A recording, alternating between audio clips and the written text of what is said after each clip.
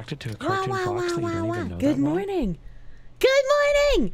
I'm your Fox News correspondent coming at you live from an undisclosed Caribbean island, so the FBI can't get me yet. Good morning! I have so many tabs today. I don't know if I can get through them all. It's kind of ridiculous. It's kind of crazy. The Sean Hannity of VTubers. What the heck? P. Diddy. Hi, Fruity Fox Lady. Hello, Twig a Point. Hello. 8-hour stream. Tomorrow, I'm probably gonna try and limit my ranting to only the first hour or two of stream. Because after today, I think all of us are gonna need a little bit of video gaming, man. There's so many tabs. Is it a 3-digit tab day? No, if it was a 3-digit tab day, there'd be no hope of getting through all of them, man. No way, dude. No way, dude. Wolf and Wings, thank you for the $5 doodles. Love Fox, hate Bridge. Please reply. Please clap. And, it's actually not showing in my YouTube chat for some reason. And I can't click on the reply Rodrigo made either. But, hey guys, smash that like button, leave a comment, push me in the algorithm. Yeah, push me in front of Al Gore's rhythm. I'm sure he's good at the saxophone or something. Gabe Ostroff, I can't see your super, and I can't click on it from the one reply. That like button, leave a comment, so I have, push me in the algorithm. I have no idea how much it is, but thank you for the super, Gabe Ostroff. I'm sorry YouTube cucked you. I don't know why it did that. Looking forward to my collab with Razor Fist. I guess that should be interesting. I learned through, I can't remember where I read it. I think it might have been the comments on one of the side-scroller videos. But apparently Razor doesn't like anime people. Guys, smash that like button, leave a comment. So I was like, oh, this is gonna be interesting. I'm gonna have to be the anime people ambassador and be like, Mr. Razor, let my people free. We're just like you see. We just have a different kind of flesh. Kirsche will win him over. We got similar accents. It should work, right? That Reeve guy, they give the 20 secs. Clearly, you do not have enough tabs open. I don't know. This is the first time I've seen my Firefox taking 21,000 memory. To a cartoon fox that you don't even know that well? I forgot how to use the extension Nim installed to make sure I don't lose any of my windows. So I've just had all of them open because I don't want to accidentally close them and lose them. God damn. Moose Nugget, thank you for the $5 doodles. Your ketchup tithe, madame. May your himbo hunt be as bountiful as your hat, Flora. Thank you. Thank you. My hat is very bountiful. Manya. Keckerson, thank you for the 5. Hello, cute Foxu. Grant me the motivation and strength to go to the gym today. I'm so sore. Well, if you go to the gym today, when you come home, you can always lay in your bed and do nothing, knowing that you have gone through the day doing what you should. Can even throw some ice packs on top of you for the muscle soreness. Simple, easy, beautiful. I have a dream. I do have a dream, man. I do have a dream. Cult of Personality, thank you for the $1.99. Well, if it isn't my favorite black samurai, Kirsche. Look, just because Tim Pool thinks we're all black men, because that's what he fantasizes about, doesn't mean it's true. Gabe Ostroff, thank you for the $4.99. Hey, Kirsche, you're worried about It's a Gundam. Don't worry about the first chat. I'm a millennial with a boomer mentality, still figuring out Twitter. Why are you worried about him? I'm sure he's doing fine. He's just got to escape from New York. It's no big deal. He's just got to escape. BGM Doko. Oh, thank you. Oh, thank you. BGM is Doko. There we go. There we go. We need the happy music to contrast all of the bridge tabs.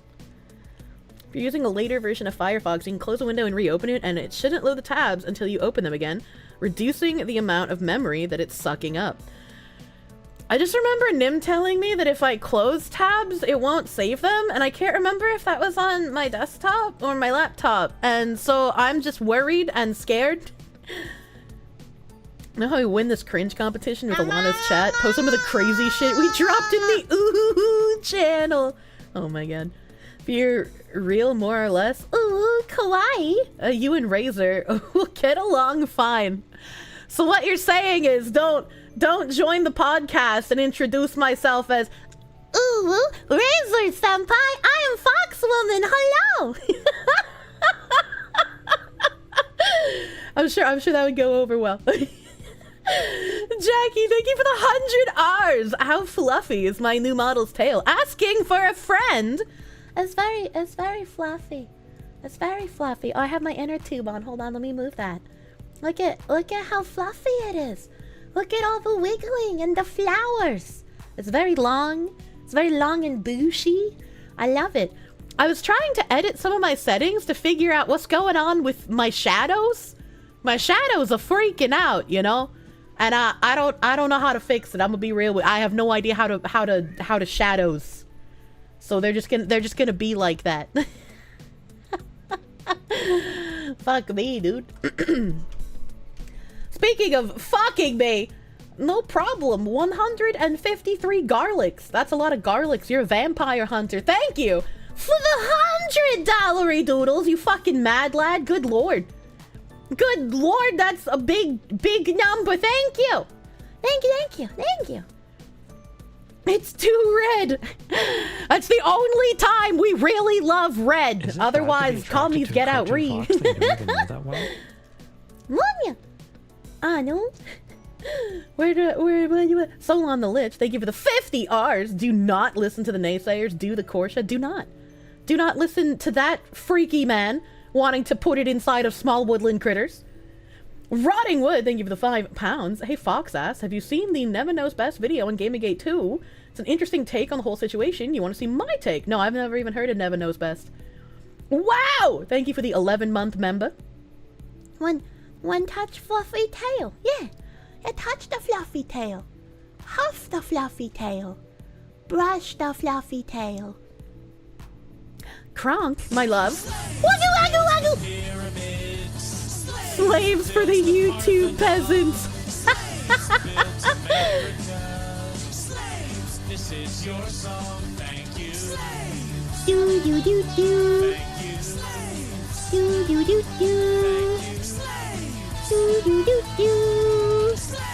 This is your song, thank you. Ikran, hey, thank you. Slaves for YouTube peasants. Ikran, hey, thank you. Thank you for the 100 slaves. You're fucking crazy. Thank you. Thank you. Guessing that was really a super chat, and that's why they mentioned YouTube. They mentioned YouTube because super chats don't trigger all of my weird ass sounds. Only stuff through my Stream Elements link does that. Stream Elements can be used by either Twitch or YouTube. I'm guessing. Today I fucked up by trying to inflate my penis like a dick balloon. I want to read that one. Hello, Miss Kirsche, wanted to do some fan art for you, but want to know if you like any requests or if it's possible to contact. I'm bad at thinking of creatively things. That's why it takes me so long to respond to artists sometimes, because I know I have to look at their draft and I have to tell them what I like and what I don't like, and my brain is just like, ugh, monkey. So, you know. But there's chloroform in that tail. No, I don't have chloroform in my tail. What the fuck? She never answers her okay, I wouldn't say never. I wouldn't say never, but it does take a while. Yak Pacento Orange Jutsu is free on Steam for a limited time. You think I should know that? I think I have like 200 hours in that game. I used to play a lot of that. Time? Is there a date for the Alana Kirsche collab yet? I don't think so. I asked her when she wanted to do it, and I don't know if she responded to me because I haven't checked my Twitter DMs in like 2 days. I finally got through all my emails, though. The emails are up to date. Yay! She has candles she wants to save for a snack in her tail. True. True and real. New friends don't know I literally ate a candle on stream. Smexcom, thank you for the 18-month resub. Thank you! Thank you.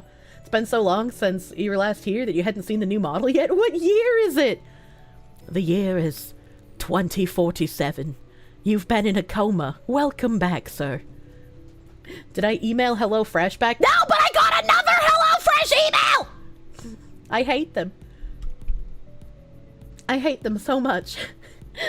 Kronk, thank you for the 70 czar. Dear Razor, it's called hentai, and it's art. I'd be very impressed if he managed to avoid every instance of hentai ever in his entire life. Isn't he like older than I am? Am I crazy? Isaiah Welch, thank you for the member. Hello, Spicy Foxy, loving the model. And Floof the tail, do not the Kirsche. I like this guy. This guy's got the right idea. Sean Duncan, thank you for the $4.99. Hello, Like Foxy. the dirty dog you are! Hello, Foxy. Hope you had a great day listening to me from work. Good luck with Razor. Unfortunately, I have a dentist appointment that day. Oh, that is unfortunate. Hopefully your dentist appointment goes well and you don't have to feel too much pain. I hate the dentist. I hate the doctor. I don't trust him, man. I don't trust him. Master Go, thank you for the 5. Worry not. Razor will love you as much as we do. Please don't murderate me, boss. For research, I found your mom's movie, Lisa, She-Wolf of the SS. Speaking of my mom's movie, I know it's unfortunate, Zuriok, I always pronounce your name wrong. Literally just put the clip up. But my mom, after stream, actually messaged me again. As if me asking my mom if she made a sex tape wasn't crazy enough. And her responding with, yeah, why? And I think I mentioned that I responded with, I was just curious, I haven't found anything. No, it's comedy without a laugh track. And then she responded. Jesus fucking Christ, what have I missed? Welcome back, Smexcom. Hello, Spicy Foxy. I am drunk, working from home, and just had my payday. Have $25 and we shall burn the bridge. No, you guys saying that she sent me the link? It's even worse than that, actually. I was just like, you've never published it anywhere, right? I haven't found anything, so please don't worry. I was literally just curiosity. And she was like, no, we never published it anywhere, but it was stolen when we lived at the motel. So she had a whole ass sex tape on DVD, and it got stolen. And I'm just like, if I had made a spicy movie and it got stolen, I would be paranoid for the rest of my fucking life. How is she so nonchalant about this? DVD with special features and commentary. My mom was a burner lady. She loved burning DVDs. She had entire binders filled with movies and TV shows and CDs. She was crazy. How do these stories always get worse? It's my mom. Ooh, black guy. This is unrelated, but is anyone interested in buying a copy of an amateur sex tape? Lord Broadway, thank you for the $13. Thank you. I have no idea what's on the sex tape. I don't know if I should inquire further because much like me, I know if I ask her a question, she's going to answer it. I don't know how deep I want to dig this whole chat. You can give me butt scratches like I'm a real pet. This is the most important search for lost media. Ish and chat are super mega duper cute and wonderful less than 3. Oh, Bailey, we needed your palate cleanser after what I just said. Help. Bailey, you are super cute. Help. And mega wonderful. Thank you, Bailey. Thank you, Bailey. Foxy Mom tape is worth its weight in gold right now. Oh my god. Some random hotel worker unknowingly possesses a DVD 2,000 people would pay thousands for. DVD says making of Kirsche in Sharpie. Well, if it was at the motel, it wouldn't be the making of Kirsche because I was like 16 when she moved back there because it was right after North Carolina. And the motel was in New Hampshire. Kirsche, take your meds. So hey, I was 16 and that doesn't mean necessarily that it was made when I was 16 because she could have made it before and then just brought it with her. I don't know, literally your entire childhood experience to go off of.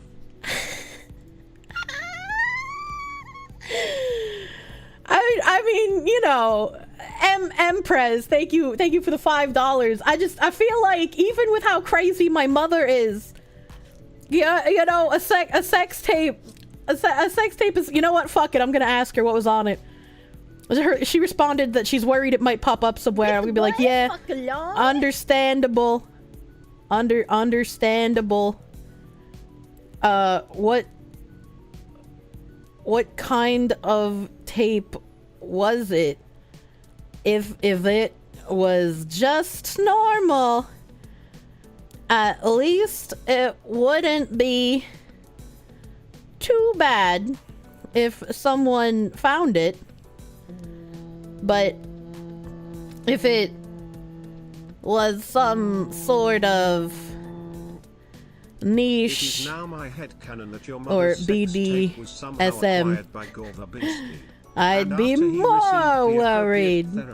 He went on to use I'm gonna hit her with like a blushy smiley face. How about that? Yeah, there we go. Yeah, there we go. Kirsche, stop. More milkies. Onion. Yamete. Why Yamete? Do you guys not want cursed knowledge? You saw a comment saying Kirsche has no lore because her life is already wild, and now I know why. Wow.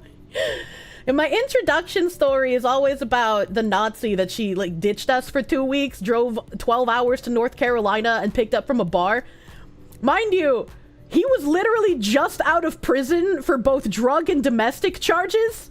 So, you know, that was even better. And then once people get used to, oh, this is what I should expect out of your backstory, that's crazy, I can hit him with the, so did you know that my mom tried getting me to marry someone in their 20s when I turned 16 by lying to me that my father wasn't actually my father? Spoiler, he is. But she wanted me to believe that he wasn't, so that I would want to become an emancipated minor and marry this guy so that I could just live with her.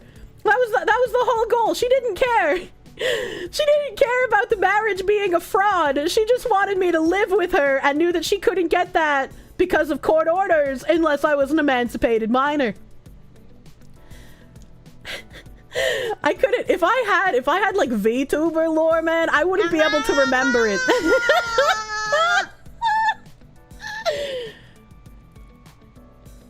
Oh my god. Kirsche, what? Kirsche's mother would make Satan feel like panicking. True. You shall find the lost relic and add it to the goon shrine. Oh my god. Gee, Sally, your boyfriend lets you have 2 comms? You're back from the doctor today to see if you broke your ankle watching my stream. It's not my fault I didn't break your ankle. You did, though. I'm sorry it's broken. Now you gotta go see a bone specialist to nail down how bad it was. But from what you saw, it was way less bad than the last time you broke it. I don't wanna. Oh, the bone was already weak from the pre-break. Is that how that works? If she tells you she made it during her trip to Mexico, you'll never recover. Well, the trip to Mexico was a very long time ago. I was like single-digit child when that happened, so I hope it's not when she was in Mexico. I would accept if she was in like St. Croix, right? Because St. Croix, I don't think is known for donkey shows. You're actively trying to make more lore. I mean, I might as well, right? Convinced Kirsche's mom was somehow involved in the Mr. Hands video. My mom starring in a porn would be an upgrade. Nice voice, but I hate almost every time you open your mouth because everything you say is cursed. Do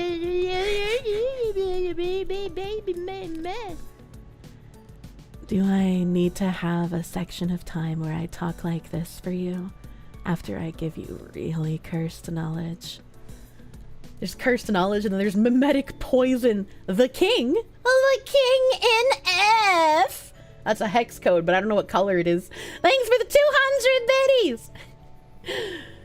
Your mom isn't a riot, she's a whole revolution. True and real. Rainy Cow, thank you for the 8-month resub, dude.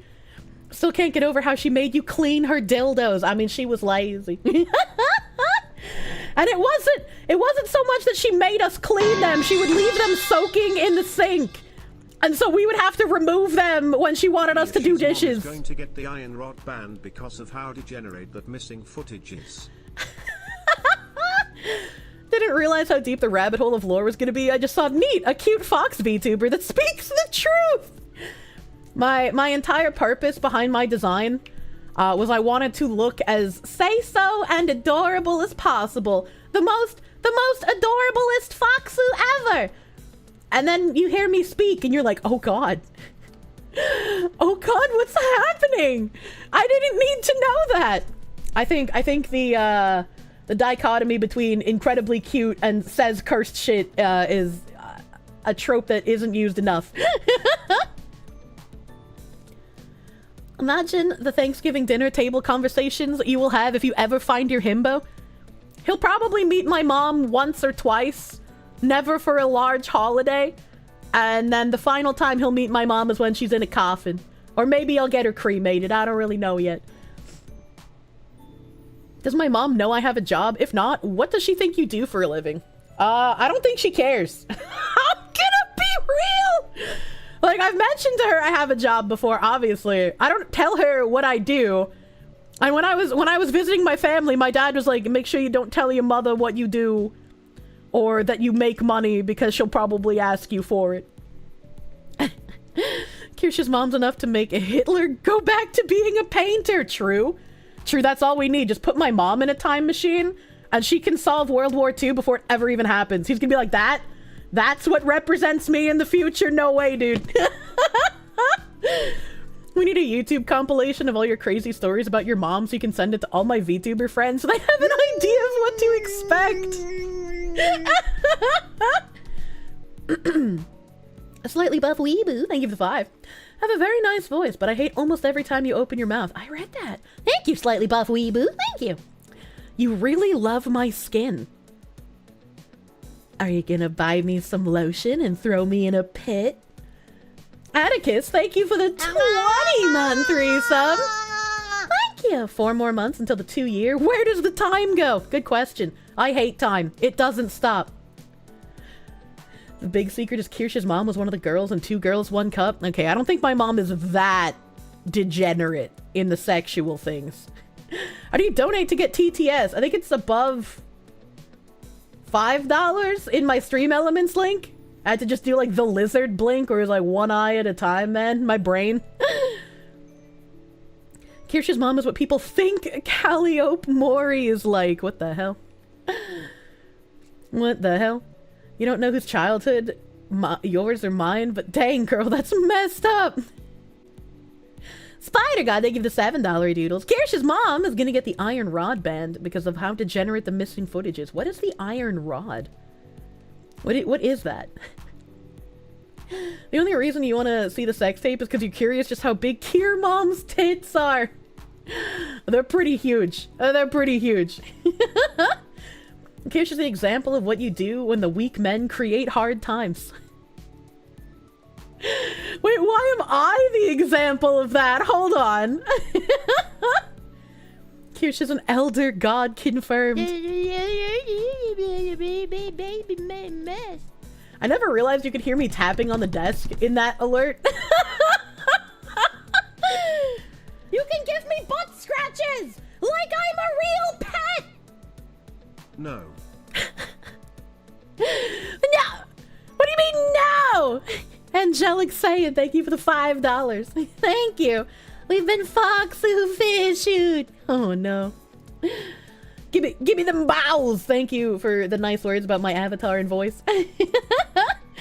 If I self-published a book about my childhood, what would I call it? I don't know, man. I don't know. Now the existence of Chibi Kirsche makes more sense and it's even more cursed. True. True. With Kirsche, the old saying rings true. It can always get worse. Very true. Very, very true. What about the other way around? A horrific looking model, but you're very safe for work? I don't know. I don't know. I don't know, man. Maybe that would be interesting. Don't tell her. She might think you're on OnlyFans. Maybe that's what I tell her. Maybe she's like, why are you asking me all these questions about my previous sex life? And it's like, well, mom, I have an OnlyFans. 2 girls 1 cup is too degenerate. But Kirsche, the last time you said that was about the sex tape. And now here we are talking about its potential existence. Stop manifesting this stuff into reality. You are making your mother too powerful. My mother made herself too powerful. I don't know what to tell you. Sylvani, thank you for the $5 doodles. Thank you, thank you. Volt Chaos. Holy crap, girl! You were sexually assaulted by your stepdad, but you don't know if you would have been able to handle what I've had to go through. Thank you for the 100 biddies. Don't worry, the assault happened not by my family, but by a man I dated when I was a teenager. So, you know, I feel you, and I'm sorry you had to go through that. That kind of sucks, dude. That kind of sucks, you know. It's not a fun topic. That's why you gotta laugh, or else you get sad. So funny how one art school doomed millions of people. True and real. You've seen all my ketchup shaking videos? Yeah, you like it when I shake my ketchup for you? You dirty little chatter. Oh, you want more? You want more ketchup? Oh, is that what you like, you filthy chatter?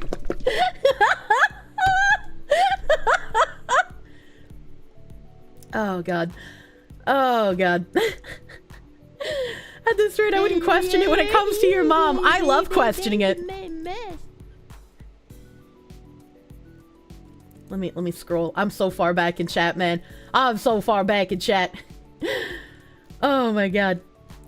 I'm so far back. I'm just scrolling to reality here. Nurglings, thank you for the 14 months of Peru. Thank you. Thank you, thank you. Elkov, thank you for the 5-month resub, my guy. Thank you. The Cyverus, thank you for the 6-month resub. Thank you. Thank you, thank you. Can we get a hello darkness, my old friend as a redeem?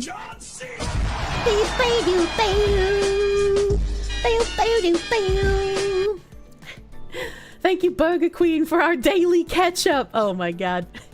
Holy first impressions, Batman. Welcome, Chef Rowlett. I've never seen an owl fry that rice.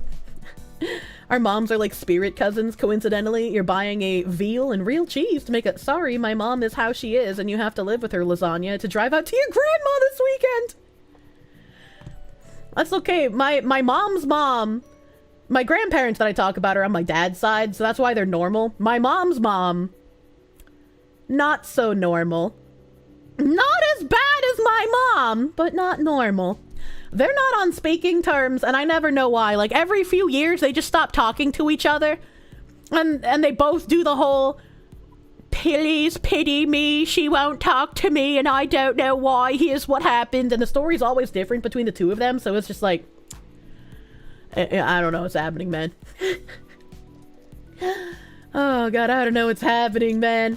YouTube Master Race Rise. I'm also very behind in chat on YouTube, and it's probably gonna like giga scroll in a second here. Oh god, it has to scroll so far that it froze. Yeah, it has to scroll so far that it froze. Oh no. You befriend one-upped you in their IRL stories. Hold up.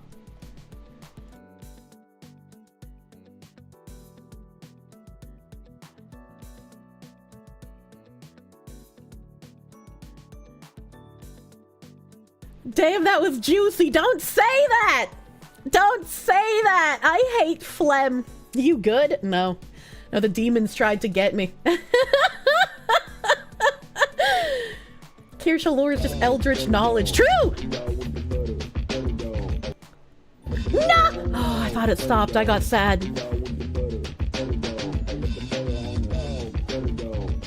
Dog with the butter. Butter dog.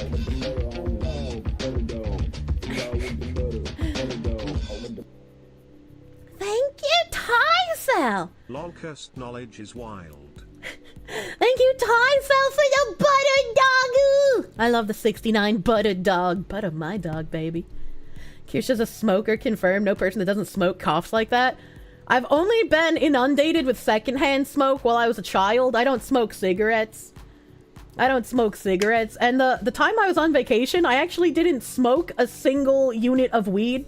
I only eated the edibles. How old was my mom when I was 16? Was she in good shape when she made the tape? I mean, yeah, I would say so. Yeah, I would say so. She had... She did have the questionable tattoos at that point, so... Cheeseburger. Sorry if you've answered this before, but have you ever considered streaming Yu-Gi-Oh! Master Duel? I think you'd like it a lot and understand intricacies easily. I think the only Yu-Gi-Oh! Game I ever played was one that was for Game Boy, and I don't remember what it was called. I wasn't even like a fan of Yu-Gi-Oh! Really until I watched the Abridged series, and then I was a fan of the Abridged series, not the real Yu-Gi-Oh! But yeah, that game was the only one I played. It was just enough autism for me to enjoy it without knowing any Yu-Gi-Oh! Lore. Yu-Gi-Oh! Sponsor would be cool? Oh no. Oh no, man. Ghost War, thank you for the 8 months of Peru. Almost forgot to do it. Glad to have you back. Thank you.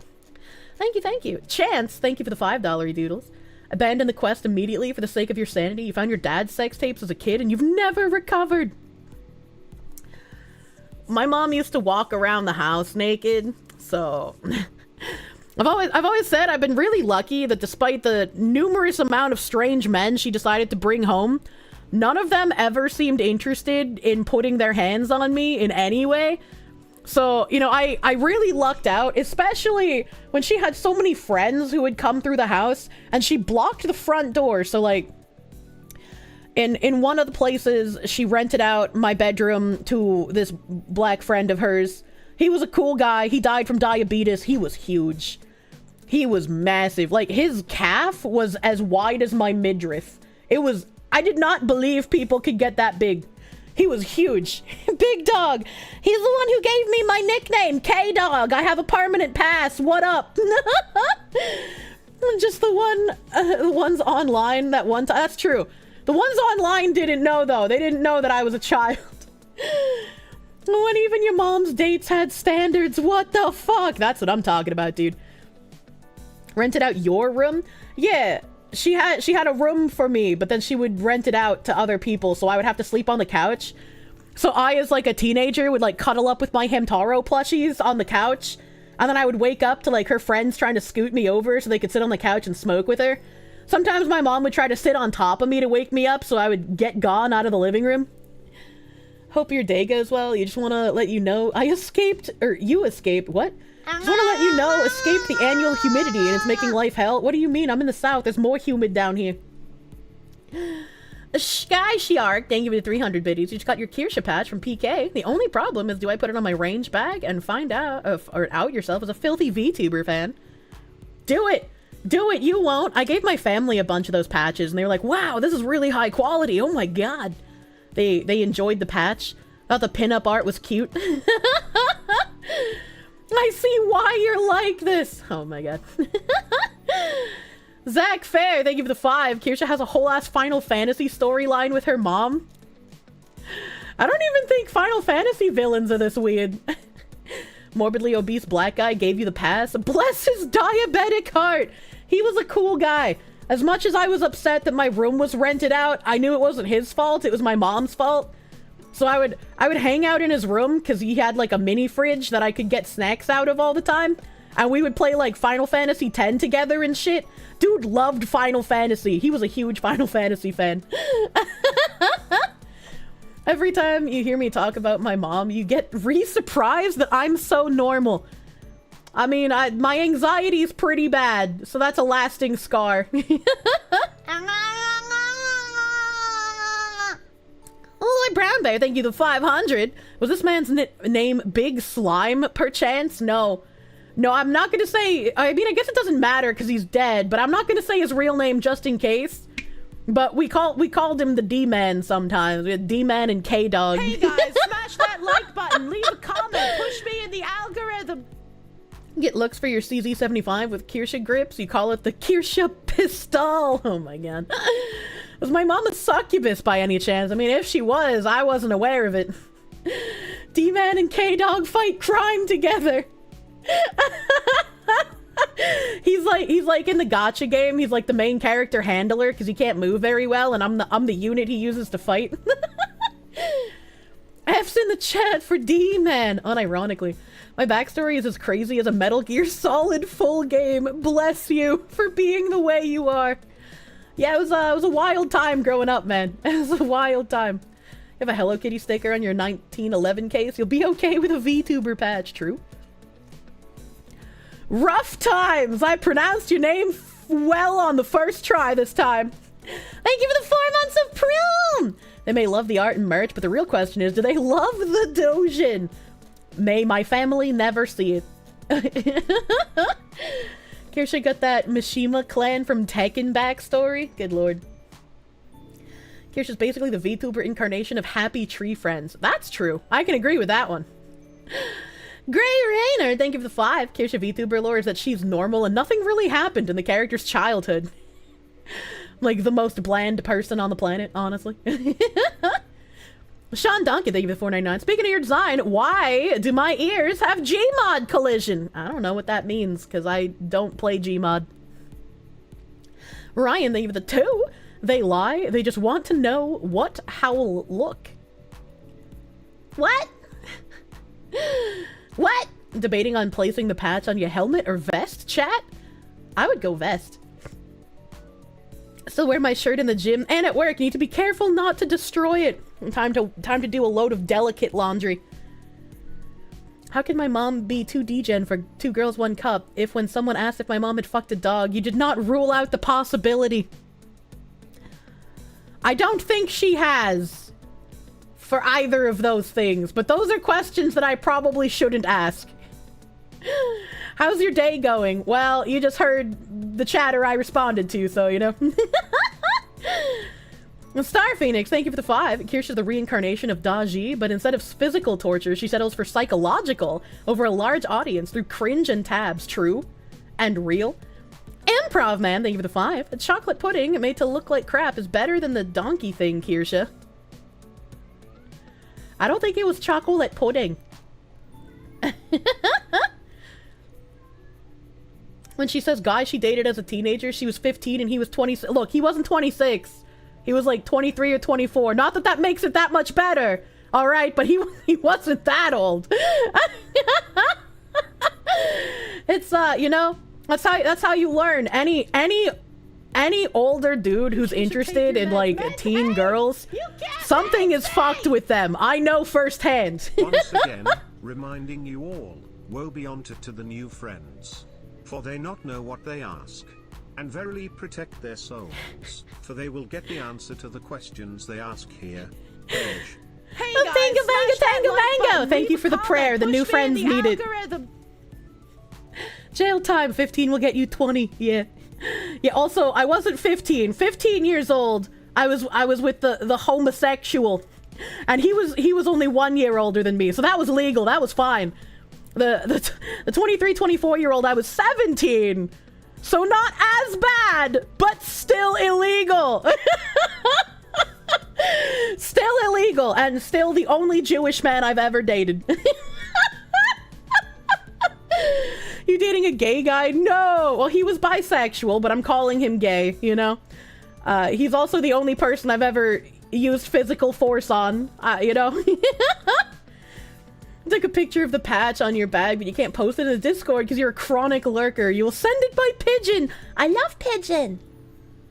Wait, that actually happens? You thought that was just in books and movies. Wait, what do you mean? That's not illegal in most states. I'm pretty sure 17 with someone who's 23 or 24 is illegal in all states, actually. That's not gonna be Romeo and Juliet. He's not within like a 2-year, 3-year bracket there. It's not even the laundry that's the problem for the shirt. You're in Iraq and it's starting to be summer. The fox who collects so much salt, I can't put it on. Oh my god. You're sweating through me. Many states are plus or minus 10 once you're 16. I didn't know it was that high. That's crazy. I guess I don't pay too much attention to the age of consent laws. Was he a virgin too? Yes. He was a virgin to the point where I remember one time he was you know doing the solo act thing, and he was just like, something feels weird, and like ran to the bathroom, And I was just confused. I was like, what? Did he like need to pee while he was jerking off? Like, what? I don't understand. And he came back and he was like, well, that was weird. And I was like, what do you mean that was weird? That's what's supposed to happen. Like, I was younger and I was confused. Kirsche's the cutest spicy cat. It was only a few years ago that your state got rid of allowing people to marry at 15. Yep. What now? Age of consent laws? What are we talking about? Imagine being a bisexual virgin. He wasn't the bisexual. The Jew wasn't the bisexual. He was the physically abusive one who was also older than me. The bisexual was 16 when I was 15. Oh, God. You never pay much attention. People who know a lot about those laws make you kind of think why. Yeah, it's just like, I've never needed to care that much, you know? But again, I'm going to reiterate. Any guy that age who's wanting to date, like, a 17-year-old, something's fucking wrong with them. Something is absolutely fucking wrong with them. Wait, was I not a virgin as a minor? Oh, I was. I was a virgin. I just had my mother. What do you mean? Crap. Living it IRL right now. Amazing what lies people believe. Stay strong, eh? Eh? Thank you, Yukon Hunter, for the $20 doodles. Yeah, we got a lot of tabs today, but I'm thanking people. I'm so far behind on thank yous. You referred to me the other day to your family and we were watching a show about people buying houses in Georgia. Oh, I didn't know they had a show for that. What the heck? What the heck? When she says, oh, I already read that. I'm just scrolled up. Sebastian Anon, thank you for the $10 doodles. When Kirsche shares her lore, it doubles as therapy. True. True and real. I remember since I took so long to lose my virginity, when the German exchange students were over, and the German exchange students were all like, oh yeah, we lost our virginities between like 11 and 13. I was just like, what? What? Like, willingly? And they were like, yeah, that's normal over here. And I was like, what? Yo, Germany goes kind of fucking hard. I felt really weird for like waiting so long to lose mine, because I was like, oh, am I a loser? Does nobody want me?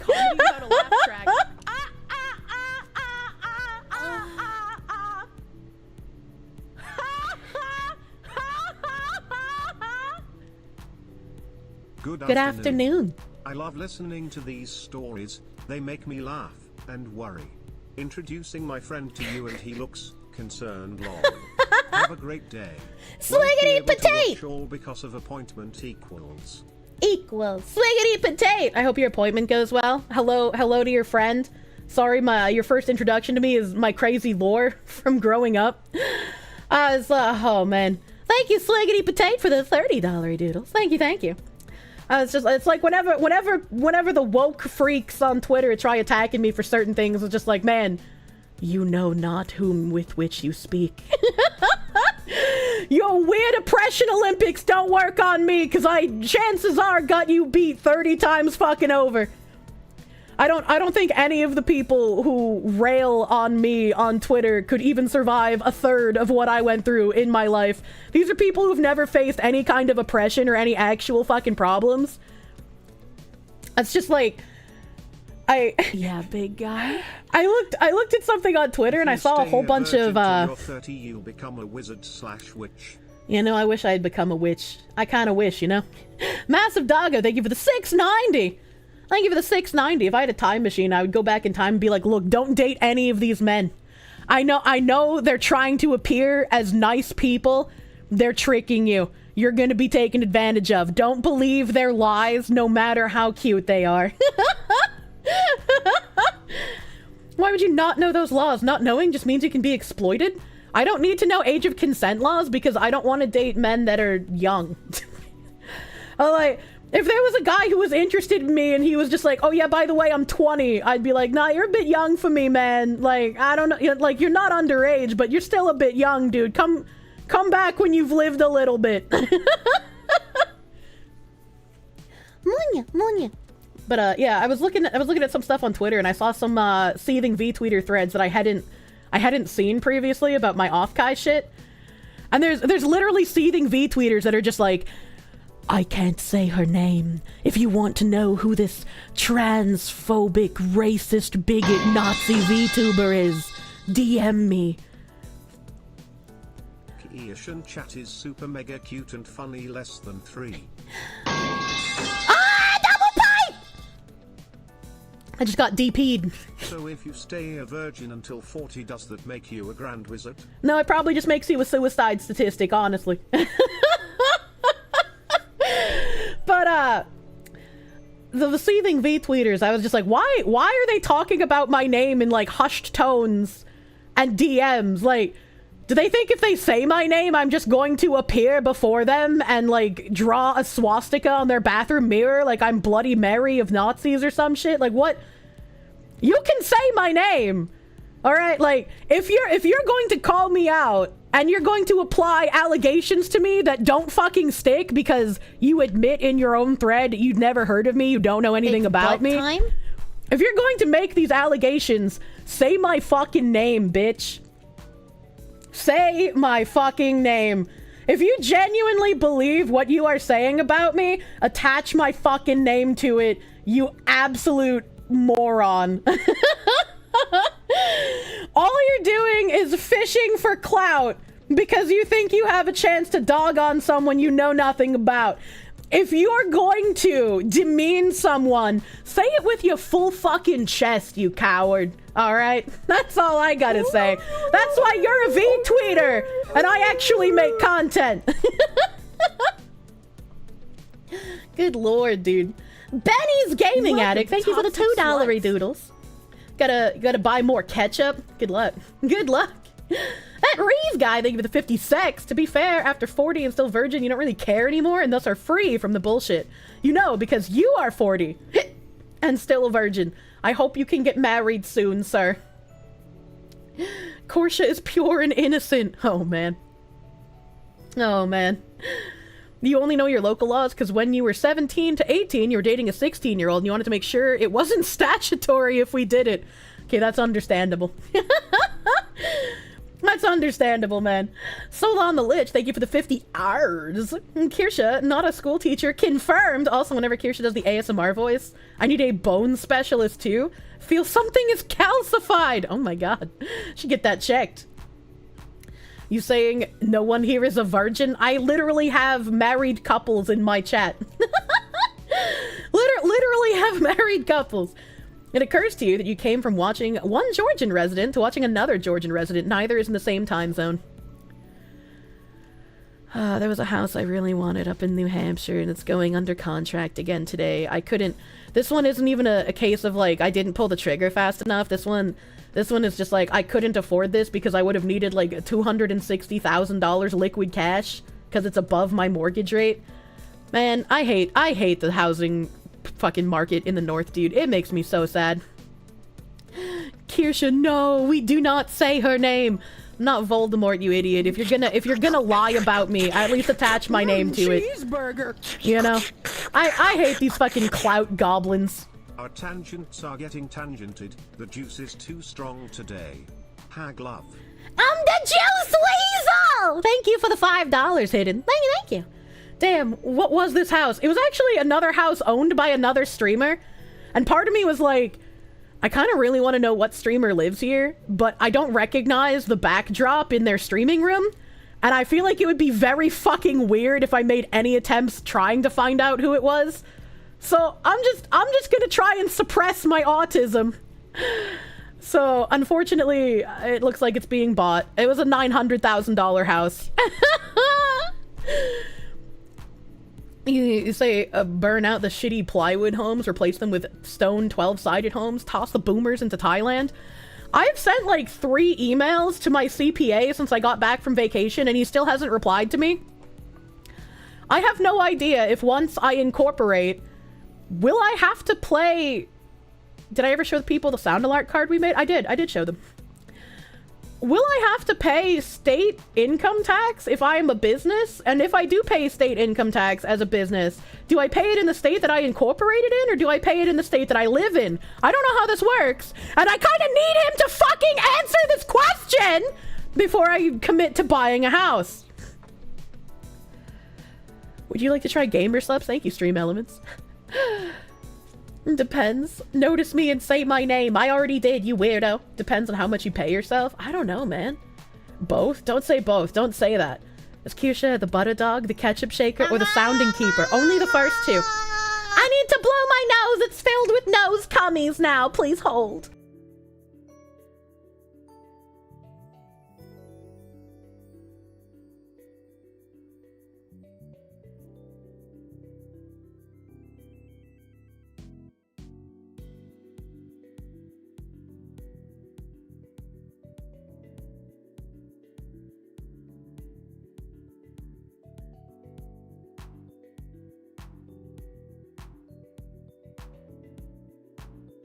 Oh, thank God that didn't get in my throat, man. That was nasty. That's so much cummies. You blew your nose as I said that? Are we having nose sex? I hope not. I didn't bring protection. Have I been following the conspiracy theory that Earth's magnetic shielding is weakening and will flip the poles in 2030? No. What the heck? Is my new avatar slightly cross-eyed? I don't think so. I don't think so. Nose cummies! Oh my god, I swear this woman is disturbingly cute. That's a good way to put it. It's the most cursed thing I can listen to at work sometimes. True and real. True and real. Not a conspiracy, it's a provable theory! Well, I mean, isn't every conspiracy theory technically provable? Bless you, Burger Queen, even if you refuse to bless us with your snot rockets. Gross. Gross, dude. Also, Skewky, I noticed you said something about the taxes. Hold on. I can't scroll up. You will, and it depends on the state. It could be both. No! No. Wild Red, thank you for the walrus noises. 1 month closer to my rebirth. I hope you enjoy your rebirth. Thank you for the 14-month tier. 3 resub. Thank you. You have no idea what pole flipping means? We'll tell you when you're older. They are conspiracy theories because they can't be proven. I don't know, I feel like conspiracy theories aren't getting proven right, like, in a shorter period of time than they used to. It's true, lads. Women's that wanna fuck are just demonesses from Dark Lord are a mini ooh. Why else would they want your essence, seed, to transmute a homunculus quote-unquote baby? See that there? The electric anime demoness just expelled extra nose cumies. Cumies? A Grand Wizard Big Black Trans Man, thank you for the $5. Thank you for the 5.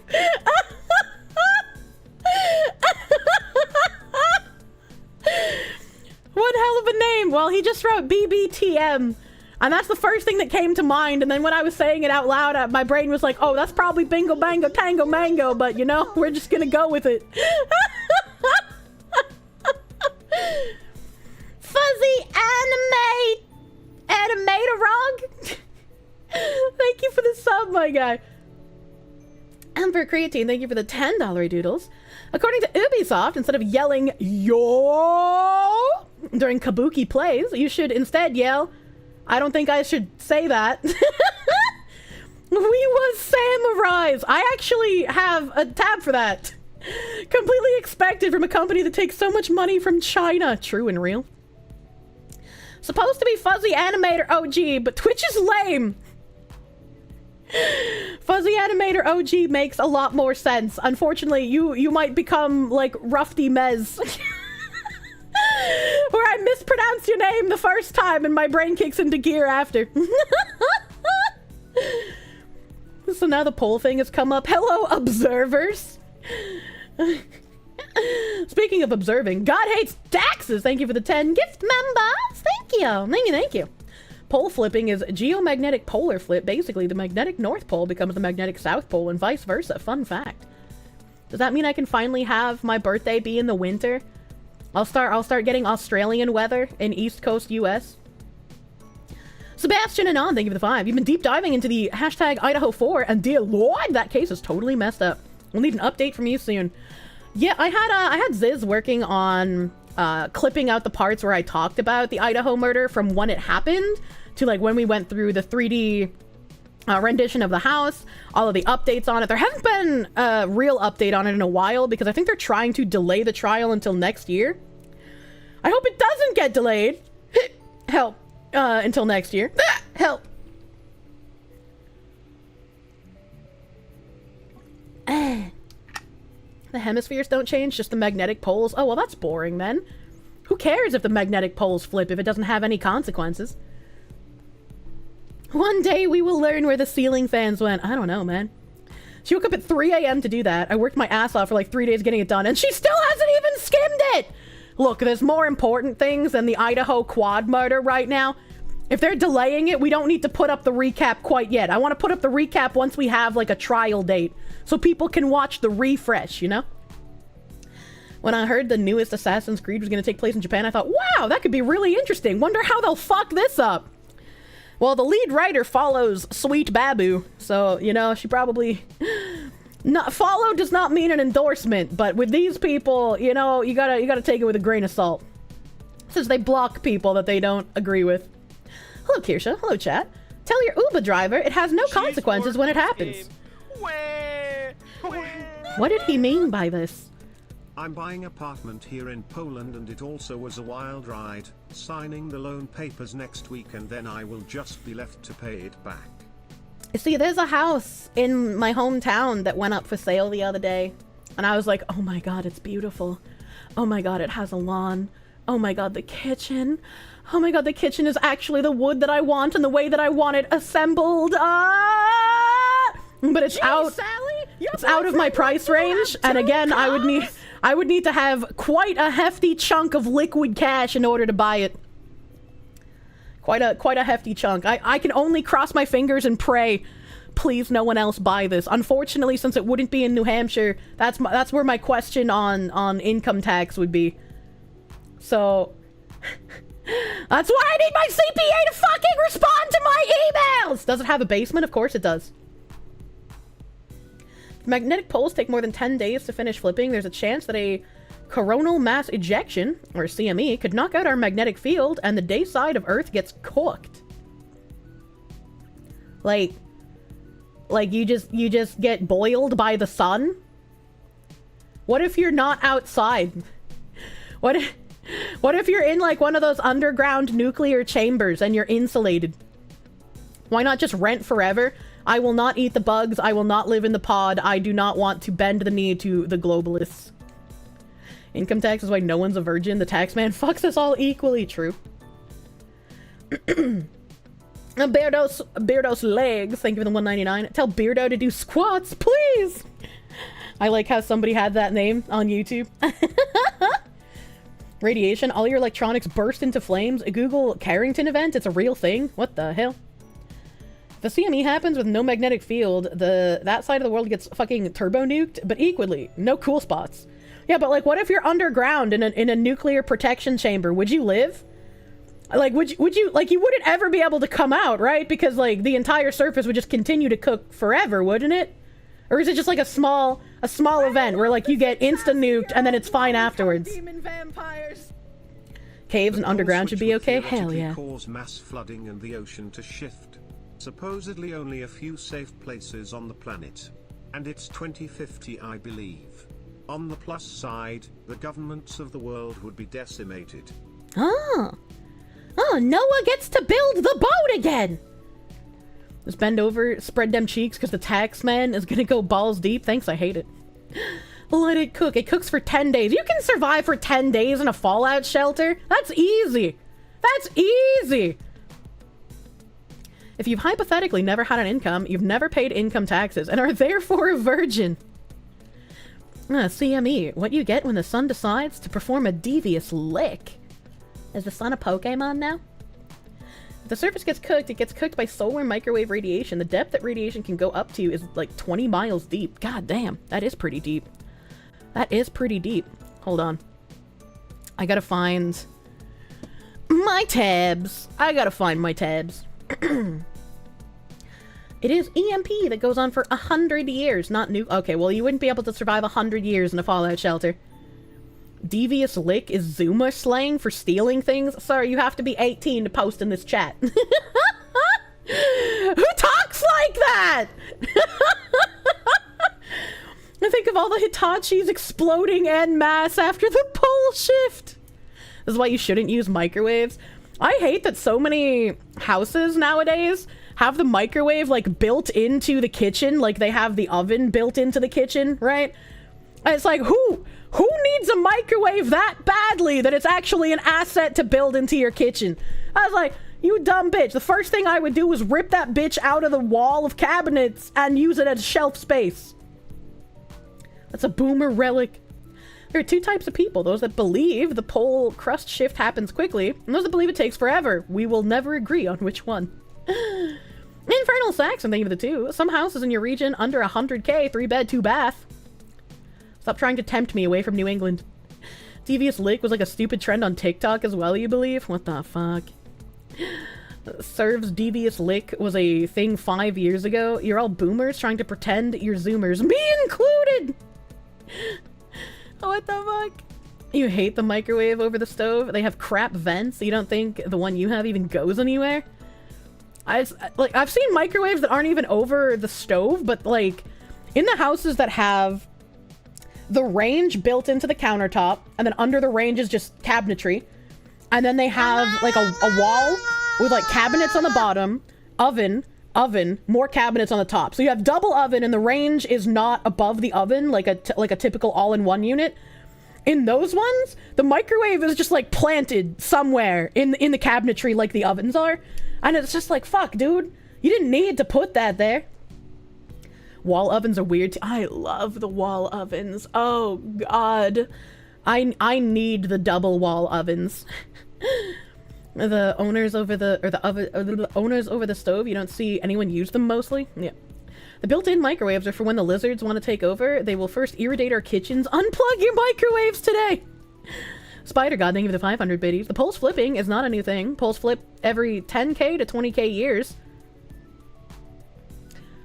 None of us live that long. And move around a lot. We know this because fires tend to bake dirt, iron into the direction of the poles at the time. Fires tend to bake dirt iron into the direction of the poles at the time. What? We'll be fine. Stop letting chat cause people to panic. But I want the nuclear hellscape! A Beardos legs. Thank you for the $4.99. Seriously, make him do squats. I'm falling apart!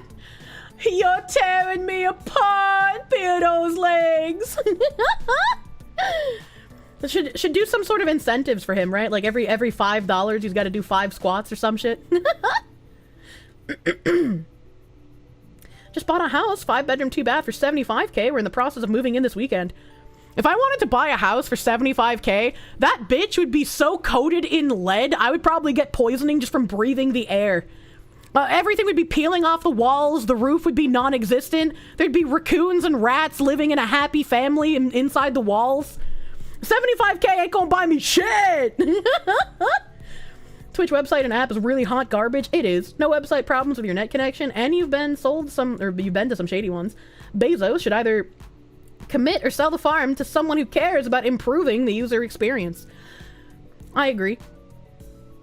I promise you that sentence actually made sense. I'm sorry, my IQ is too low to understand baking sunfire iron dirt patties. I died trying to remember it. Oh god, iron particles in the burned layers of dirt. Wow. You have a single-shot rifle that was made in New England? Very random. Very random. Talking about nuclear waste, did I ever hear about the Chernobyl-like disaster that happened in Brazil in 1987? The Guyana accident? I did not. I didn't even know Brazil had nuclear power. I'm gonna be honest with you. Man, that was some primo ESL. He's trying to say the deep sea plate boundaries that are constantly spewing magma record which way the pole is pointing because they have lots of iron. Happens every 100,000 years, and geologically speaking, it's super boring. Let's just put it this way. The first thing most people are going to experience with a super after our magnetic field is gone, is dead within a week. Level doses of gamma and neutron radiation. Fentanyl will not ease that pain at all. Honorable Grand Elder Chatter. Are you telling me that all of the iodine in our food isn't gonna save us from a CME? West Virginia has a nice housing market. Yeah, I've heard that. I just don't want to live in West Virginia, you know? I'm not the mountain mama. I don't want to deal with the skinwalkers in the woods at night. Next, Angelus 405, thank you for the $20 doodles. You're more afraid of gamma ray bursts, which is a beam of gamma rays that shoots out from a star when it collapses into a black hole. If one were to hit, the only life that will survive will be deep-sea aquatic creatures.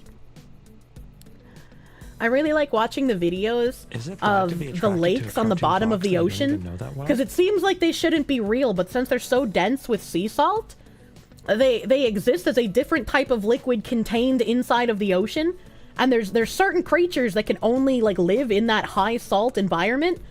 That shit looks crazy. I love watching those videos. I want more of it. Send more things to the ocean floor!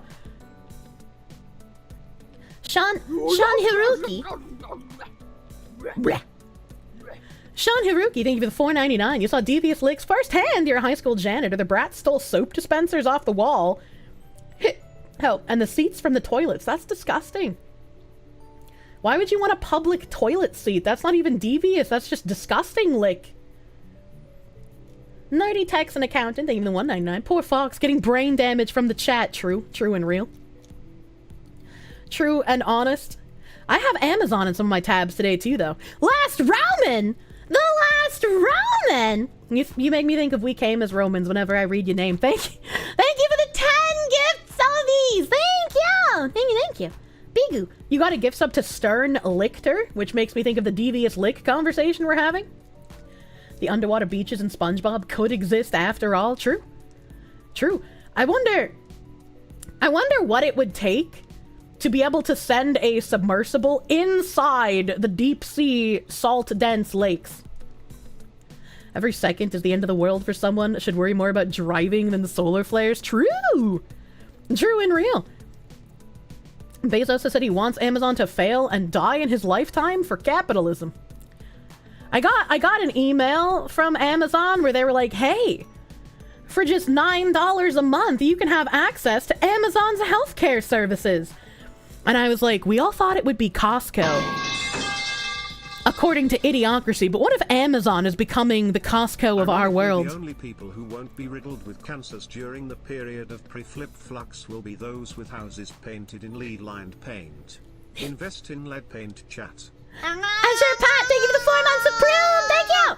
Nerdy Tech's an accountant, thank you for the $1.99. I can move to Texas, but I don't want to live where it's hot. I want snow. I want snow and trees changing color in the fall and an ocean. Brent Wolf, thank you for the 20. How about 4.5 acres, 1920 farmhouse on the Rappahannock River right outside Fredericksburg, Virginia. $550K. Too much. House, it's gonna do fox things. The Carrington event was a major CME that happened in 1859. It's not doomsday unless you're unshielded electronics. Well, it's a good thing in 1859 they didn't really have electronics, right? Next, Angela, thank you for the 5. That said, if life starts over after a GRB, our successors may be squid people or crab people. Taste like crab, talk like people. I mean, for some people, tasting like crab is just a normal thing already, you know? Move to Reno, we have Lake Tahoe, which has a nude beach, and we get plenty of snow. Look, I'd probably sooner move to Michigan than I would move to another southern state. I want to be away from the heat, away from the humidity. Alright, okay? Sambo, 1994. Well, thank you for the gift sub to Zazuban. Thank you. Firebugoo, thank you for 10 gift subs. Thank you, Firebugoo. Average league players. What did he mean by this? Is it bad to be attracted to a cartoon fox that you don't even know that well? GameCube thought. It's your first time watching one of my streams. Welcome, new friend. Welcome. It was really sweet when I had a couple of people yesterday who were just, or not yesterday, but Tuesday. And they were just like, oh, I read all this heinous shit about you, and then I came to see it. You actually seem pretty nice. I don't know why those people are being weird. You guys haven't heard of the Amazon healthcare? They've been advertising it. Will be coming for a couple of years now. I don't fucking pay attention to Amazon's advertising. 100-degree weather with 200% humidity is not ideal. Agree? Especially when I have, like, if I take a shower and I go outside and it's humid, my hair will frizz the fuck up. I'm gonna be like Miss Frizzle out here, okay? Like, I don't want to deal with that. And that's not even including the breathing problems from having heat-triggered asthma. If it hurts when I hiccup, it could be a sign of hypertension. Does talking about bridge give you high blood pressure? Actually, it's the opposite. When I get to talk about these things, it's like venting, right? So I feel better. I feel better. Here's $1, Kirsche. Could you please use your Foxy powers to ask your followers to post deep-sea footage videos on your Discord? I love those videos, too. Please post more deep sea videos, chatters. I would love that. Thank you for the 100 biddies, Dulark! What's more preferable, a Ruby Ridge or a Waco? I don't want the ending of either of those to happen again. What do you mean? What do you mean? Also, I am far behind in chat again. I can't keep up today, dude. Kid got that frizzle mojezzle. Hell yeah. Oil up the hair. I know. I don't like putting oil in my hair every day, though. More Thug Shaker videos. That's not what I asked for! Magnum Beefoo. Thank you for the 1 fucking year resub, my favorite Taco Bell meal. Thank you! Thank you. Frizzle hair and you like snow. 2 more reasons to move to Colorado. I guess Colorado mountain living could be fine if they have Victorian style houses there. Ruby Ridge was 1 shot, 1 kill to an adult. Waco was children being gassed and burned alive. I'll take Ruby Ridge. I don't want either of those to happen again. There's one fisherman who has a long thread of posts about freaky deep dive sea fish he catches in his nets. Ooh. Do I get to see a baby whale? Alright, okay. Let's move. Let's move right along here. There's been some stuff. There's been some stuff going on. Before I get into brigadage, we have this woman who's been going around on the Twitters. We have this woman, and so I've compiled all of her womanly deeds for all of us together to go through the story. Oh yeah, stuff. Beardo's legs. Thank you for the $4.99. When am I going to be on Geeks and Gamers again? And when I show up, Beardo shuffles, and I get a workout. Please come back. I'm not sure. I know I have side scrollers with Razor Fist next week. I need to get back to a handful of people to set up collabs. I know Mari_en said she missed me, so I want to do something with Princess Feemsh as well. Next, Angelus, thank you for the $10. During the Carrington event, the only electronics they had were telegraph machines. Some telegraph lines caught fire, and some telegraph operators were electrocuted by the high current. Oh my god. Oh my god. Do not do the Feemsh. Kirsche about to drop some knowledge. I am. So we have this woman who said, I have never made a more desperate plea than what I'm about to say right now. At Riot Games, at Riot Support, I need you guys to fucking do something. I am an incredibly strong person, and I've been streaming for a very, very long time. But absolutely nothing prepares you for someone saying this to you. The suspensions are not enough. Nothing will ever stop these men from acting this way until hardware bans go into play. She rhymed. They should never be able to play the game again. I know you hear us. I know you see us. If this goes unpunished, I'm taking this as an active act from you that you do not give a single fuck about any of the women and minorities that play your game. And I will rally to boycott. This is just absolutely not on.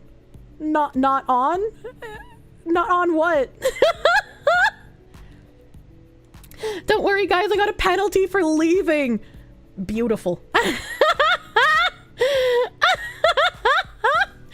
And I'll play this little clipoo of her here.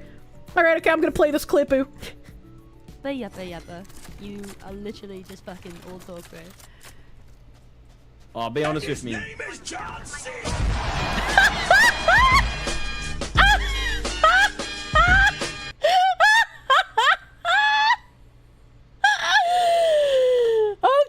alright, that was really good timing. That was really good fucking timing.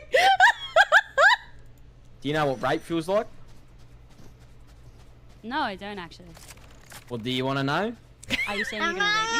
Because you're heading on the right path right now. Are you saying you're gonna rape me? You're going on the right path for it. Is that what you're saying? It's not rape if I like it. Is it now? He's like, Hectic goal.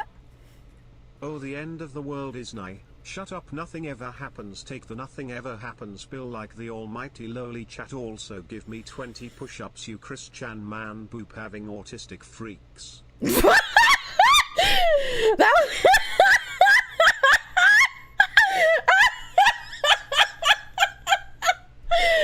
See, that would have been a really good insult to use in her match. So strong, instantly went to task manager. She couldn't handle being put on a rape list like I was. Very strong, very independent. We got Papa Ooh Woo over here that said, what was the only reason you had that guy unmuted? Stop playing the victim card when you enabled it, and stop lying by omission. Hey gaming, bro, this guy is an asshole. This guy's an absolute asshole. Like, I'm literally the only reason I have him unmuted. The only reason I have him unmuted is for content. Like, just, oh my god. Dude acting a bit crazy in your lobby? Keep him unmuted for the content, and then wow, she got too upset, couldn't handle the heat, but wanted to stay in the kitchen for the content. But a dog.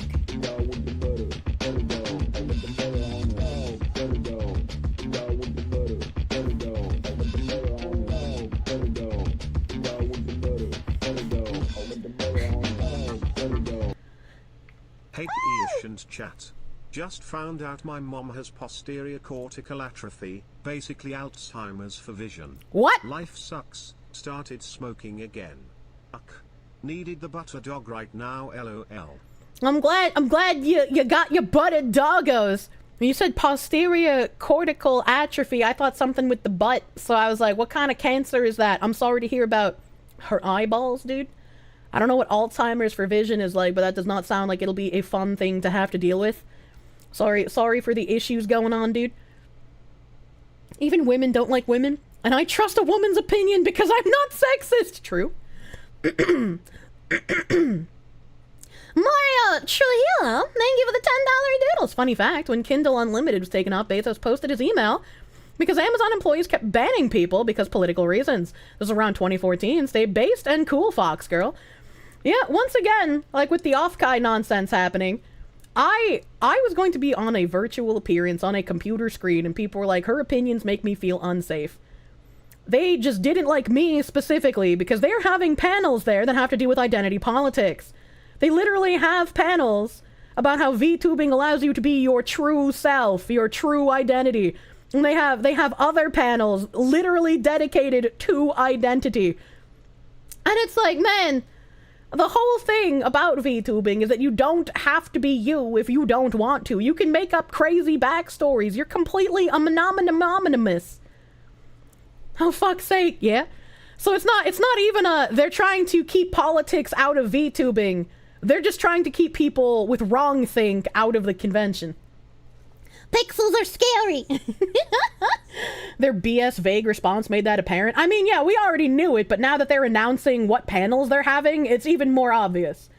Even more obvious. Brian Winters, thank you for the $4.99. Vicky Waver was killed by Lon Horiuchi while she held her infant child. Ruby Ridge needs to be better understood. I don't remember names very well, though. I'm bad at names. Mom, the pixels are saying bad things. Yeah, I get it from both sides. The left are just like, oh, she's a Nazi because she disagrees with us, and the right are like, she's a pedo because she's anime. What Why are you both brain damaged? There's been like some comments on like the side scrollers and Geeks and Gamers who are just like, I can't take anything seriously because she's an anime woman. And it's like, maybe listen to the words coming out of my mouth instead of screeching that anime exists. Maybe be a little less racist there, my guy. Isn't it funny how these people can't be their true selves without an audience? It can't be a private thing. It can't be quiet. It has to be shoved in an audience's face and validated by the thousands. I wonder why. It's so weird. Because a lot of people can't understand that internal validation matters. Like, obviously, external validation feels good, right? But, like, if you seek it out for everything, you're just going to become obnoxious to everyone around you. Keep politics out of VTubing, but not my politics. They're not really political, you see. Yeah, exactly. Exactly. The amount of people who call me some sort of, like, a grifter jumping on a trend. Don't know. I was one of the first ones doing this in EN. I am your grandmother. Show some goddamn respect, children. Did not say he was racist against cartoons. Gotta call Eddie Valiant. Anime lives matter. True. Honorable chatters, please enjoy another low-effort shitpost and Kirsche memes. Fellow mobile bros, remember you can download and start AFK on PC and then switch it to mobile. It doesn't count if you do the goals on mobile. You have to finish the goals on PC. But after you finish the goals, if you desire to keep playing AFK, you can play it on mobile. If your truth self, Proctor ESL confirmed, if my truth self were ever let out in public, I would be biblically accurate angel, except replace all the extra eyes and extra pairs of hands that I use to brush all the fluffy tails in the world at once. I feel like God would smite you. Kirsche isn't bad, she's just drawn that way. Hell yeah. And come to me on the day of my mother's wedding. Can you try to act smart to people? AFK is actually kind of fun. Yeah, I'm still playing it here. Can I like look? Hold on. Can I show this? I'm still playing. It's literally open right now, and I claimed my AFK rewards before stream. I'm still playing. I got my ladies all to level 74. All woman team. Men go to the coal mines. You're still playing right the fuck now. Exactly. Greetings from Canada. Hello. I'm sorry you live there. How's the campaign going? We are.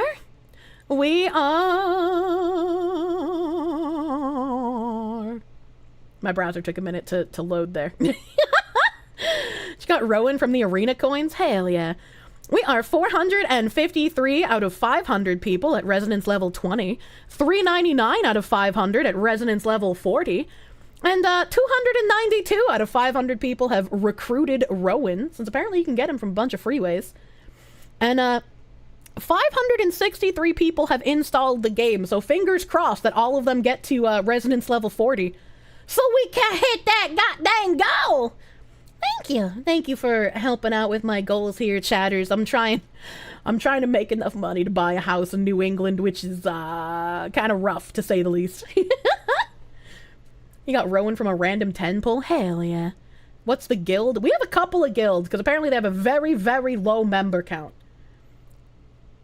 Wait, is this not a meme? Is AFK actually good? It's fun so far. It's fun so far. And I have a metric fuck ton of units, so I don't know if it's like, you know, super pay to win heavy. Fourth guild when? Oh my god. Back to this woman. Back to this woman. Unfortunately, she hasn't gotten community noted, which is a little weird. A little weird here. A little strange. Somebody tries to run defense. She unmuted for content, as in to record what he's saying while she's streaming, to have proof. I did this when I streamed MOBAs back in the day because the company asked for proof of video for what happened. It's not for entertainment, for fuck's sake. If it wasn't for entertainment, she wouldn't have said it was for the content. You can't weasel wag your way out of this one. Has this, thank you for the 41-month resub, my guy. Thank you. Thank you, thank you. Live next to Windsor and haven't been to Canada in a decade. You see no benefit for you, as even the medication prices have spiked to the point that insurance you have in Michigan is better. Oh no. Oh no. That's what content means. And then we have this guy. Whoever that grumpy Scotsman is, I don't know, they're a Twitch streamer. This came up on my timeline and I was like, what the fuck? I'm disappointed in the gaming community this morning more than I have ever been. A tired rant.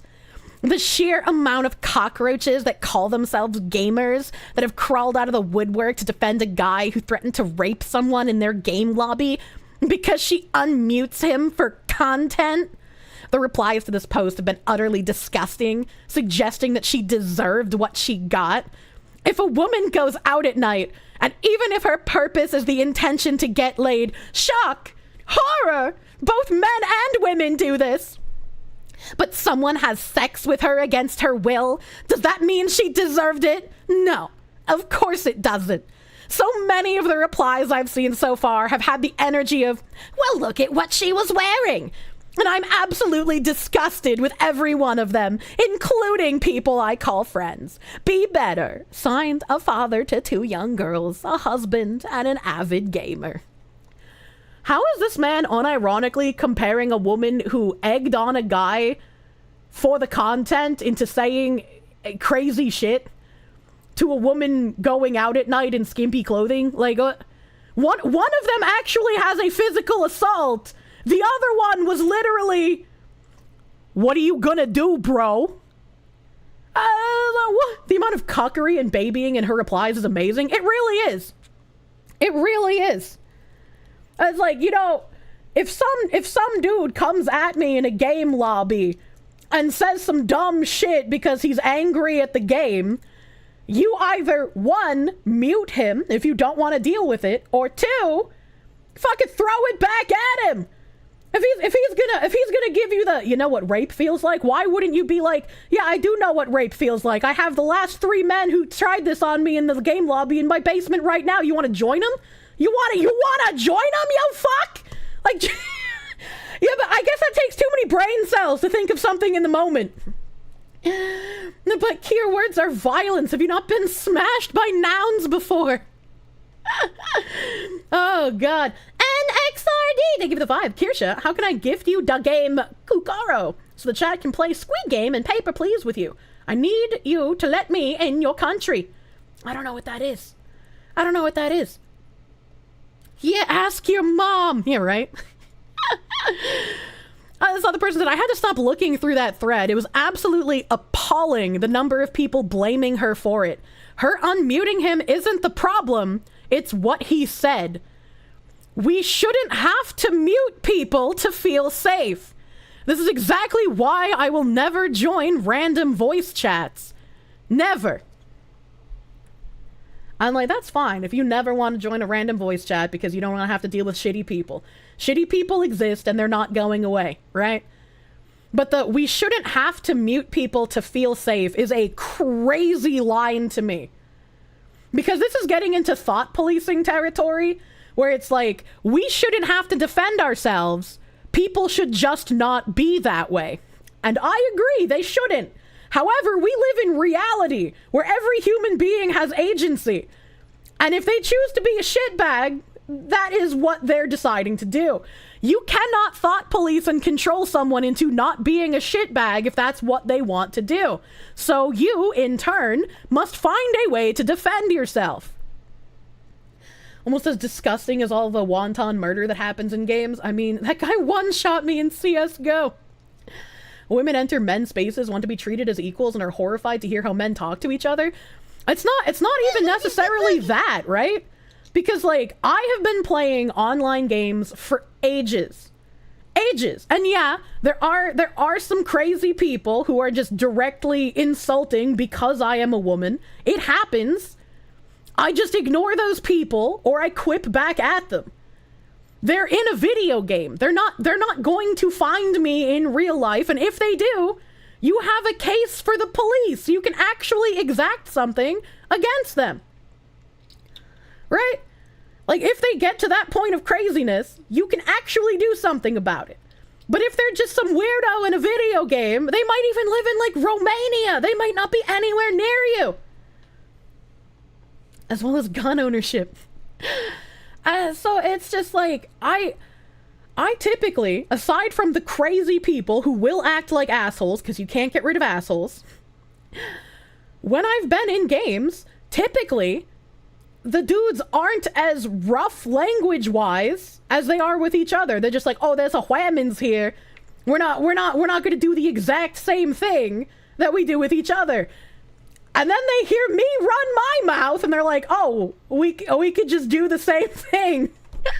we can just act normal.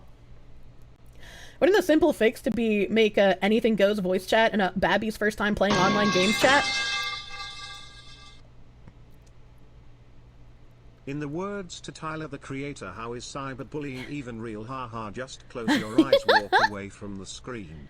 I miss the days where shit talk was normal and expected. Yeah. A guy changed his username to I hate my username once. Shit was so cash. And when somebody seethes about you that fucking much, you've won, dude. Wouldn't the simple fix be to make an anything goes in a baby's first time? Unfortunately, no, that wouldn't work, because the people who belong in baby's first time would go to the anything goes voice chat so that they can complain. Especially in current year where victim status is used as currency. Back in the day in Terra, we had PvP servers and PvE servers. And some of the PvE babies would roll their character on the PvP server and then be like, I was killed in Lumber Town. All of these PvP players make it so hard for me to level up, and then when I do level up, they still kill me while I'm killing BAMs, and we shouldn't have open world PvP. It's bad. It's bad for the game. and it's just like, companies take those people seriously. Instead of saying, tough shit, baby, go to the fucking PvE server, you idiot. It was made for you. And companies are just like, oh, I'm sorry. This ruined your game experience. We'll make PvP restrictions immediately. Oh, God, I'm so sorry. People will always seek out to have something to be offended by, especially when it can benefit them. Like, this woman, she got 90,000 likes and 22,000 retweets. Even if a majority of these retweets are people telling her she's wrong and that she egged it on, if they saw that she egged it on, she still got 90,000 likes. She's going to feel that she was correct here. She's going to be like, look at how many people agree with me. Look at how bad this is. It's time to campaign riot for more punishments for this kind of thing. And she's going to get off scot-free. Absolutely scot-free. Teach people not to steal. I should be allowed to leave my doors unlocked and all my valuables visible. Don't victim blame me if I get robbed. True. In your experience, when a Hwayaman enters the community, men go polite for a while, and then the woman terrifies them with her cursed knowledge, and then they run to other channels the women don't have access to in order to get away. Evan Urquhart, thank you for the 5 Canadians. Babby's first voice chat sounds like a Target-rich environment, right? Frosty Dragon, thank you for the prune. Thank you for pruning. NXRD, thank you for the 2. Kukoro is a game. Look it up. Oh my god. She's farming. She's farming, dude. And then, Trigger Point here. Trigger Point in the chat. She deleted all of her VODs after people clipped her, saying that she was doing it for content. The fact that she deleted all of her VODs, not only is an admission of, yeah, she was fishing for this, but also, what else was she hiding in the rest of her VODs if she had to delete all of them and not just that one? What else was she doing, I wonder? What else? And someone here said, it happened after I pointed out how many times she called men the gay slur that I can't say. The Melanie Mac word. Why can't people stand on business without doing it for clout or being hypocritical or being a coward? If there's a problem, stand by it or stand for nothing. It's people who want to have more clout and can't do anything on their own.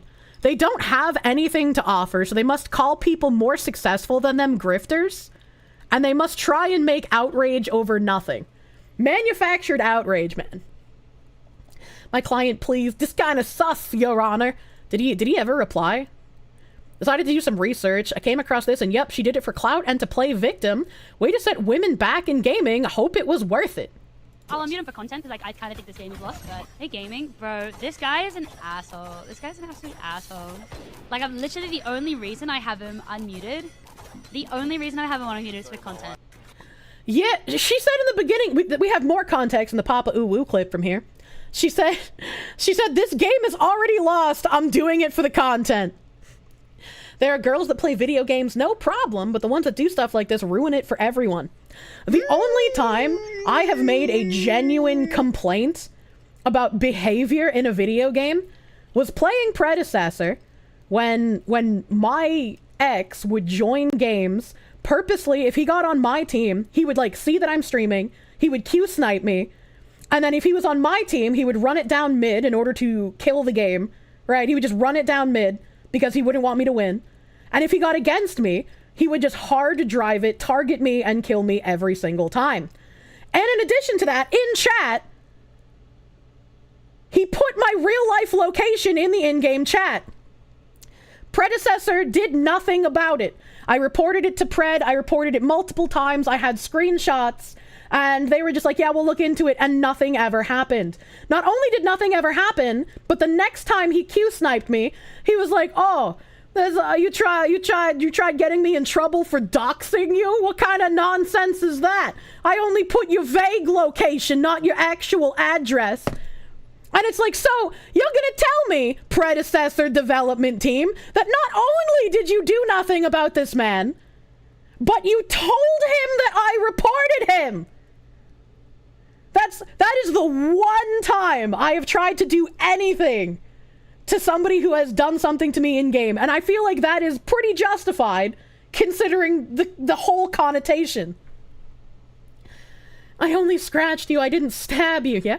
That is harassment and could have potentially been a thing for the police and could get the devs in trouble. Devs did absolutely nothing, devs did not care, and it is my one pain point with the Predecessor development team. I've had nothing but good things to say about them until that incident. And the crazy thing to me is that this was somebody who was already banned from their community discords. He already had a track record. They knew who he was banned, but because he made an entirely new Discord account and changed his name, not only did they allow him back in, even after being told who he was, they let him on the inside testing team. He was known to the police. Literally, the FBI was aware. Wow, no wonder Kier doesn't play Pred anymore. Grathu has been wonderful in that regard. Grady is a safe space. There is no justice. Yeah. It only takes one time to ruin shit. Sounds like they're also NYC police officers. Might be. The devs need to get their shit together. It's like, I could understand from a small development team point of view. They're like, oh, he's a good player, we can't get rid of him for this. But like, encouraging harassment in that regard by not doling out a punishment, kind of fucked up. Vote kick abuse is still a problem in most games. Can't play a game without 4 out of 10 times you get kicked because you dominated the wrong sweat lord. True. Music and fiction, thank you for the $5 doodles. The ultimate motivation is people want to be loved and tear others down. Taylor wanted both and she got half the deal. The bad half serves her right. Exactly. It's like insane to me. It's insane to me that so many people are defending this. And defending her. Female streamer, I farmed him for content. Gamers, okay, we'll do the same to you. Female streamer, help, I'm a victim. Oh god, help, what I thought would happen isn't happening. And then this guy wrote a longer reply. Mostly, she's intentionally throwing the game. She tells them they're to the right, so that they go through and start sweeping the right, when the enemy is on the left, so they get blasted from behind. She admits that it's intentional, but she mocks them every time they die to her trolling, calling them shit at the game, etc., calling them the Melanie Mac word if they tell her it was her bad calls that wiped them. She was doing basically everything you can think of to frustrate and bait them. We all know if a man behaved like that, it would instantly be shut down. As it should be. You shouldn't be throwing matches. He would not be fishing for content for more than 3 hours. He would have it in less than 5 minutes of the stream starting. It wouldn't be tolerated. Even if the insults were not there, the intentional throwing and bad calls would get the other men to just stop listening to him and ignore his callouts. They would write him off as an idiot. Instead, because it was a woman, they kept trying to help her, probably wanted to encourage her to continue playing and climb the learning curve. Ironically, it's cunts like this that make men not want to play with random women on the internet. And she's been fawned over by the normal, non-toxic women right now, who are always whining about men not interacting with them. It happened after I pointed out how many times she called men the Melanie Mac word. So she quite literally is trolling games, intentionally throwing games, and now wants to play the victim. I'll say horror. This is a breakdown of the whole game. I don't think I agree with what the screenshots say, but I do agree that she is partially at fault, hence why I keep bitching about it. It's easy to see a 30-second out of context clip and take her side. How long is this video? 23 minutes? What really happened? Hey world, what's good? It's your boy, LG. It's your boy? With a quick little update. So on my last live stream, the Emperor's Court live stream, I talked about the situation with Taylor Morgan, right, and the whole Valorant thing. For those who don't know what I'm talking about, where she went into this clip right here. All right, let me go over here and we'll show you what I'm talking about. This clip, right, where she talked about, you know, somebody, you know, begging for her IP ban, right, essentially, and she got, you know, AFK. Around 17 minutes. All that stuff, right? Well, there's more clips here that I might not have seen, so. Goes to their names or whatever, right? Cool. I mean, if I'll say horror is in here, you can timestamp me. That I was sort of looking at was the context of the clip, right? This was before she deleted her video then. And the reason why I asked for context is because what happens is... Drive safe! When these things get reported, that's what's going to happen, right? A lot of people do not understand that when this stuff gets reported, part of the process... See, what I'm wondering is how is she getting away with saying the Melanie Mac word on Twitch? Is she just like not number friending? Is she small enough for like saying slurs to go under the radar? Like, I don't know how much I believe the slur word, because like if she's on Twitch, you're gonna get slapped for that. is to look at the full video for context. You understand what I'm saying?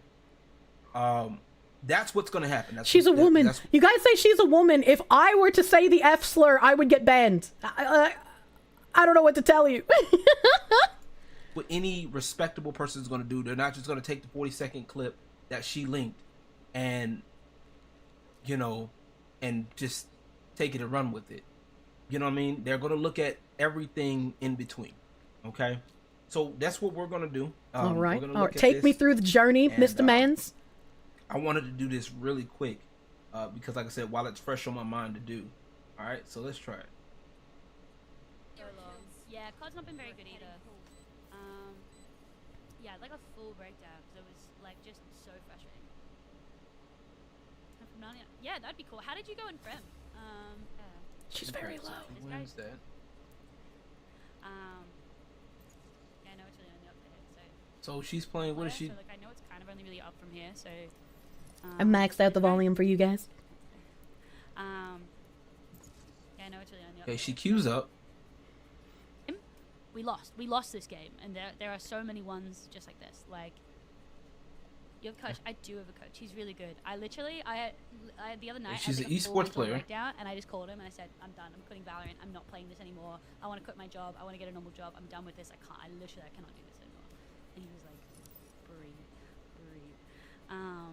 Yeah, it's just like 49k followers on Twitch. Holy shit, she's got like double my following numbers. What the hell?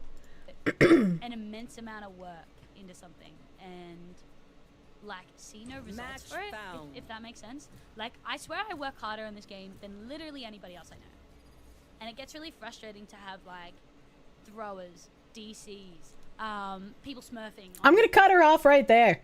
You guys know some of my alerts, like the follower alert. It's been repurposed elsewhere because I turned off follower alerts, but like the fucking degenerates one, or when I had my channel points active, I still haven't fixed them, I'm sorry.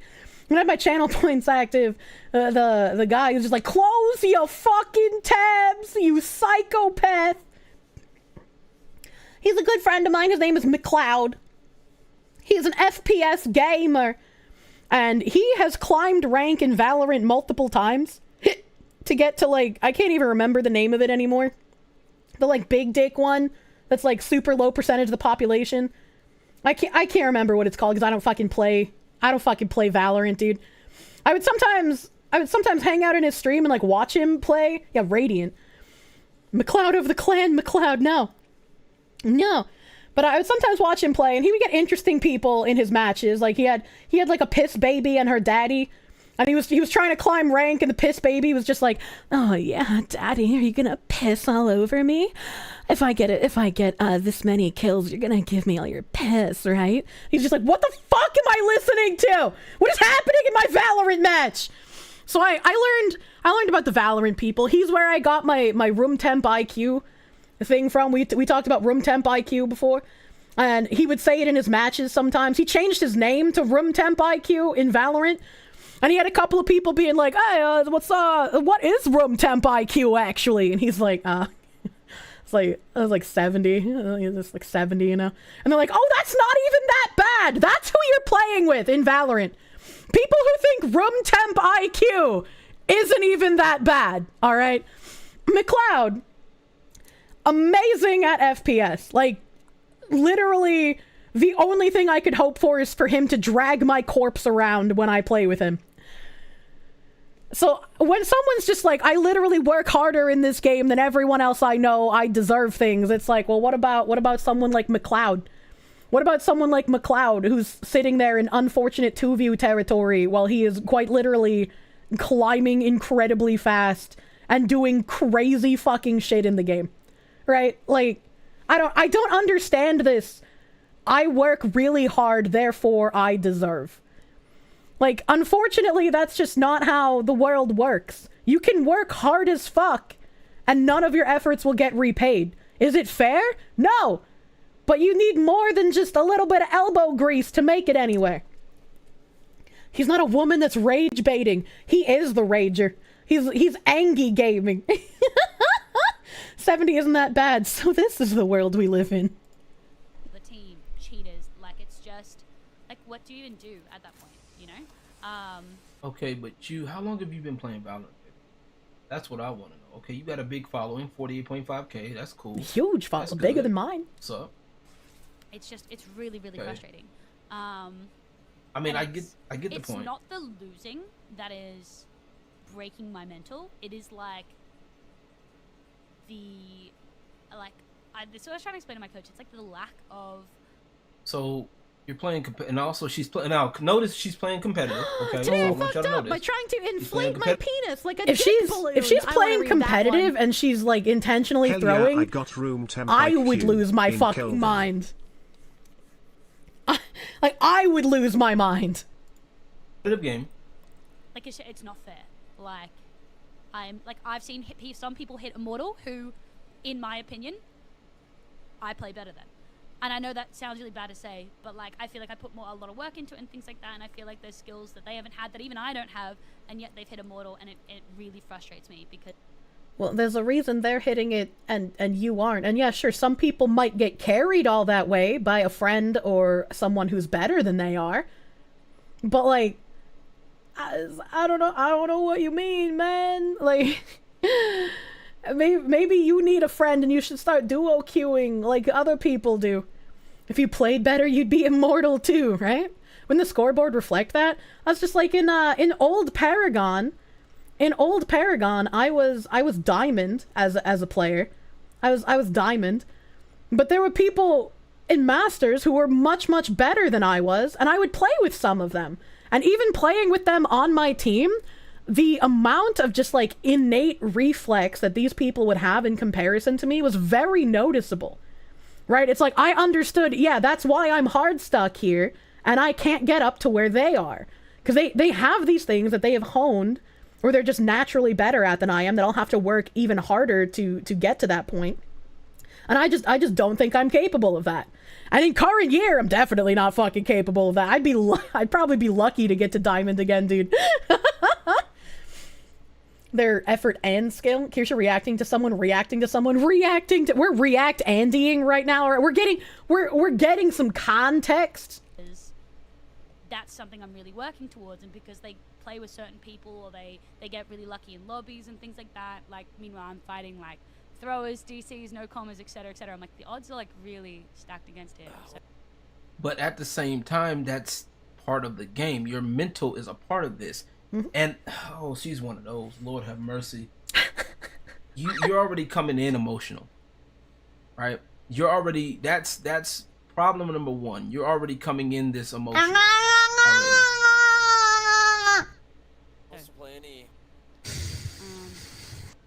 Asmon maxing. Fighting like throwers, DCs, no commas, etc., etc. I'm like, the odds are like really stacked against him. So.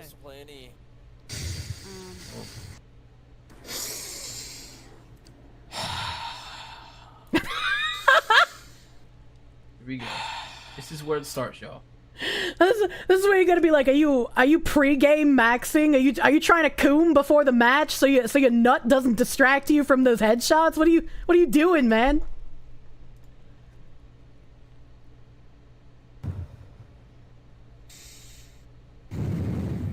So right there, off the bat, right? Oh god, and his name is I Miss Her. That's hilarious. Off the bat, for me personally, that's kind of, you've already getting into, I should mute this person because this person's already full of shit. That's just me, right? Okay, let's go.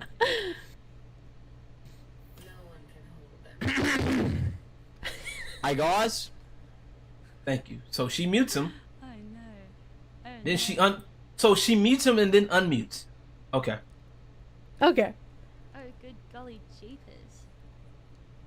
This isn't very cool. What did I just come back to? What do you think you just came back to? I can tell this game can really break your... Mute the breather. Missed opportunity to start playing mariachi music and banging pans. It's really hard when you put so much effort into something and just see no results. I think that's like the biggest takeaway. They have no... But it's a competitive game. That's the problem. This is a competitive game. So, It's a competitive game. There's people like that everywhere. Yeah. The world isn't all sunshine and rainbows. did I just hear? I don't know, man. That's literally what I don't said really earlier. speak, though. I don't really feel comfortable talking right now. So she says, I don't feel comfortable talking. Okay, so she shouldn't talk. Or at least not comms in game. Well, I can understand that I don't feel comfortable talking, but it's just like, if you're not comfortable because of that one person, just mute him, forget his existence is there, and then play like normal with the other human beings on your team. I'd be like, that guy makes me feel uncomfortable, so I kind of don't want to talk, but this is a competitive match, and I understand I would like to communicate with the other humans on my team who aren't mouth breathers.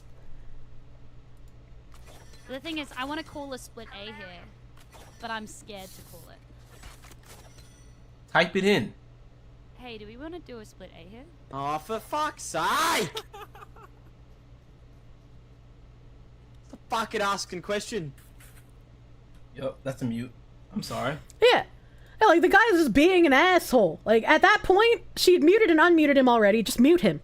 Just mute him. Get him out of here. He's being a dick. He's being a dick. That's a mute. Okay, so she did the right thing and muted. Typical Bogan. Cool, so I will not be speaking for the rest of the game. And she's already in a bad mental state as it is, so... Her mental is shot. Okay. Low mental. That sucks. Yeah, and... I mean, I'll He's not even an asshole. He's trying to be funny, quirky, trolly, and he thinks he's funny, but he's awfully cringe. Well, yeah, but I mean, that makes you an asshole. If you're trying to be le funny, quirky troll man, oh my god, not another woman in my match! You're gonna sound like an asshole, right? Like, I've never heard a woman say, I will not be speaking, and not say something aggressive within 10 seconds. mute him for content, because I kind of think this game is lost, but...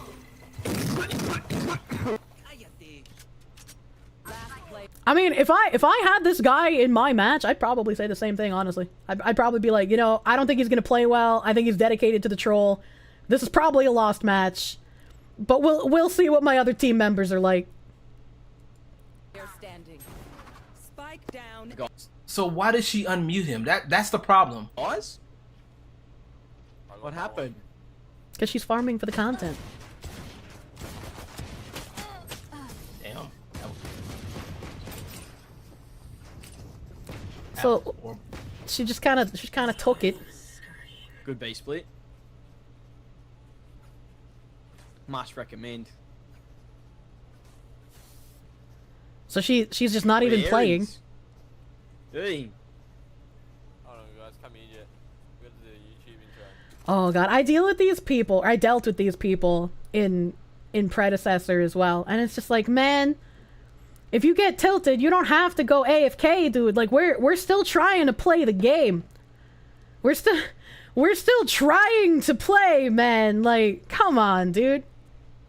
Yeah, feeding will sure show him the error of his ways. It's just reinforcing the bad behavior. She's fishing right now, just waiting to get a nibble, pretty much. We're staying still, bro. Yeah, come here, we gotta do the YouTube intro. Come over here. Through the calm, I see. Through the storm, I fight. We're gonna record a tech deck. Yeah, that's the fucking... She goes with him like an idiot. Proving him right by his logic, unfortunately. And she's doing. Whoa, Yeah, she's so bad. And Yeah, she's just throwing. Player standing. Girl, finish this game. Playing video games. Yeah. This is the, if I throw hard enough, maybe can you like surrender? Are there like F6s in Valorant? I can't remember. I can't remember from watching McLeod.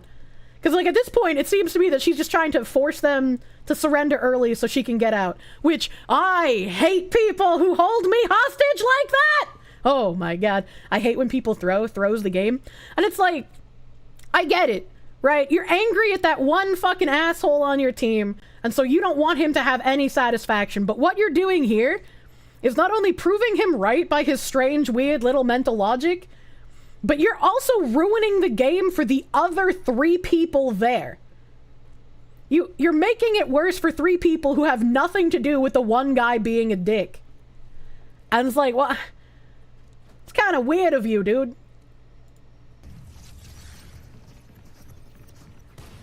Oh man, that sucks. And we just won a game as well. That's fucking crazy. That sucks.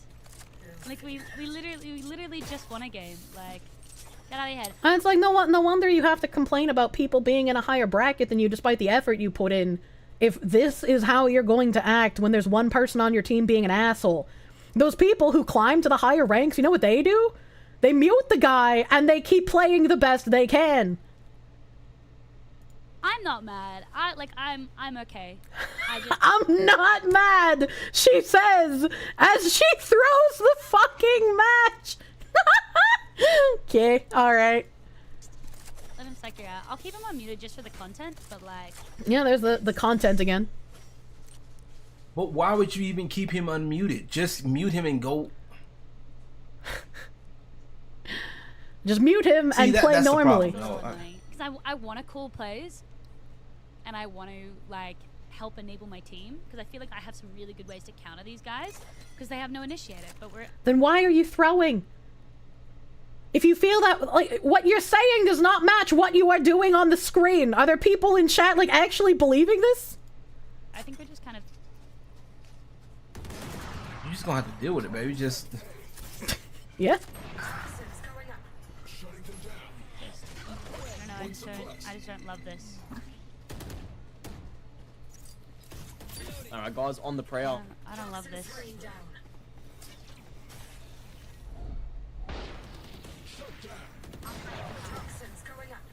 Spike down A.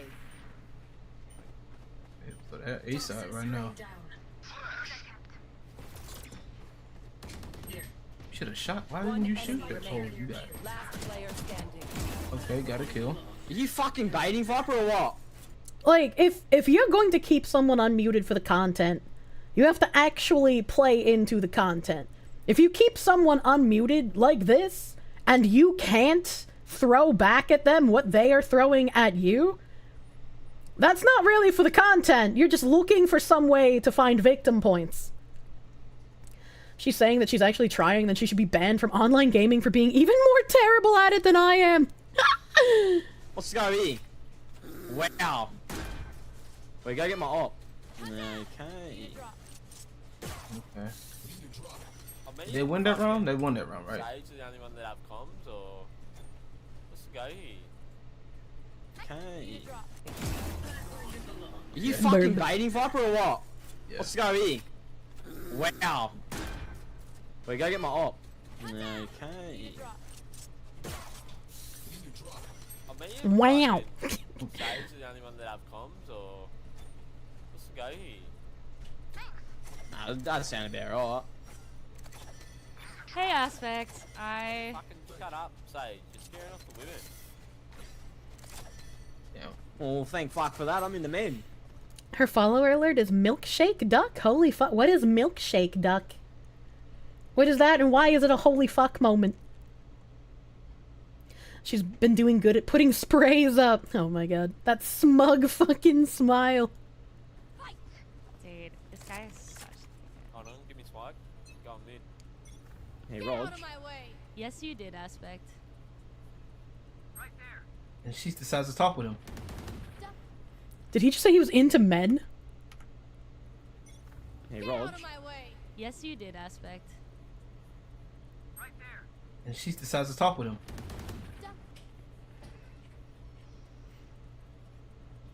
He did? I must have missed it. So she's doing her own thing here. Like, What are we doing, guys? You just gonna not trade off me? Yeah, lit. Nice one, Jet. Damn, she got Good one, KO. I'm surprised she didn't even. That's content, baby. There's two on B side. Why is she homophobic? Phoenix Wait, and Cypher. have we played with you before, Wabba? I'm not talking to this guy. Wabba, have I played with you before? Good shot. Oh, she got shot in the back. She should have just ran off. Well, I fucking hope not. I think I have.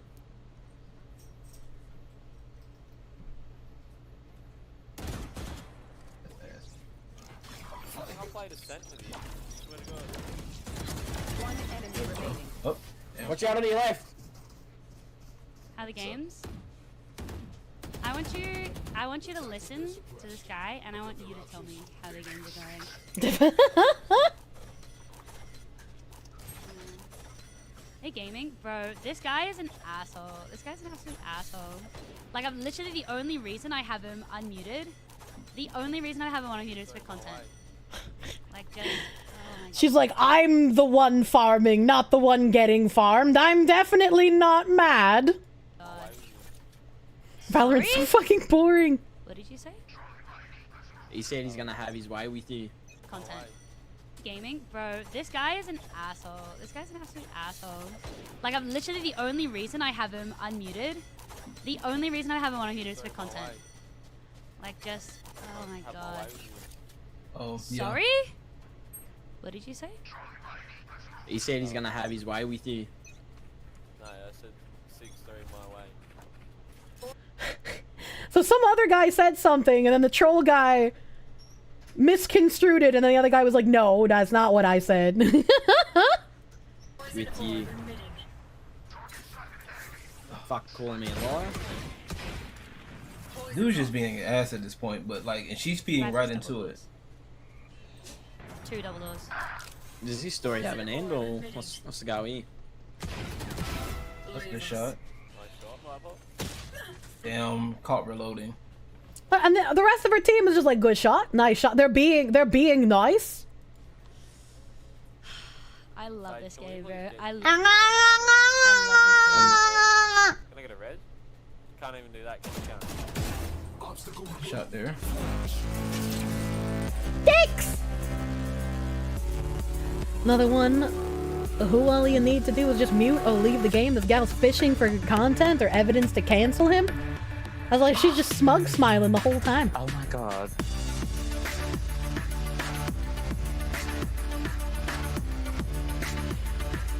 I'm loving this.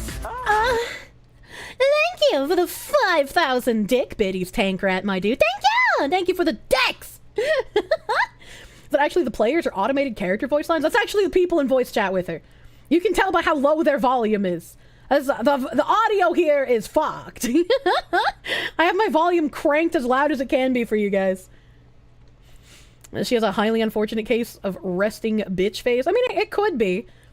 It could be just that. It's not ready, apparently. Fucking useless cunt. Okay. Unmute. No, keep him unmuted for the content, I guess, but like... And she says it again, keep him unmuted for the content. And it's like, if you're going to keep an asshole unmuted for the content, you can't be getting mad at what they say. You have chosen this path. You have made your decision. You are willingly listening to their drivel. You must either throw it back or laugh about it. Just mute them. Like that's the part that gets me with this. You should have muted them already. That's what's pissing me off about this, right? Sir, you're using logic. You can't use logic with these people. They shouldn't have to mute him. He just shouldn't act that way. Teach men not to be toxic. She could have muted them. Like, she's mentioned it 4 times at least. Yeah. That is for content. Like, bro, come on now. Actually. 101, killing, please. There we go. 2-2. That's one down. One enemy remaining. Damn. You just fucking lied to me. Straight to me face. Like, what's going on here? I just thought you were so good at this game that I thought you'd be able to tell, but that was my mistake. Yeah, anyway. Yeah. So she... Lying about where the enemy is, I don't think is a good thing to do in a competitive match. Like, if you don't like the guy being an asshole, just don't talk to him. Spicy cat raid? What the hell is this spicy cat raid? Kiviro plays, thank you for the raid. Welcome, Raiders. Welcome, Raiders. The other 3 guys are hating life right now. If I was one of the other 3 guys, I'd be like, I am literally being held hostage here, and I don't like it. I'm the victim. I got an asshole dude and an angry woman trying to one-up each other. Just get me out, dude. Get me out. Like, even when Grady plays Pred, he mutes people all the fucking time. He's just like, subterranean mole person, you muted. You said something dumb in my chat, you muted. Like, use that mute button fucking liberally, alright? Baby mess. Toxic you. Thank you for the full fucking year. Thank you. But how would she get Twitter clout if she mutes him? Selling piss water? Yeah, it's very obvious that that's what she's trying to do here. Anyway. It's okay. You can, Just scrape me in the fucking ears, woman. You were so good at this game that I thought you'd be able to tell, but that was my mistake. Straight to me face. Like, what's going on here? Okay. I just thought you were so good at this game that I thought you'd be able to tell, but that was my mistake. Yeah, anyway. Yeah, oh, so anyway. she started talking shit to him. Just scrape me in the fucking ears, woman. Yeah, it's okay. Aimlabs is free. What? What did she say? Don't worry about this kid. Just give me your Snapchat. What did she say? What's free? You can, Just scrape me in the fucking ears, woman. Yeah, it's okay. Aimlabs is free. Mrons is free? Oh, Aimlabs is free. McCloud had me using Aimlabs, and he was like, oh, you're a little bit better than I thought you were. And I was like, yeah, it's nice when I can actually see the fucking targets, not hiding in a bush. And rat behavior in Tarkov. That's why I do the rat behavior in Tarkov. These are my pipes! What? Viper, don't worry about this kid. Just give me your Snapchat. What the fuck? I think I'd rather slam my tongue in a car door. Yeah. Yeah. Oh, so she started. So So she started talking shit back. Like, so she started. Bruh, if this is for content, come on, baby. If this is for content, she's really bad at it. Like, I'm glad she tried throwing it back, but once you've engaged, you lose if you get mad. That's how that works, baby. You gotta learn the rules of the internet if you're gonna engage the assholes. Come on now. See, this is exactly what I thought was gonna happen. Nah, see, nah. I'd rather do Nah, that. I'm okay. Once push Tell us where grenade, your piece from. I think I'd... Yeah, it's okay. Emotes is free. What? Viper, don't worry about this kid. Just give me your Snapchat. Spicy cat raid. What the hell is a Viper, spicy don't worry cat about raid? these people. Give me your Snapchat. Oh my god. Mama Ocho! Thank you for the raid. Welcome, Raiders. Welcome, Raiders. We're watching a woman play Valorant. I couldn't think of anything worse to watch other than maybe a woman playing League of Legends. Ish, every time I hear throwing it back, I think of something different than what you mean. What's that? Rewind it, play it back, make the booty go clap. What is that song? What is that song, dude? Welcome, Mama Ocho and Raiders. Welcome. Thank you for the raid. Thank you for the raid. I think I'd rather slam my tongue in a car door. Yeah, we'll do it, son. I'd rather do Nah, that. I'm okay. Once push Tell us where your grenade, piece from. He's got me killed for talking. do you ever shut up? See, now, Leaves in front of the keyway. You are actually like a full-time yapper. Like, are you still talking? What are you so saying? she started you woman? going. Yapper. You are literally just fucking all talk, bro. I'll be honest with You can't say you'll literally all talk, bro, and not expect him to bring something out of left field. In fact, I'm surprised he just didn't break out a slur. I'm surprised he didn't just fucking slur at her. Oh my god. You have a clip from April 3rd of her queuing up with that dude? Oh my god, please. Oh my god, please. I don't know where you can post it, but post it fucking somewhere, Tiger Baby. Pancakey! Thank you for the $5. Kirsche, if you could get your VTuber model into a MOBA, what role would you want to be, and what weapon would you want? I know, it's random. Healer. I'd be a healer. I love healing. Wait, it's there! What's there? What's there? What's where? What's happening? He's an Aussie. They don't have slurs because they already use them as punctuation! And now she's engaging with the fuck. If you're gonna join the shit, join the fucking shit. Try not to cope challenge, level 100. Hold on, we're gonna pause. We're gonna pause watching this specific VOD so that I can bring this up. What did Tiger give us here? What clipoo is this? Yeah, that's fair enough, Casey. That's probably a good call. Wow. I can feel, I can omen, I can jet. Yeah, this is the same guy. I miss her down here. Phoenix. I can soar, I can sky. You should run. I can also talk in a normal voice if we'd like. Yeah, that's it, please. No, keep going. I'm Double kidding. down. Yeah, fair enough. Let's take a Oh, money okay, and just say, yeah, bro is unreal. Oh, Bro is I'm actually dodging. insane. Oh, thank you. Well, this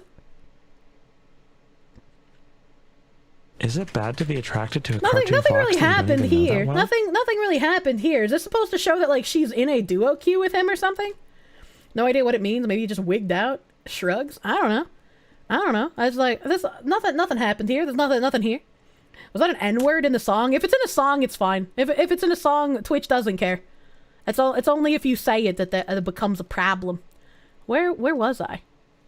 Where was I? Where's my tab? There we go.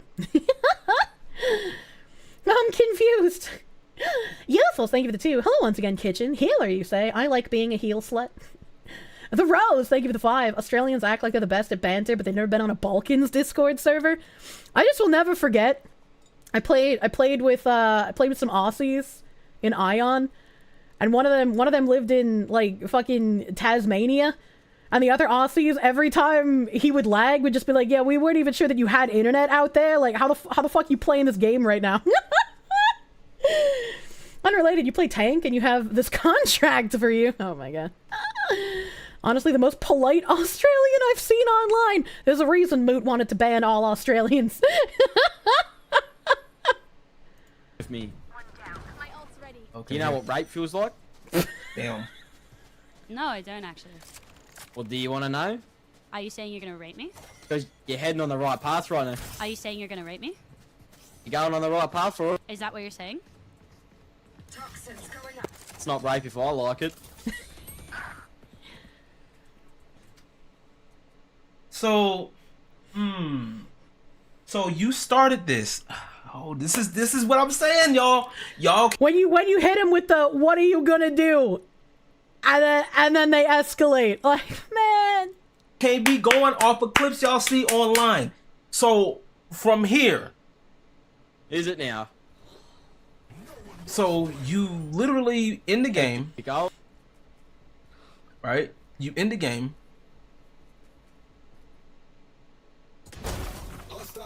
You said at least 4 times. You said at least. Why does she alt F4? Look, she's a boomer just like me. I also control alt delete instead of alt F4. I don't know why. That's just what my brain does. It's the same as me not using the snipping tool and pasting things into Paint to then crop it. Okay, all right. Noob. Oh god.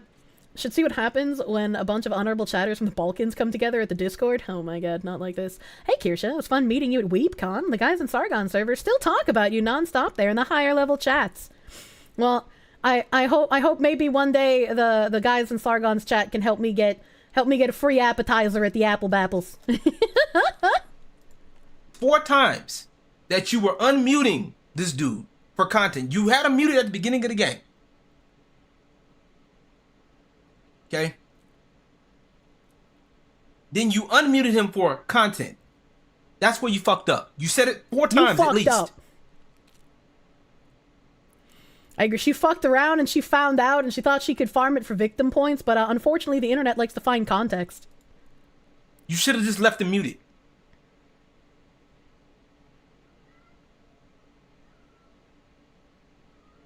And I know that's going to sound bad to somebody, but this is why I say it's important to ask for context. Mm-hmm. Because if you don't ask for context, shit just goes and nobody knows what really happened. Mm-hmm, mm-hmm. She had him muted at the beginning of this game because he was being stupid, which we can all admit he was being stupid. He was being stupid. I would have muted that dude as well. I'd be like, I don't want to deal with your weird shit. I just want to play my game. This is a friendly reminder, do not feed wildlife, trolls, or journalists. True and real. Sergeant Buck, thank you for the 585. Thank you for the 585. Get on Friday Night Tights eventually, and on the 21st, make a good impression on Styx. Sargon collab will happen within the decade. Wait, hold on. Did you just call Razor Fist Styx Hexenhammer? I know they both have long hair, but they look very different.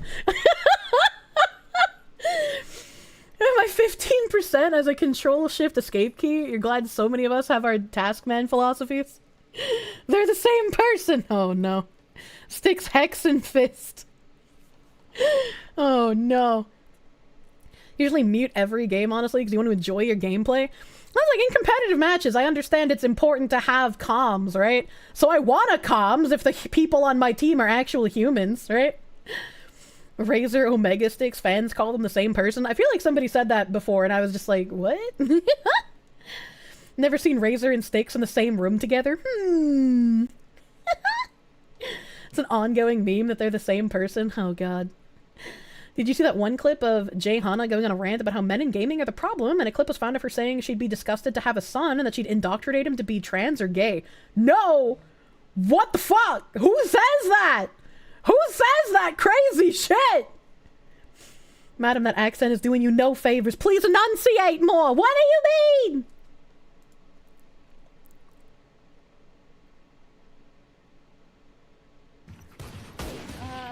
Like, get out of your head. I'm not mad. I'm okay.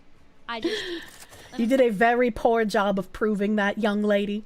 Like, yeah, I'll keep him unmuted just for the content, but like... But you said, I'm gonna keep him unmuted just for the content. Like, yeah, it's the same. Like, get out of your head. I'm not mad. I'm okay. I just... Let him psych you out. I'll keep him unmuted just for the content, but like, yeah, it's... That's a little annoying. Because I...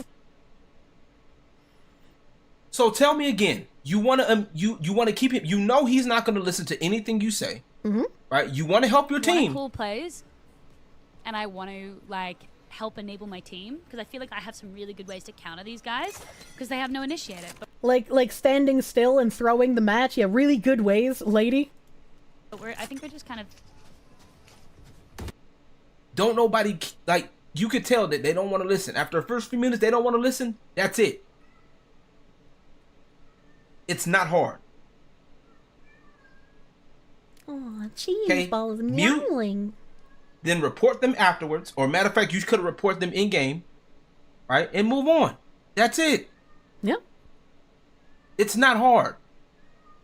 But then you unmuted them for the content, started going back and forth with them, and then you couldn't hang at the end. That's what it looks like. Probably just gonna loop on this, and she already closed her stream. So I agree with this dude. Let's do Mr. Lawrence Gilmer. I agree with you, dude. You're correct here.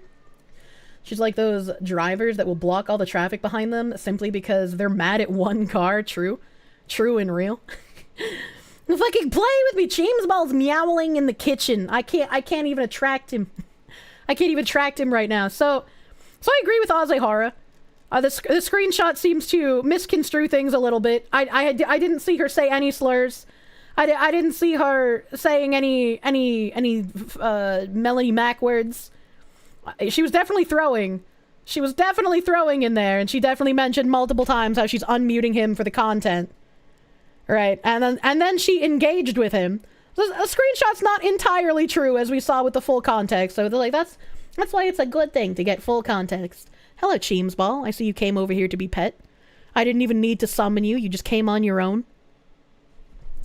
Why the kitchen? I don't know. He likes yowling in the kitchen for some reason. He wants foods. He's been fed a few hours ago. It's a stuttering Craig Twitter link. Oh, what's this Twitter link for? Is this the weird thing that you guys said? This page doesn't exist. I've been lied to. I've been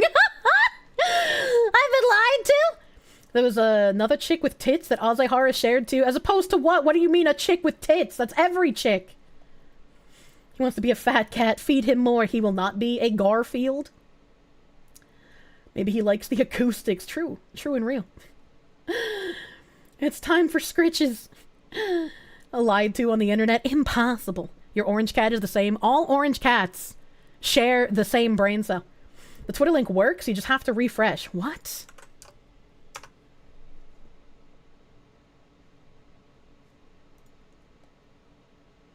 It doesn't... Refreshing doesn't work. What do you mean? It doesn't work. It just says the post has been deleted. It worked for you? The link worked for you? Did it maybe... Oh, it cut off the last letter? I mean, by letter, I mean number. Gotta watch this. The... Worst. Irrational fear in this woman is crazy and something has broken her. Wait a second, I was told you can't make a child gay or trans. I was told indoctrination wasn't happening. Which is it? Genuinely, like, my worst fear is having a son. I'm not even being funny. In general... For my first child, I hope it's a son, honestly. I think it would just be, like, more fun to have a girl. Because, like... she can be cut. But then it's like even if you have a son and even if you think he's normal, like he can like just like become a misogynist one day and there's nothing you can do about it. Just it starts at home, lady. If he becomes a misogynist, he probably learned it from watching you. It's just like I've told about how when I was younger, my brother was an incredible, unironic misogynist. Because all he had no strong father figure. He had no strong men in his life. His father wasn't in his life because his father was just as bad as my mother. My mother had full custody, unfortunately, for my brother. And the only time he got away from my mother was the time that she was arrested for illegally selling firearms and he came to live with me and my grandparents on my dad's side for about a year. So when he was younger, his exposure to only the lifestyle that my mom had him believing that women were only good for beating and fucking.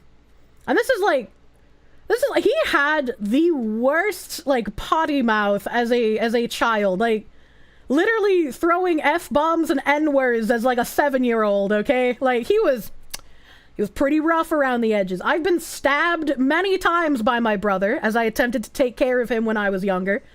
I would have to sometimes lock myself in the bathroom, and by lock myself, because he could unlock the door with a dime and then come at me anyways. His name is John C.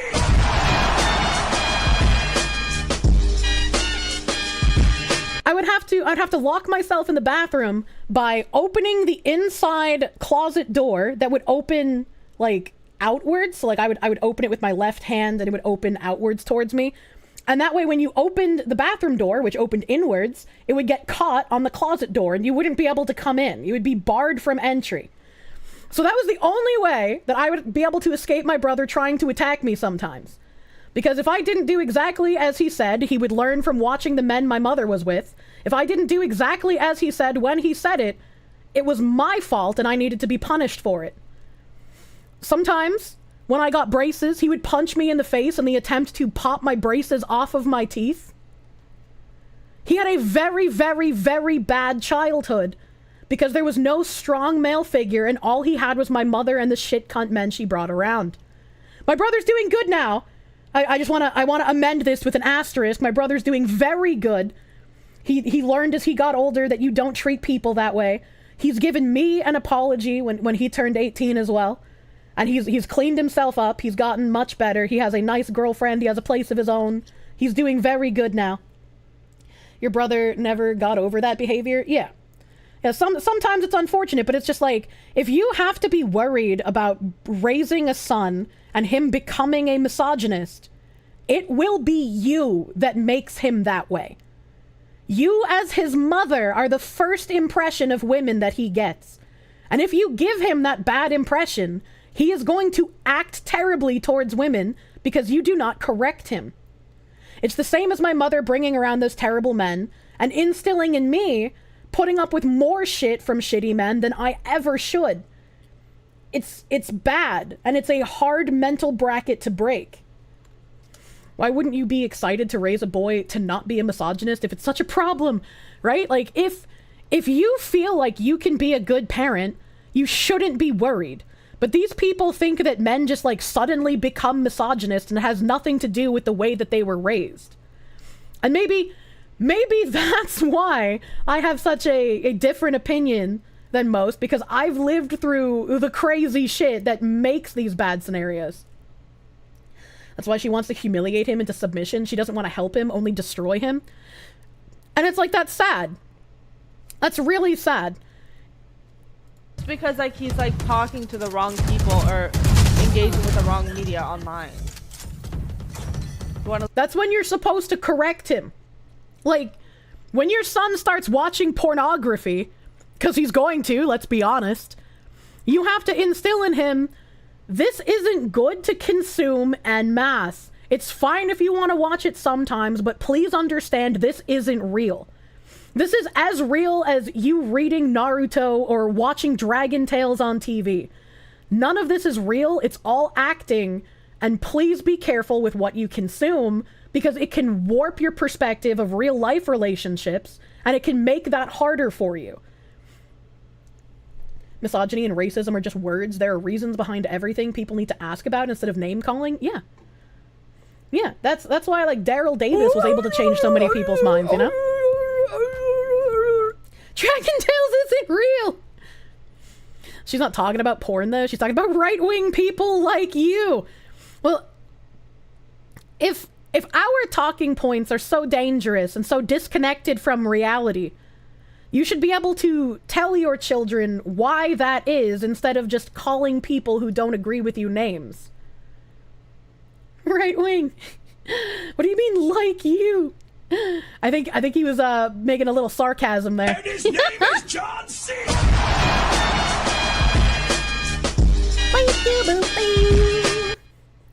That alert is fantastic. Ikaron, hey, do not read Naruto, read Bleach. Thank you for the 1,000 biddies. Thank you. Thank you.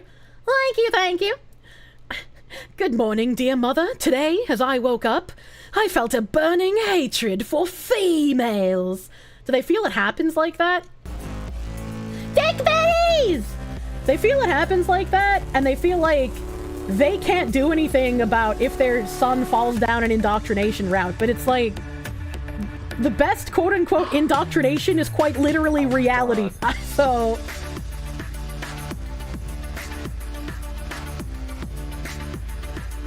I'm loving this. Thank you for the 10K thick dick bitties. That's a Chad dick right there. It weighs heavy on the table. I can hear the splinters. Thank you! Thank you, Tank Rat, for the 10,000 dick biddies, my guy. Thank you. Oh, thank you, thank you. What the hell is that animation? It's from a dating game show from the UK called Naked Attraction.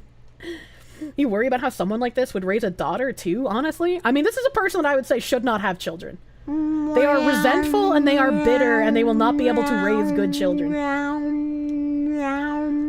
Airshi, thank you for the 5 gifts. Is it bad to be attracted to a cartoon fox that you don't even know that well? Can be a full-on communist and not agree with flags and school teaching adult stuff, and you're alt-right? Yeah, pretty much. Pretty much. Nothing she raises is gonna have a good time. Little girl just to be a twin, she would be cunt. Like, she would be cunt.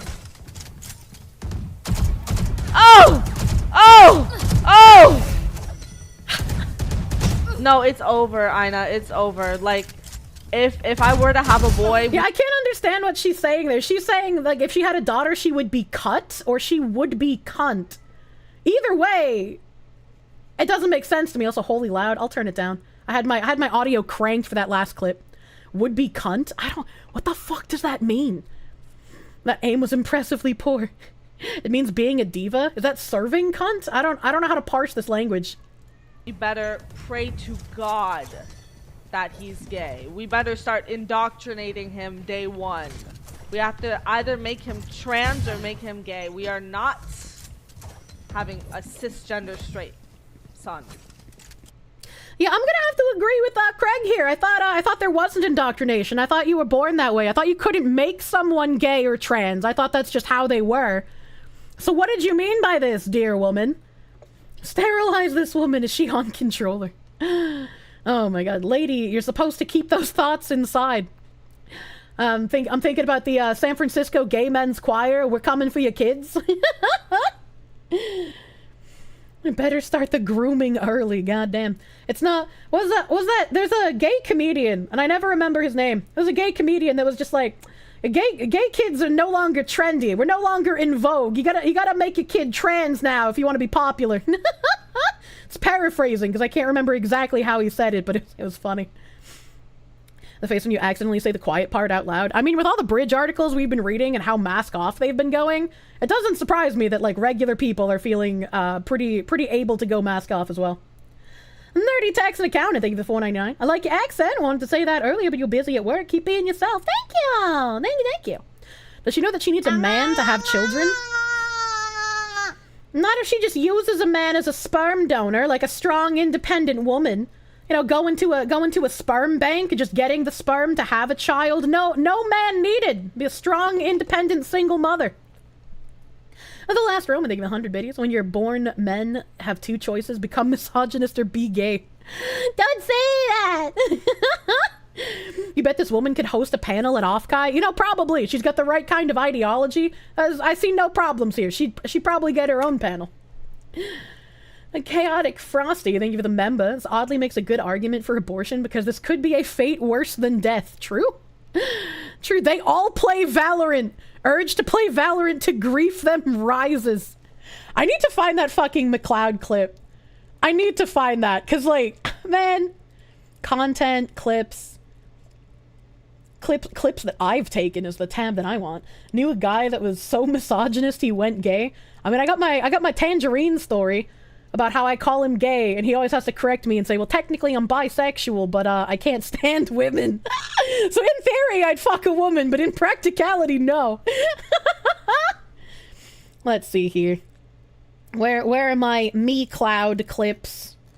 Me Cloud! This is such an old fucking clip, dude. Oh god, what even is his name now? He's changed names so often. It's friendly guy. That's my channel. Sheets. Friendly guy. Me Cloud. If you deleted your channel, I will kick your ass. I will kick your ass, sir. You Corey? Me Cloud. I am going to turn McCloud trans. I don't see it. Me Cloud. Search by channel. Search channel. I don't even know what his fucking channel name is now. I'm gonna DM him. I'm gonna DM McCloud and ask him why he's gay. Nim, why are you sending me sweaty Pippa feet in DMs? What is wrong with you? Why is my moderator like this? Oh my god, I have to scroll so far to even find McCloud. What, did he change his profile picture again? Do I even know what he looks like? Here we go. Did you delete Spicy all your cat clips? Raid. What the hell is this spicy cat raid?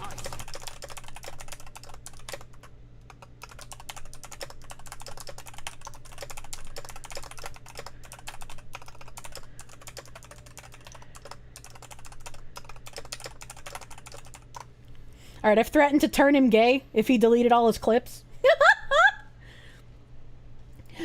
Oh god. Wait, did Pippa hit the milestone? No, it's art. It's artwork. It's not a real picture. Share with the class. It's not a real picture! McCloud in reality trying to escape Kirsche and she won't leave him alone. This man calls me drunk all the time and is just like, why do you pick up my calls, Kirsche? Why do you still talk to me, man?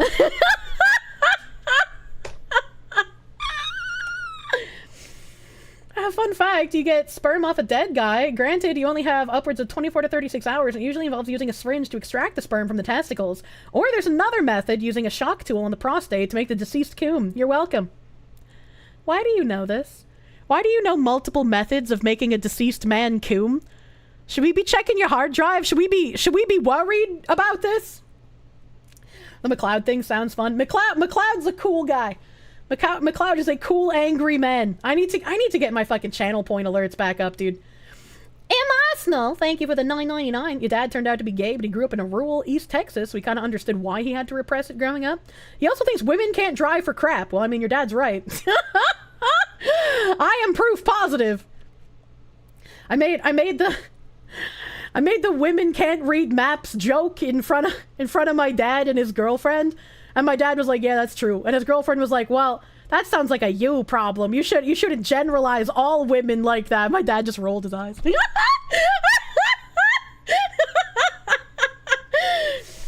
may be gay, but he isn't wrong. True. Back when cars didn't have power steering and took like 60% more force to steer and brake, women just didn't drive. Yeah, I went to test drive a car when I was still looking for one.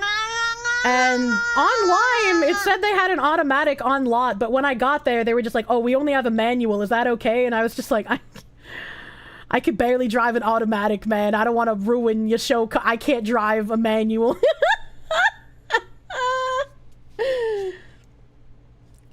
Well, Tiger Nog, thank you for the 100 biddies. You possibly found why the drama Taylor happened? Stream suggestions? Drama Taylor? Drama Taylor? What does that mean? What did he mean by this? I'm finding stream suggestions. House of Streams trailer? Original series? What is this? What is this and what is it? What is the relation to what we're talking at Tiger Knocked? I'm so confused.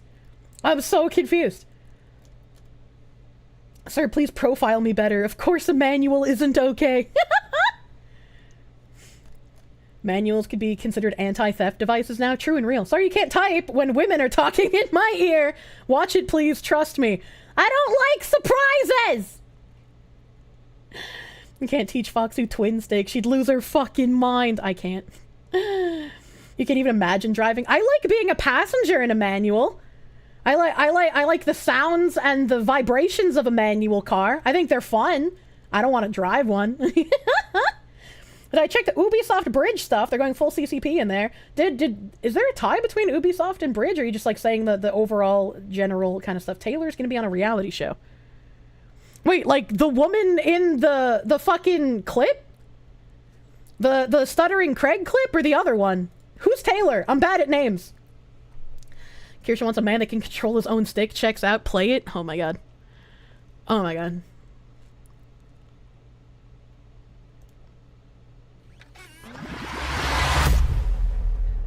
House of Streams. Oh, you guys can't see it. It opened in the wrong browser. There we go.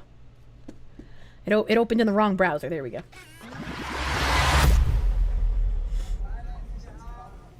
Taylor's the rape lady. Thank you, Skewky. 5, 4, 3. Wait, we can watch the stream right now? Oh. I'm gonna go home with that Bitcoin. This is the weirdest shit ever. I'm digging it. Hello? They had me on the stream. I see myself.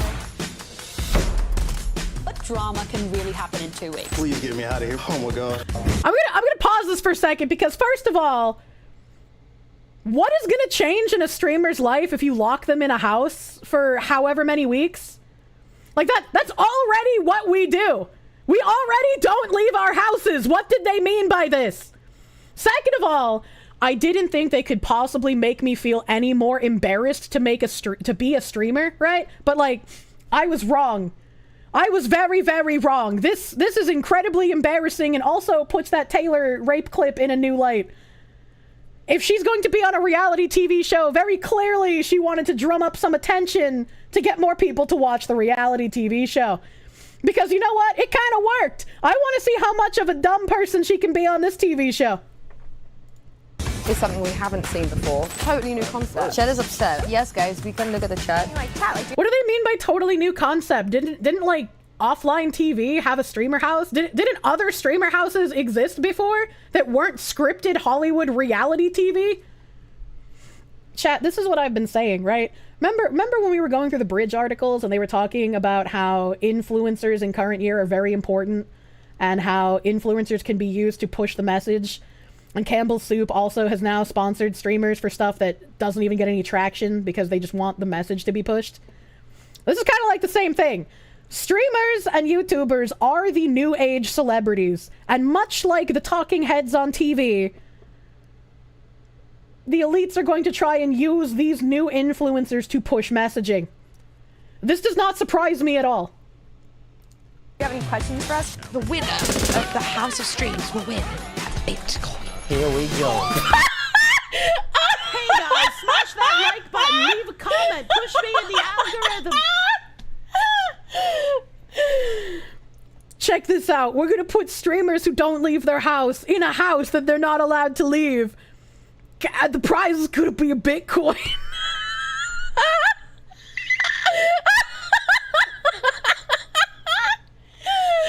God, I hate fucking being a streamer, man. Headshot, baby. Dirty.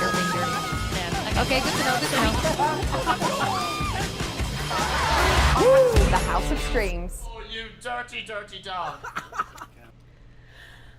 After having watched this, I don't want to see a single fucking Flesh streamer talk about how cringe VTubing is, okay? Alright? You guys have this shit. We're just fucking floppy anime women on the screen, alright? Okay? Check the comments. Oh no, dude. I'm interested to see how they've put it all together. Was so fun taking part. Can't wait to see how it all comes together after witnessing it live. Such an awesome show, and I had fun watching. How many people can we... So, people have already seen it? What's the fucking point, then? This is... What the fuck? What the fuck? You need to return the YouTube dislike extension? I wish, dude. These can't be real. 82,000 views. 18 comments. Something seems a little off here. I'm not a math magician, you know, as they say. I don't know know much about geology, but like, something seems a little off here. Can literally see the dislikes. I mean, I can't, but I know you can with an extension. Jason Cold Striker should sue. This can't hold a candle to Fish Tank Man, please. Please, dude. Also, why am I getting recommended upside down pineapple swinger videos? I hate you, chat. I hate you, chat. Even my worst performing clip has more comments. They're being noticed, becoming very annoying, and people in many other spaces and communities and other languages and ethnic groups and other entertainment circles. It's really getting around and people are done. What do you mean by this? What do you mean by this? It's just like, I mean, I guess this is decent exposure for these streamers. Like, they're gonna get giga popular after being on a show like this. You're looking up swinger vids? No, this is Amazon tapping into listening to me, honestly. I feel like I'm being watched. That's crazy. Tiger Knocked, how did you even find that? How did you even find that, dude? I'm gonna get drunk and watch it. I'm gonna do it. Pickle, that could be our collab. We could watch the fucking cringe ass streamer house and get tanked. You'll have to deal with me hitting on you though if I drink. Because that shit exists. We're watching you. Oh my god. Yeah, phones are always listening. I hate it. I might panic, but that's okay. Don't worry. Whenever Pippa tries to bait me into hitting on her and I actually do it, she gets scared and runs away too. Speaking of getting scared and running away, I feel like I have to go through this before I get into the bridge tabs here. That's the wrong tab. That's the wrong tab. That's some like weird other shit that I was looking at. Here we go. Don't threaten Pickle with a good time. Grums had a tweet. Activision DEI leaked. Your bonus and review depend on how hard you DEI. This was in an article that we read recently from the Bridge newsletter as well, where somebody said that sometimes bonuses and promotions are tied to DEI. DEI officers are installed on every dev team to ensure the message. Of all the AAA studios out there, my dev friends and contacts who have come forth to tell me that Ubisoft and Activision are the very worst. Last week, this was emailed out to all Activision employees, one of multiple DEI emails sent out weekly in a deluge of propaganda. This email reads, "Here's some progress we've made over the past 12 months. Created a mentorship program, EXP Quality, for all Activision employees to partake in, an opportunity for connection and growth. And increased participation of mentor signups from Cohort 1 to Cohort 2. Released 10 episodes of Press Pause, Season 1. Curated several meaningful DEI-focused learning opportunities on our new Leap DEI page in partnership with our L&D team." Hell. Chat, it's 5:55. Make a wish. I love autism numbers. Conducted marketing shared space sessions with all of our employee network groups in partnership with our marketing creatives team. Made meaningful strides with collaborations between Inclusive Game Design, IGD, and our marketing creatives team. Like with representation of the King Koa operator skin and the inspiration behind its development. I don't even know what that is. Created the IGD Council, comprised of external experts, consultants, to act as an additional layer of expertise to share input on our content review processes in partnership with our IGD team. Kicked off our TA/DEI Roadshow with some of our studio leads to deep dive into opportunities to expand our talent reach in collaboration with our talent acquisition team. Celebrated several meaningful moments to spotlight culturally relevant recognitions and heritage months. Worked with a number of minority-owned business enterprises, or MBEs, to create experiences for our employees during celebrations in partnerships with our internal events team. I can feel my brain melting in real time reading all of this. Released several newsletters and comms to continue to spotlight stories for employees and present relevant information for the business in collaboration with our public relations and comms team. Participated in and hosted several community-facing events, exposing the next generation to opportunities, education, and the excitement of Activision. Thank you for your support and dedication to holistic inclusivity. So now they're not even pretending that it's a cult anymore. Together, we will build a future that embraces diversity, fosters inclusivity, and empowers all. Signed, Casey Morris. All right, okay. Burn it all down, start from scratch. I'm done with this. Yeah. Yeah, that's like the new Assassin's Creed game. Don't even buy it to hate play it. Right? Like don't give them any money whatsoever. Don't patronize people who will buy that game. You have to giga vote with your wallet at this point, which is what I said about Offkai as well. Don't harass people, don't bother people. Just vote with your wallet. Yoo-hoo! And his name is John C.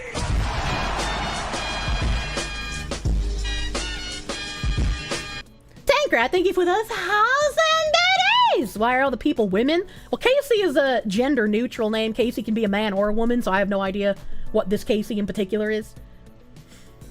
Good news, very easy to justify not buying it. They want $130 for the full pre-order. Yeah, I saw their pricing scheme and was like, what the fuck are you doing? Matthew S, thank you for the 10 Canadians. Okay, but hear me out. Fish Tank, but it's all the VTubers from FaZe Connect. And you and Tenma. Tenma's in FaZe Connect, what do you mean? 130, bwaha. Yeah, right? Philosophos, thank you for the member. Thank you. Oh, thank you. And then we have this Alyssa person who is the lead writer on Assassin's Creed Shadows at Ubisoft Quebec. Following doesn't mean an endorsement, but I do find it interesting that the lead writer of Assassin's Creed New One is following Sweet Baby Inc. That's an interesting connection there. Interesting connection. And then this Learning the Law person said, Japanese reception from Ubisoft's latest video game, Assassin's Creed Shadows. One Japanese user says, for the first time, I understood what cultural appropriation was.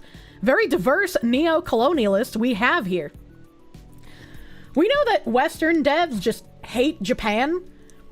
So somehow it doesn't surprise me that they have done another we just dislike the Japanese here. Fucking slaves! They aren't those kind of slaves! This is your song. Thank you, slaves. Do do do do. Do do do do. Do do do do. This is your song. Thank you, Wild Red 1905.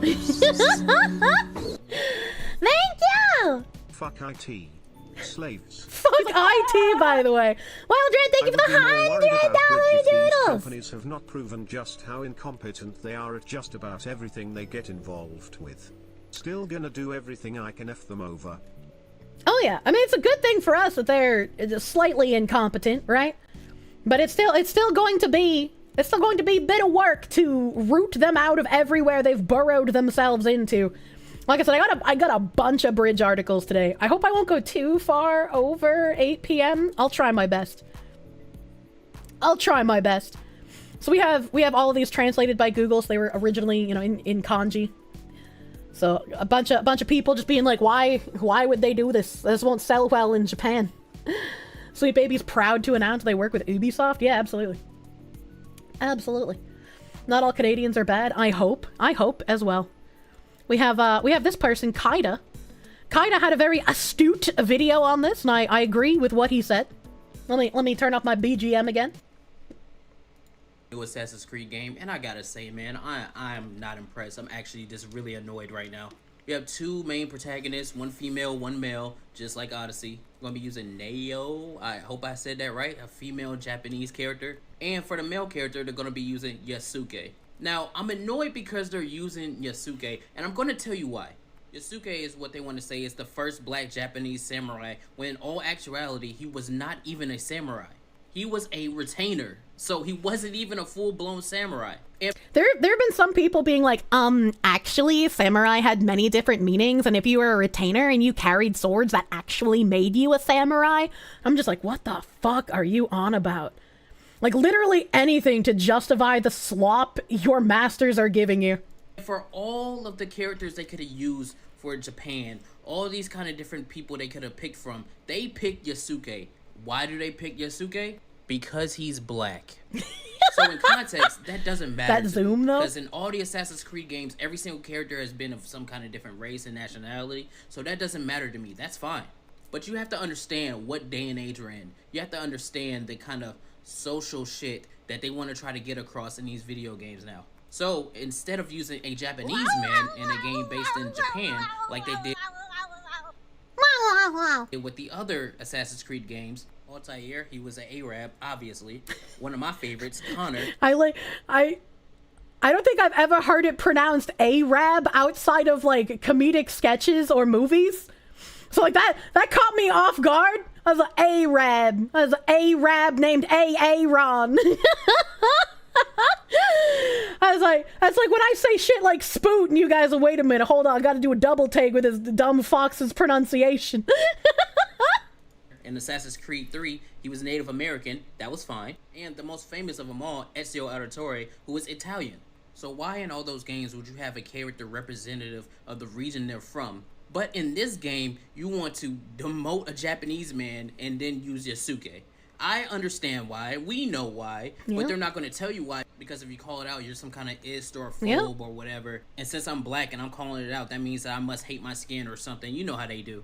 I just see we this know how and they do. My immediate thought is they Pandering. did this for brownie points. I can't think of any other reason. Nice pun. Where's my cheeseburger, Dad? Reason why you would have a Assassin's Creed game based in Japan, which we've been clamoring for since the beginning of Assassin's Creed, and then have the main protagonist that is a male be black. I see that and I'm like, there's no other reason than I want claps for it. There's no other reason. And I'm an Assassin's Creed fan. I've played every game. I love every game. And one of my favorite characters is actually Cassandra from Odyssey. So nobody can sit here and say, I don't like women or I don't like diverse people or whatever, when one of my favorite characters is diverse. Hell, Connor Kenway and Hatham Kenway, those are some of my favorite characters from Assassin's Creed. So before the idiots want to start, that's not the reason. The reason is I see straight through this bullshit and I know exactly why they picked this character. It's annoying. That's like if Ghost of Tsushima, instead of using Jin, they used a white dude. People would be like, that doesn't make any sense. This doesn't make any sense to me. It's stupid. I know exactly why they're doing it. I see straight through it. It's annoying. It's pandering. It doesn't do anything for me but piss me off. So hard agree with this man. He has the right idea of what's going on here. He knows it's pandering. He knows they're doing it for the DEI brownie points, as it were. And it's just like, I don't think anybody would have given a shit if they had some sort of side quest where they explained Yasuke's actual lore. Maybe they had him join you on a quest or do something like that. But we all know why they made it the main character. We all know why. Take your meds. Meds, hey! You can't make me! You see the tweet from Giles Anderson at Ubisoft. We've had enough white guys. They think Japanese are white. They took the honorary Aryan jokes too seriously. Oh my god. Yulma Tolman, thank you for the 420. Blaze it, dude. It's crazy. Hold on, I scrolled. It's crazy how voting with your wallet is just as, if not more important than real voting. It truly is. Especially now where they're trying to make this kind of shit inescapable, dude. And Riz Prime, they give the $5 doodles. I have not seen the Giles Anderson tweet though. Not seen that. The main character from Neo was white. He was also an actual samurai from history. Yeah, and I feel like if there was more than just being a retainer, it probably wouldn't have been a problem either. Nick Murillo, thank you for the $5. Is it just you, or does it also sound like weird calling it shadows when they have this main character? They don't really have much self-awareness, my guy. I hate to break it to you. If you wanted to see an Asian samurai protagonist, I don't have to look very hard. IGN, Jesus Christ. And then, Scratch Point had a very funny tweet. He had a very funny I love Yakubian Theory. Yakubian Theory is very fun, chat. Scratch Point made this tweet. It said, hidden history. Yasuke created Japan, the Japanese people, and the language. He first arrived on Honshu in the late 1500s after a long swim all the way from Wakanda. There was nothing on the island but vegetation and wildlife, so he used his melanin magic to spawn people. As a University of Yakub graduate, this was a simple feat. However, these people who had come to be known as the Japanese did not inherit his melanated complexion, as this was the source of his great power, and sharing it would weaken him. Yasuke was lonely, but his mama didn't raise no fool. He wasn't about to hand out power to just anybody, even his own little creations. You know, in case they stepped out of line and he had to smack a hoe down. Due to the lack of melanin, the people turned out a bit yellow. They had black hair with almond-shaped eyes, and they weren't very diverse at all. In fact, he would often say how they all looked alike. Yasuke would teach his people the Japanese language that he invented all by himself. After all, he wasn't just powerful, he was a scholar too. There was no limit to what he could achieve. He gave them civilization, science, medicine, self-defense training, and laws. His newly created people revered him, erecting many statues in his likeness and monuments of worship. Yasuke chose his 7 most loyal servants and made them samurai. They were special elite warriors, but of course, Yasuke was the first and most special of samurai. He invented them, after all. Yasuke forged the legendary katana Masamune when the great kaiju Godzilla attacked Japan. It was Yasuke who single-handedly drove him back to the depths of the ocean using the amazing blade. Japanese people prospered for hundreds of years. But then, the white man arrived. Kirsche, take your meds. Meds, hey! You can't make me! Nice timing. Das right. The whites clearly envied Yasuke, his power, and his people. They bombed Japan into oblivion, causing mass devastation. Sadly, even Masamune and melanin magic were no match for this weaponry. They destroyed Yasuke, erased him from the memories of his people, and rewrote the entirety of Japanese history, leaving him as a mere footnote. The Japanese mostly forgot about Yasuke. Diversity was no longer their strength. They became homogenous and xenophobic, taught to reject anyone of Yasuke's ilk. But now, thanks to some very brave, subversive Westerners, his true story can finally be told, and Japan will be reintroduced to their glorious hero, Yasuke, Black Samurai, trademark. This is wonderful fiction. Honestly, I'd buy this game. I'd buy this game over Assassin's Creed Shadows. 100% great shit post. I could not believe this when I read this. I was like, man, this is like some of those Facebook posts that I saved years ago.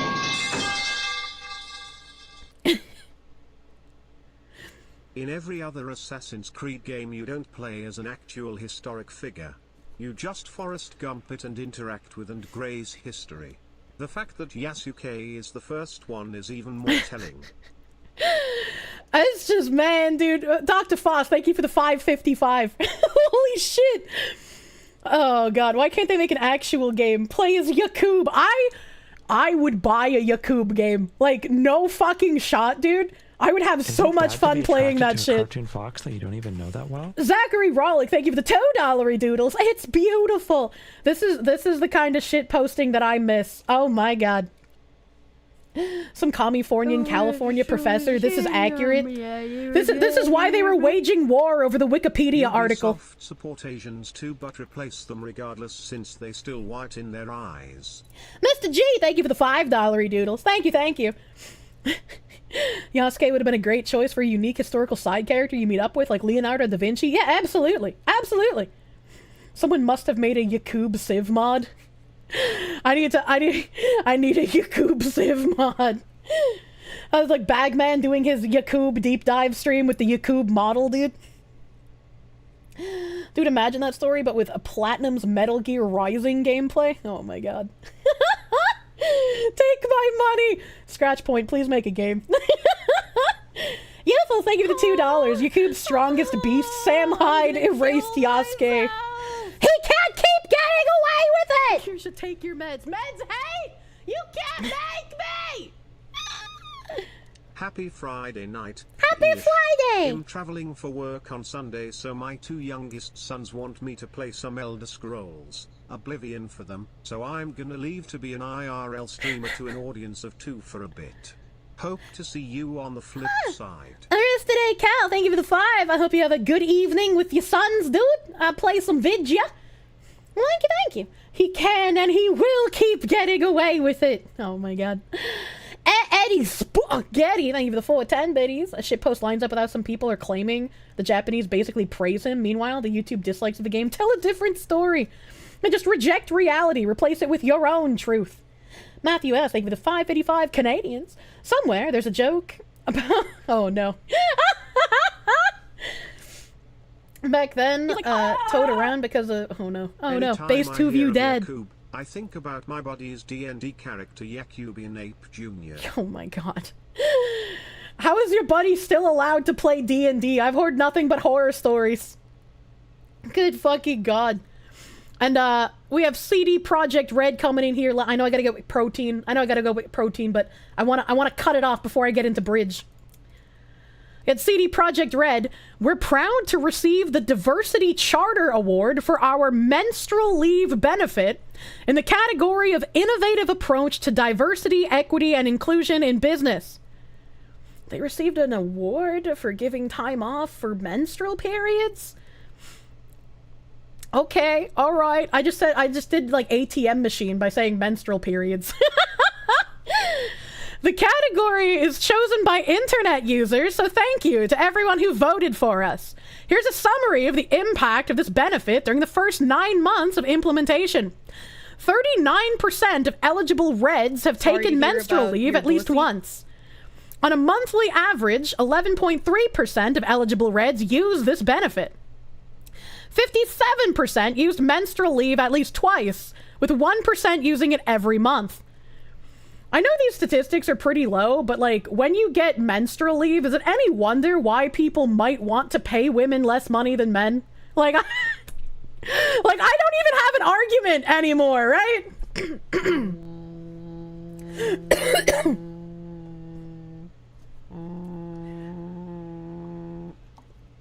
Hear me out.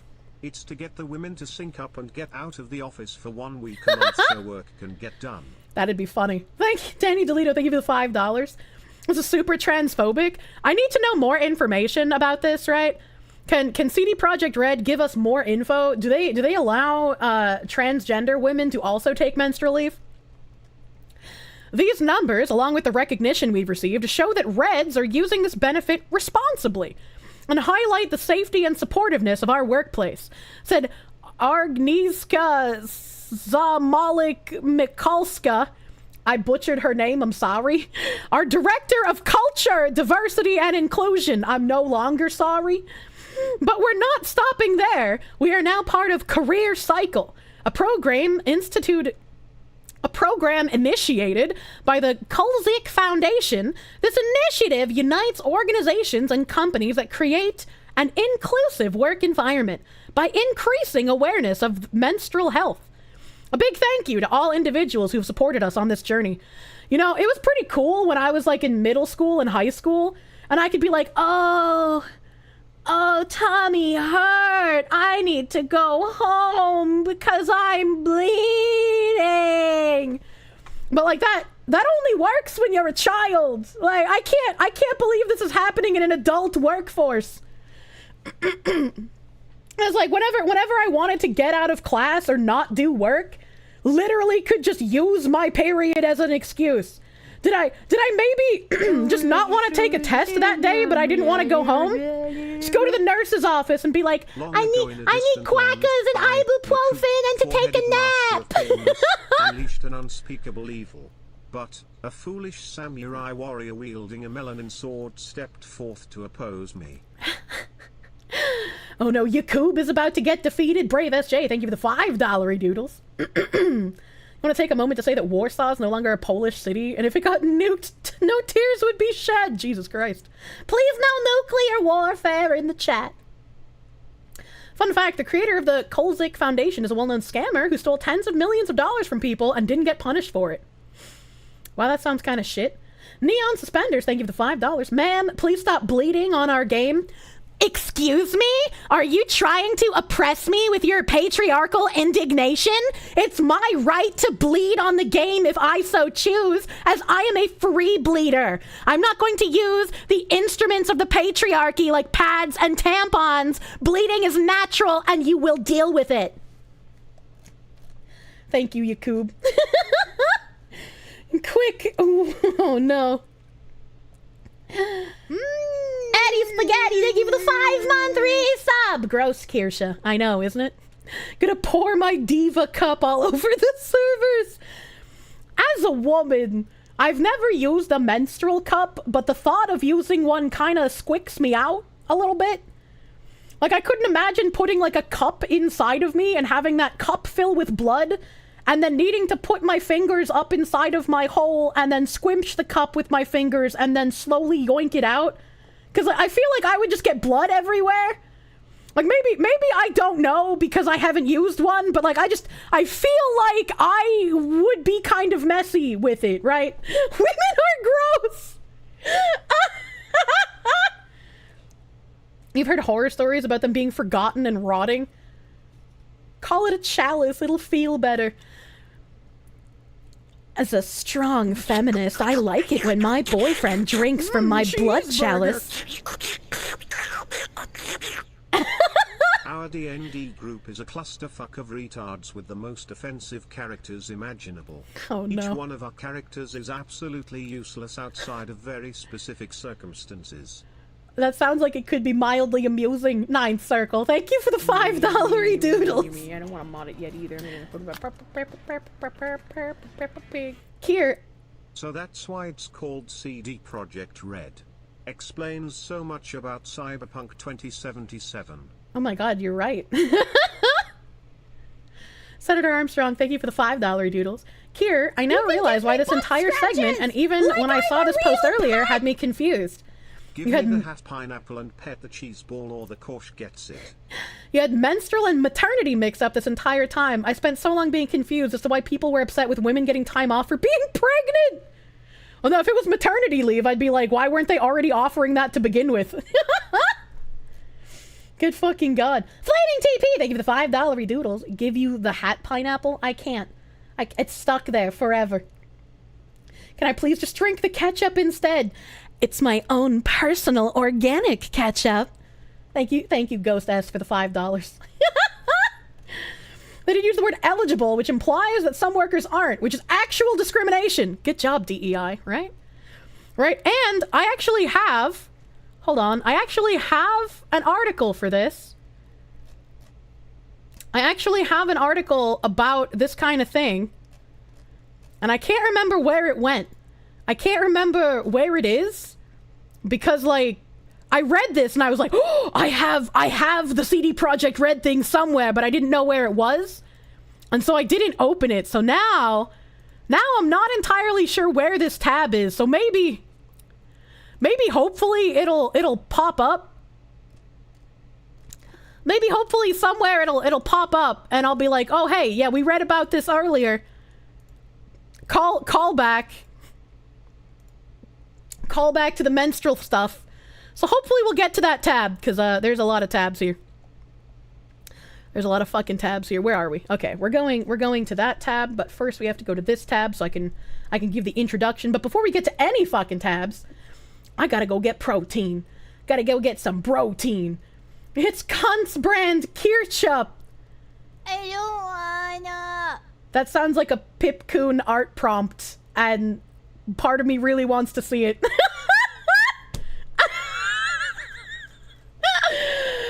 Alright, I'm gonna go get protein. I'll BRB. Gonna get protein, and I'm gonna throw up my ads. If you are not subbed to me on Twitch, I appreciate you sitting through some ads while I'm AFK. Like dead. Irshi, thank you for saving 5 people from the adpocalypse. Thank you, Irshi. Thank you. I put a tiny top hat on your penis. Oh my god, you deserve that tiny top hat on your penis, Desert Ghost. What the fuck?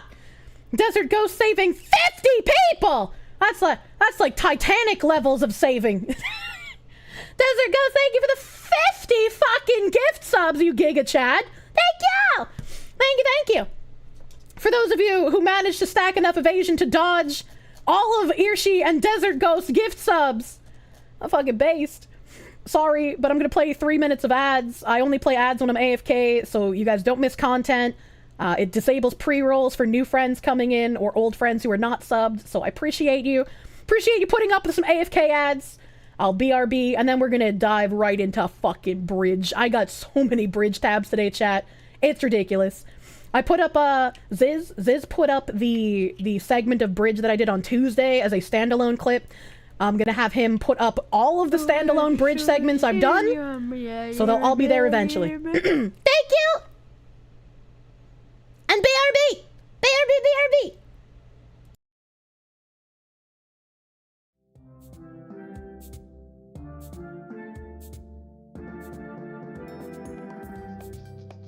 Welcome to Toxic Sluts.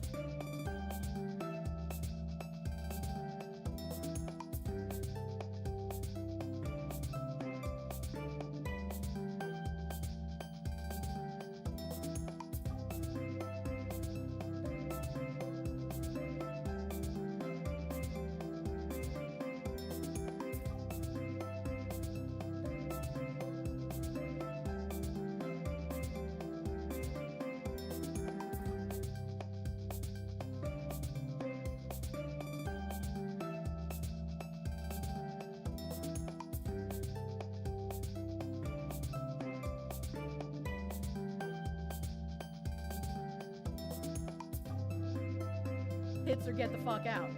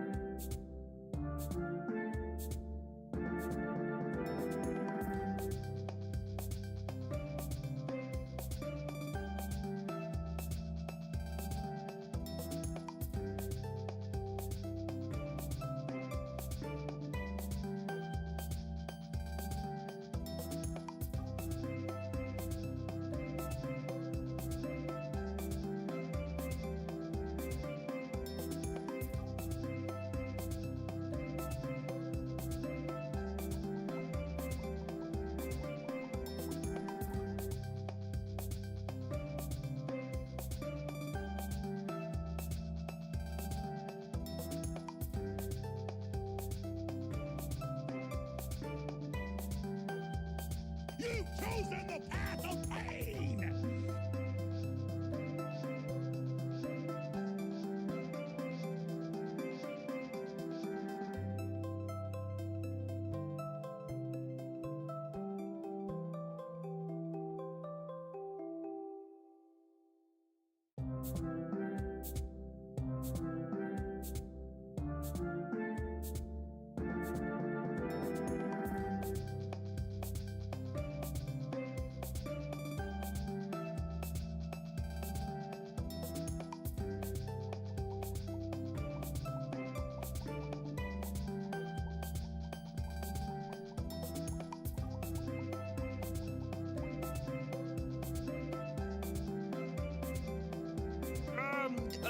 What the fuck?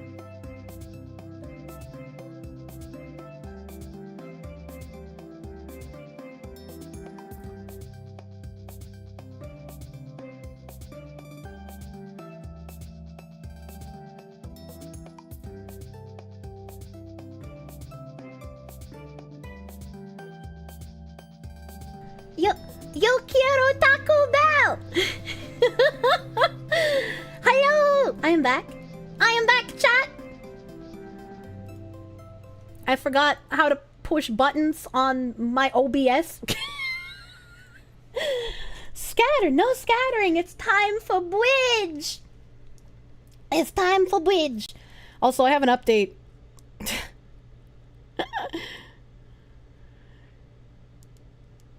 Hold on.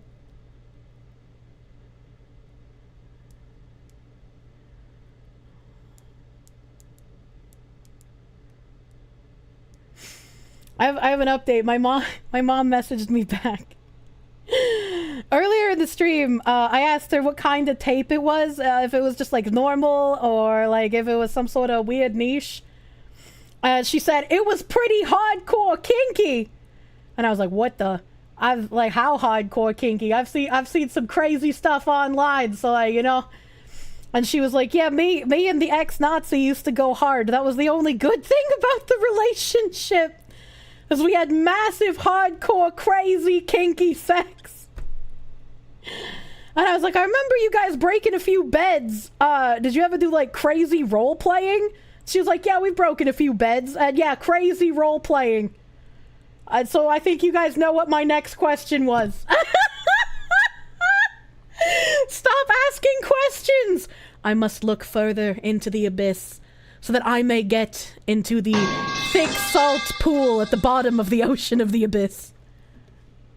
After careful consideration, I have decided to pursue virginity even longer.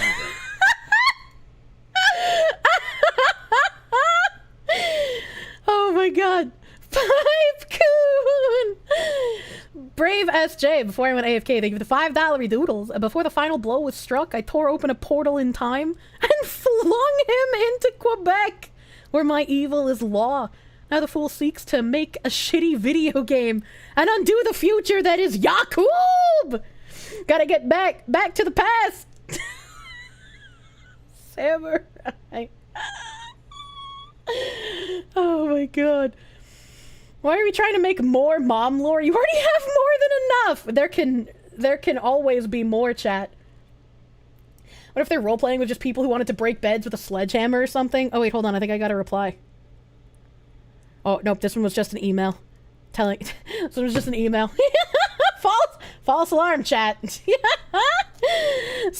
thank you for the gift sub to Outen of the Empire. Thank you. Thank you. There's never enough mom lore, true. Star Phoenix, thank you for the $2. Kirsche stares into the abyss, so we don't have to. Exactly. You see, now I gotta ask her more about the donkey show that she went to in Mexico. We can always add more to the lore. Exactly. It wasn't a HelloFresh email, thankfully. Oh god, my hiccups are real bad today, dude. They're real bad. So Brigadage here. That's the wrong browser. That's still CD Projekt Red. Here we go. Help,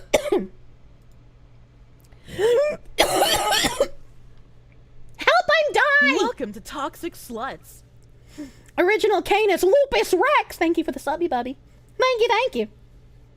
No die. I'll try my best. I'll try my best. I don't think my throat likes screaming for 5 hours a day anymore. The dragon rot. Alright, so... Bridge is on a mission to help companies operationalize inclusion as a business practice for growth. And we've seen this language in other articles that weren't even coming directly from this Bridge newsletter. We know that companies are practicing this Bridge nonsense. We know that it's all-encompassing. We know. Learn about Bridge's revolutionary IMAX framework, inclusion, maturity, assessment, and capability building. Let me put my background music back on so we don't lose all faith in humanity. And its underlying research in the new HBR article, How Inclusive Brands Fuel Growth. Authored by Bridge academic partners Omar Rodriguez Villa, PhD.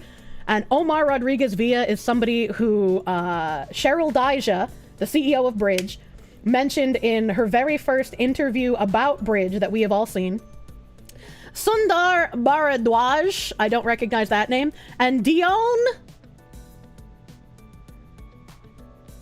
I'm just gonna say Nixon.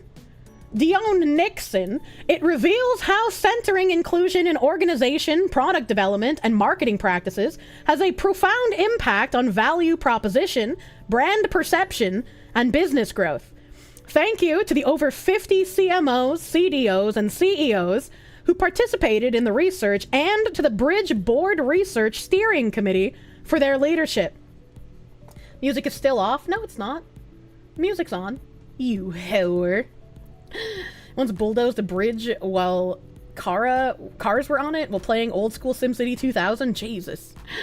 What is with all the DEI names being cursed? I don't know. But they are very proud of this article that their Bridge academic partners wrote, because it is in a footnote on every single one of their newsletters since it was published.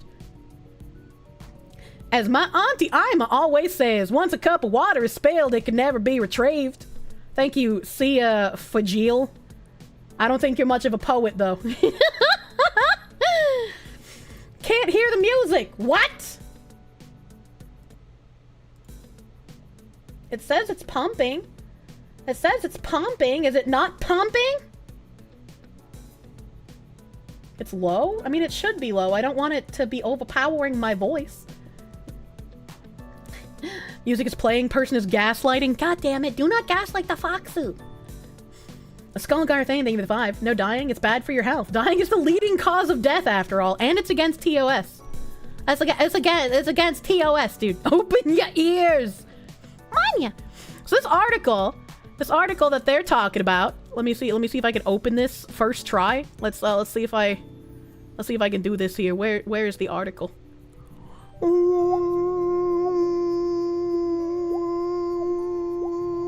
Here we go.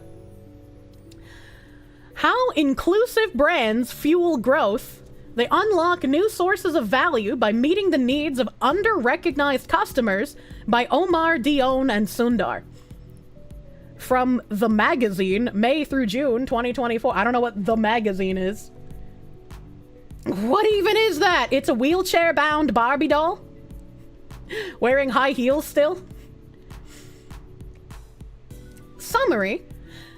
Years before the Barbie movie phenomenon, leaders at Mattel became concerned that consumer perceptions of the famous doll were out of sync with demographic trends.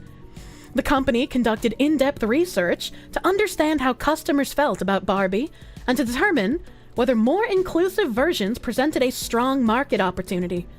The findings led to an inclusion strategy that affected all areas of the brand, product design, distribution, and commercial activities, and coincided with a period of significant growth. Barbie revenues increased 63% from 2015 to 2022, before the boost from the film. Research shows that in most industries, the perception of inclusion can materially change customers' likelihood to purchase and willingness to recommend products and services. This article presents a framework for increasing marketplace inclusion in 3 areas: seeing the market, which is about market definition, market intelligence, and strategies for growth; serving the market, which involves developing products, packaging, and other commercial practices, and being in the market, which looks at advocacy and customer experience. And here we have diversity and inclusion with a horrific graphic here. These faces look like they've seen some shit. Greta Gerwig's Barbie movie grossed more than $1 billion at the box office in about 2 weeks. Only 53 films have ever hit that mark, adjusted for inflation.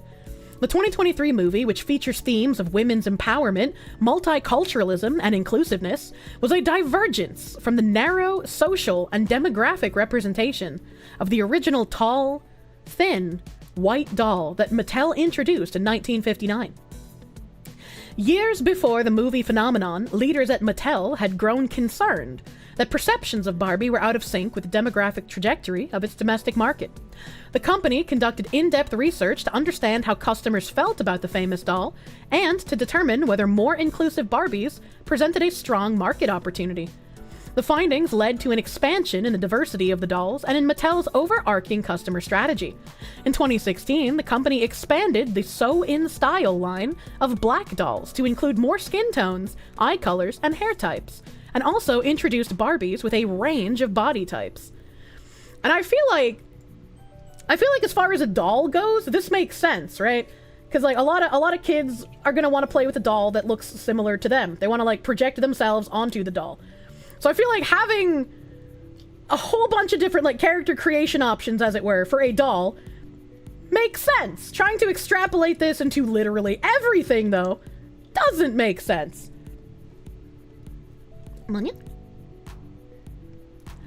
While adoption was slow at the start, Mattel's leaders went on a roadshow armed with market data to help retailers create the right commercial environment for the more inclusive offerings.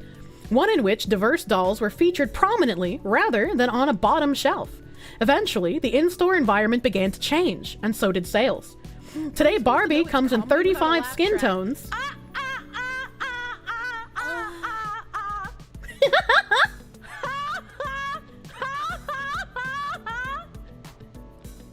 Sorry to interrupt, couldn't think of anything clever. Take money, please. Thank you for the $25 doodles and my recreation of Titus's laugh. Today, Barbie comes in 35 skin tones, 97 hair types, and 9 body types. Mattel's Hispanic red-haired Barbie became a bestseller. The company also has dolls representing people with disabilities, both physical and cognitive. Okay, now that's a little strange. Where can I get my anxiety-ridden Barbie? For example, it developed a doll with Down syndrome in collaboration with the National Down Syndrome Society. Mattel's inclusion strategy affected all areas of the brand: product design, distribution, and commercial activities, and coincided with a period of significant growth. Barbie revenues increased 63% from 2015 to 2022 before the boost from the film. Now, I want to remind people, when I was a kid, I used like all of my dolls to make like a fantasy town in my room. So I would have like Polly Pocket playhouses. I had like a Barbie dream house. I would build stuff out of blocks. I had like the little tiny Pokemon environments inside those little like pop open cases. I would argue that the Barbie movie hit $1 billion despite all the ED stuff shoved into it. It's the first Barbie movie that didn't just target young girls, but instead 50% of THR population. Also, Ken was the fan favorite part of the whole movie. You are Knuff. Yeah, I know. Everybody loved Ken, man. Hayden, thank you for the $20 doodle. Thank you. Doesn't every Barbie have Downs? No, they got no genitalia. Use muscle men to play with in a similar way. Yeah, but you see, as I had the childhood that I had, my Pokemon town with like my Polly Pockets and my Barbies and my Digimon figures and like my Sephiroth figure and whatnot, it wasn't some sort of happy-go-lucky, everyone goes on picnics and stuff town. It was like... A Barbie doll with cognitive diversity? She's already canonically from California.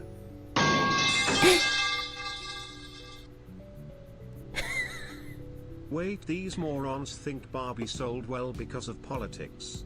It's because it was Barbie. People loved the Barbie Oppenheimer meme, and they loved Barbenheimer. That's why they watched it. Time to throw these fake marketing gurus true, into the toilet. True and real. But as a kid, since I had my childhood, I watched probably a lot of movies I shouldn't have as a child. My dolls would murder each other, and I would have to like have the other dolls like solve the murder and whatnot. At one point, the flame on my Charmeleon's tail fell off, and I built an entire storyline around how one of them stole his flame, and he needs to get it back. My grandfather was just like, I can super glue it back on for you, and I was like, no, he can't have it back yet! They haven't figured out who stole the flame! I was like, there was rape in my Pokemon town? The people would either get executed or put in prison to work the fields? Like, I was so creative.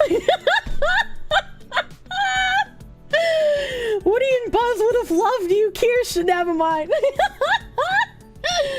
I was like, the leader of the town was the Charmander, because I don't know why Charmander was the leader when I had like Charizard and shit, but like whatever. Charmander was the leader, and sometimes when he would take a bride, the townspeople who hated him would get angry, and they would like kidnap her and threaten to burn her at the stake unless he did what they wanted. But he was I don't negotiate with terrorists kind of guy, you know? That's creativity. You need child therapy. I turned out all right. What do you mean? That's a Lego movie level fantasy. This is why you didn't play The Sims. You've already played out your fantasies. I mean, I guess. Poetic Silence. Thank you for the $2 doodles. I should have had War Greymon Bubble Charizard. Totally not a Menhera streamer. Oh my god. This is how some of my Barbie dolls got decapitated. Like, sometimes I would be upset at getting so many dolls because people would just like, oh, you're a woman, you want doll. And I'm like, no, I don't want doll! Sephiroth, decapitate her! Did my dad ever play with me? I mean, he played actual video games with me. Kirsche channeled all of her childhood trauma into Bridge. She manifested the agenda. No!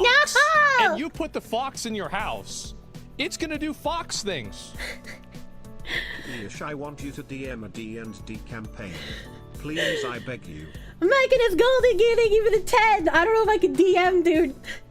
I could fix her, but whatever the fuck is wrong with her is honestly way hotter. Oh my god. Charmander was put into power after the United States overthrew Luigi's violent fascist regime. Yeah, there was one of Charmander's wives that he lost that he was distraught over enough to almost like commit suicide, but Patamon digivolved into Angemon just in time and was able to resurrect his wife, and so he didn't kill himself. True and real! Charmander had a harem? No, but I mean, like, if you don't negotiate with terrorists, some of your wives are gonna pay the price, unfortunately. Do I still talk to my mom or dad? Who do I visit on holidays? I talk to my mother very sparingly through text message. And I just saw my dad a lot when I was on vacation recently. Wake up, babe. New peak just dropped. Just like in the anime. I know. It's one of those moments when we truly realize you are in fact a woman. What do you mean? Nick Murillo, thank you for the $2. Narrative genius from the mind of Stephen Kirsche. I read, what the fuck is the name? I read a lot of Stephen King books when I was a child. And, I read, I think it's not Cabin in the Woods, but it's like the husband and the wife, like, went on a camping trip or some shit, and they're in a cabin. And like, she gets handcuffed to the bed because they're about to have sexy time. But then, like, her husband does or says something, and she kicks him, and he falls over, and he cracks his head open and dies. And so she starts, like, hallucinating, and, like, wolves come in and, like, eat his body and shit. Gerald's Game! Thank you! That was the name of it. That explains a lot. Yeah, I read a lot of Stephen King when I was young. Probably too young for Stephen King, but, you know. This and the D-Man Lord, the sort of stuff you love to hear. Someone draw Kirsche lighting D-Man's ghost blunt. What the as a child? Yeah, as a child. Reading Stephen King as a child wasn't that crazy because, like, I had already seen The Shining. I had already gotten traumatized by Beetlejuice when I was, like, 3 years old. My mom would have me come in her bedroom and lay on the floor to watch horror movies with her. I saw, like, Scream and I Know What You Did Last Summer. when I probably had no business even knowing what those were. And then my mom's favorite activity was watching soap operas, and there was a show called Undressed, which was basically just like college kids fucking each other, the TV show. And so my mom would have me watch that with her, and I was just like, what is happening? You know, the novel exclusive scene in it? I mean, I probably don't remember much about Gerald's Game. I know they made a movie sometime in the past few years. Traumatized by Beetlejuice. Look, when you're like 3 years old and you're alone in the dark and your mom puts Beetlejuice on your room television and you're watching that, you're gonna get fucking terrified, dude. Beetlejuice is not for toddlers, all right? Sandworms are scary, yeah. Beetlejuice, yeah. You're with Kirsche. Beetlejuice scared you as a kid. Yeah, like if you're literally a fucking toddler, that movie's horrifying. Cartoon Beetlejuice was way better. Oh my god. Ghostbusters did it to you, to be honest. You were like 5 at the time. Did I have an irrational fear of clowns for a bit? Yes. I still do not like clowns. Not only, it wasn't just Beetlejuice. My mom had porcelain dolls around the house, and she also had those like porcelain decorated masks with like the feathers and shit on them all over the walls. You know, I'm not a fan of dolls or clowns. Your grandma had those dolls? Yeah. It didn't help that my mom also liked jump scaring me sometimes, so, you know. Return the slab or suffer my curse. No clown emojis on Twitch. No. Killer Clowns from Outer Space. Okay, that movie was funny though. Andrew B, thank you for the 5. Lil Kirsch's Toy Town is my favorite VTuber lore now. Yeah, I went pretty wild with some of that shit. Now, everyone. This is clown world we're living in. You can't be bigoted towards clowns in the modern era. Oh my god. When your sister was little, your dad gave her a Beetlejuice doll with a realistic Michael Keaton head that spinned. And needless to say, she was terrified of that doll. It was kept in her parents' closet for years. Oh my god. Back off of Kirsche lore and back to the Bridge article. Mattel's inclusion strategy affected all areas of the brand, product design, distribution, and commercial activities, and coincided with a period of significant growth. Barbie revenues increased 63% from 2015 to 2022 before the boost from the film. Barbie's evolution illustrates that marketplace inclusion can help brands capture untapped markets. Mattel's combination of market orientation, business practice transformation, and intentional representation is at the core of what it takes to become an inclusive brand, which we define as one that serves the needs of historically under-recognized communities, HUCs, in ways that help a brand win and make its customers feel seen. In studies we've conducted over the past 2 years, we found that the perception of inclusion can materially change customers' likelihood to purchase and willingness to recommend products and services. For example, in one study of the sportswear market, purchase intent among Black customers increased 17% to 40% as their perceptions of brand inclusion increased. I don't know where they're pulling these numbers from, but if true, that is a crazy increase. That's kind of nut. No wonder they pander so hard. We also found that perceived inclusion played a primary role in purchase decisions for 87% of customers who identify as non-binary. Yeah, but like, how many customers identify as non-binary? If you have like 10, Jeez, Sally, and like 7 of them are like, yeah, this is important to me. 61% of Black consumers and plus-size consumers, and 63% of Gen Z consumers, while only 38% of white consumers say inclusion played a primary role. Mattel's inclusion strategy coincided with a period of significant growth. I don't know why they repeated this here. Despite inclusion's many benefits, we find a systemic lack of it in the marketplace. We measured the level of inclusion in more than 10,000 posts on Instagram, TikTok, and Facebook by the 50 most valuable brands in the US from 2021 to 2022. And this is, remember, the original Bridge initiative was to check and benchmark how companies were doing with DEI. Evaluating the extent to which different skin colors, body types, hair types, and physical abilities were present. The results revealed a consistent prevalence of people with lighter skin, smaller body types, straighter hair, and no visible disabilities, a representation that was consistent across industry sectors. We then applied the Simpsons Diversity Index, which measures the probability that two people chosen at random will be from different racial and ethnic groups, to the people shown in the posts. Is this why people use like Harry Potter to measure political theories? The diversity index of the social media content was 41%, a level similar to the diversity index of the US population in 2000. According to US Census data, the 2020 census revealed a score of 61%, meaning that the diversity reflected in our study was 23 years behind the makeup of the actual population. The size of these studies are known for being small. Think 50 people in a study. Don't fall for the game of percentages these snakes use to lie with stats. I mean, yeah, the swingers love pineapple, you fucking freak. Thank you for the 555.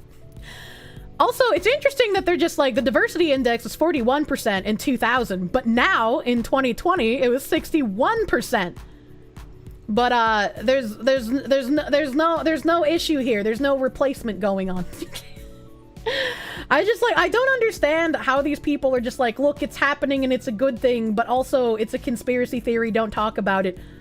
I'm a little confused. Over the past 3 years, we have worked with Bridge, a trade organization focused on operationalizing inclusion, to study the journey of nearly 40 companies. We analyzed the impediments and enablers they encountered and the business practices they adopted in making their brands more inclusive.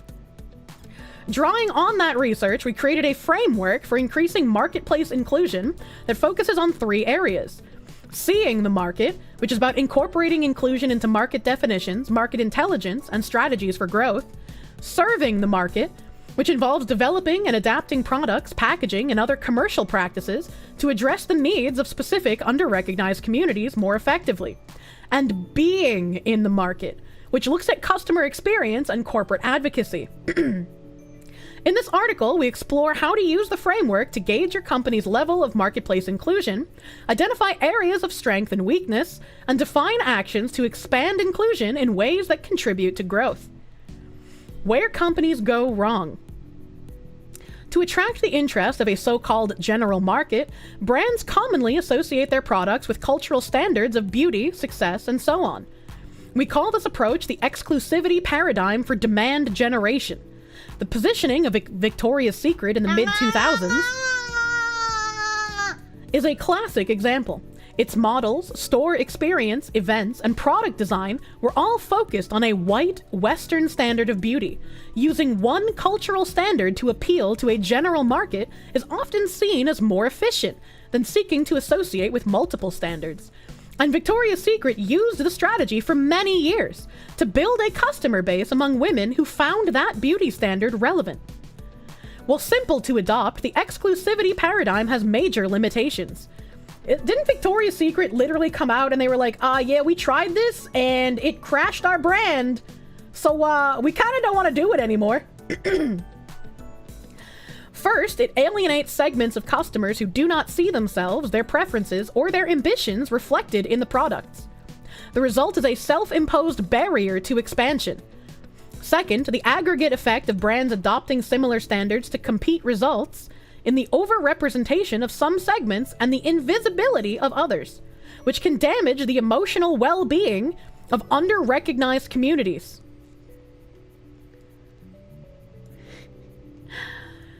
If a company's branding and marketing is harming your emotional well-being, how do you exist in real life? Like, I get it if they're doing something overtly hateful, right? Like, I would understand that. But like, how does this make sense? Burgers?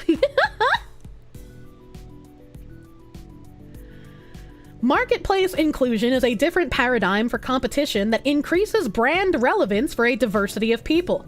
Savage X Fenty, which was founded by Barbados-born recording artist Rihanna, is an example of achieving growth by adopting the marketplace inclusion paradigm. Fenty's products, designs, models, and store experience feature women of a wide range of races, body types, and beauty standards, and use realistic and unaltered photography that contributes to a more natural and accessible image. I would say I would like more companies to do this part specifically. Like, if I want to see what clothing would look like on a body, I don't want the picture to be photoshopped. That's not helpful. And crotchless panties gave people PTSD. What the hell? Took 30 years to build the brand with the beauty standard just to let outsiders come in and backstab the core customer base. Profit? Fenty Beauty followed a similar path with products for all skin colors rather than focusing on one standard. Again, something like makeup, like the dolls, I agree. You should have a wide range of skin colors and skin types in your offering. That's just something that makes sense. It allows customers to find their own standard among its offerings, helping them feel understood. I'm a walrus! Tojo21, thank you for the 3-3 sub. It helps them feel understood, seen, and respected. From its launch in 2018 through 2022, Fenty reported annual growth rates of 150%. In 2022, Victoria's Secret countered by unveiling a new, more inclusive identity, product, and store experience.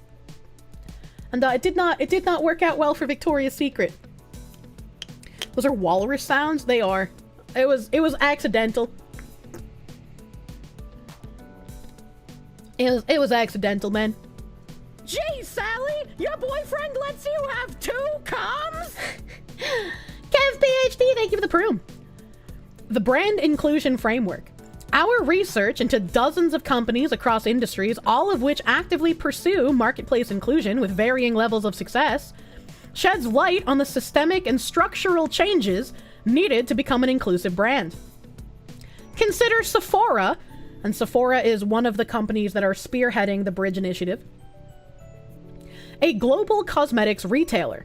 DEI was not absent from its management approach, but under the leadership of George Axel Brusilian Matshinga, Vice President of Diversity and Inclusion. God damn, what is that name?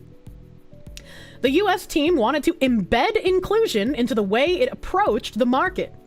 In 2019, Sephora commissioned its Racial Bias in Retail study to understand the shopping experience of Black, Indigenous, and people of color, or BIPOC, customers across the industry. The findings were surprising. 3 in 5 BIPOC customers did not feel welcome in many beauty retail environments, causing them to leave the stores. More than 60% of customers said they would not return to a store where they felt unwelcome. BIPOC customers reported experiencing in-store discrimination at a rate 3 times that of non-BIPOC shoppers. Sephora used this research to define a specific goal for inclusion centered on transforming the experience of BIPOC customers. I would love to see the questions. I would love to see the questions on this survey.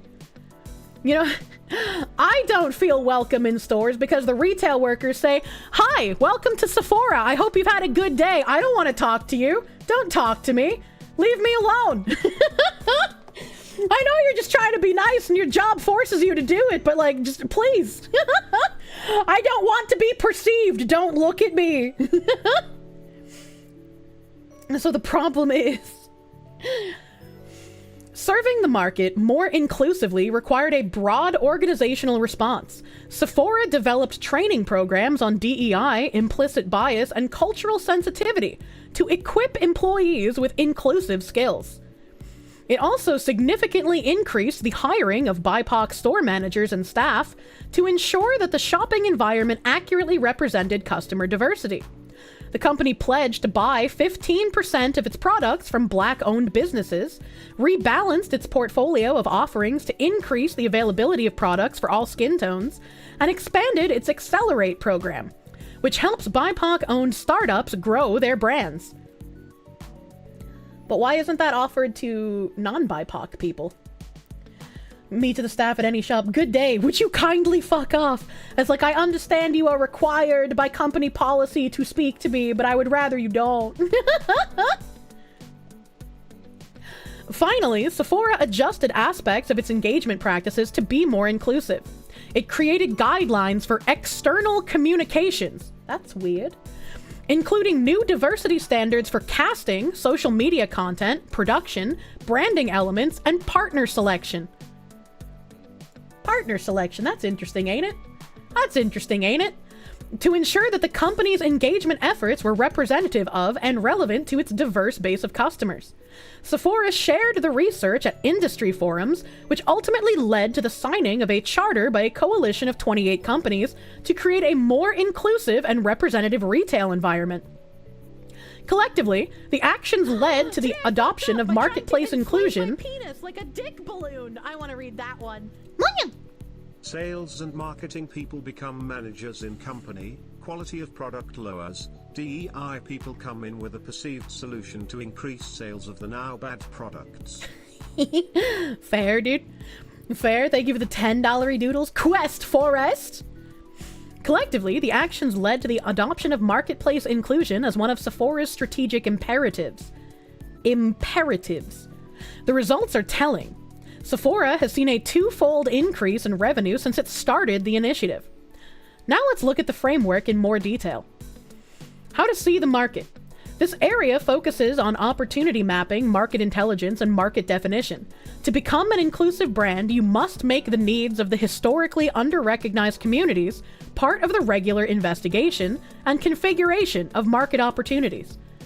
And see, this is where they lose me, right? Dolls and makeup, yes, have more skin tones, have more doll types, have more skin types for the makeup. How would you apply this to something like shoes, where everyone wears shoes? And your skin type and your skin color doesn't matter for the shoes that you buy. So trying to apply this to like a broad marketing strategy just seems a little strange. A little odd to me. Breb VT, they give it 100 biddies. That requires a comprehensive understanding of the composition of your current year customer base, the HUCs you want to target, and how the segments fit into your brand ecosystem. For instance, Yin Woon Rani, the CEO of the national program Milk Pep, she is also someone who is involved on the board at Bridge, made inclusion one of the core values guiding its understanding of the market on behalf of the nation's dairy farmers. She imposed strict sample quotas for conducting market research to ensure that market intelligence efforts facilitated an in-depth understanding of the needs of HUCs. All right, like I don't want to be a weirdo here, but like statistically, isn't lactose intolerance typically higher in non-Caucasian people? So, like what kind of marketing are you expecting to do here with milk specifically? Milk is milk. Yeah, I don't understand the need for like the diversity in milk. It don't make no sense. When you added sugar to your food, you got more sales, but when I did the same with paint, it didn't happen. How weird! The possibly insane thing with the $2. Oh my god, market intelligence spoken like a true soldier comrade. In defining your market, it is also critical to specify your brand's inclusion goals. Inclusion can mean different things to different people, and organizations must be careful to avoid ambiguity that can lead to misalignment. Measuring how various communities perceive your brand's level of inclusion can help. For example, we conducted a study of how historically recognized customers, mainly white, mid-size body type, and binary gender, perceived marketplace inclusion in the sportswear industry. We compared their perceptions with those of consumers from under-recognized communities, mainly black, plus-size body type, and non-binary gender orientation. The results show that even inclusive brands have areas where they can improve. Nike, for example, was considered one of the most inclusive brands in the industry, with 80% of customers in our study describing it as an inclusive brand. But it fared significantly worse with customers in need of plus sizes, who reported experiencing lower levels of inclusion across all brands, including Nike. Findings like these can help brands define their specific goals for inclusion. To gauge how well your company sees the market for inclusion, consider 3 questions. Have you articulated a clear business case for marketplace inclusion that balances moral imperatives and the business opportunity? Are HUCs robustly represented in market research design, sample collection, and segmentation studies to generate an in-depth understanding of their needs and preferences? Does your brand incorporate specific inclusion goals when defining its customer base? How to serve the market. This area of the framework focuses on the design, market execution, and measurement of products and services. We find it to be the most difficult step to take, but it is essential for brands that view inclusion as a source of competitive advantage. It involves designing new products, developing new services, and other commercial activities that improve your product market fit with under-recognized communities. Consider the market context that led to the creation of bevel grooming products. Since the Gillette sensor, Gillette has had their fair share of what the fuck are you doing, was introduced in 1990, multi-blade razors have been the standard for a good shaving experience. In the mid-2000s, new competitors such as Dollar Shave Club and Harry's raised millions to challenge Gillette's leadership by disrupting the price of razors and the process of buying them. But they kept one feature consistent: multiple blades. And that's a great option unless you are one of the millions of men globally who have coily or curly hair.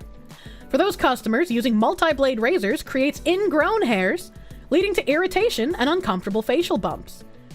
I don't know much about this at all. I think last time we talked about razors, you guys mentioned that, like, yeah, different razor types work for different types of skin.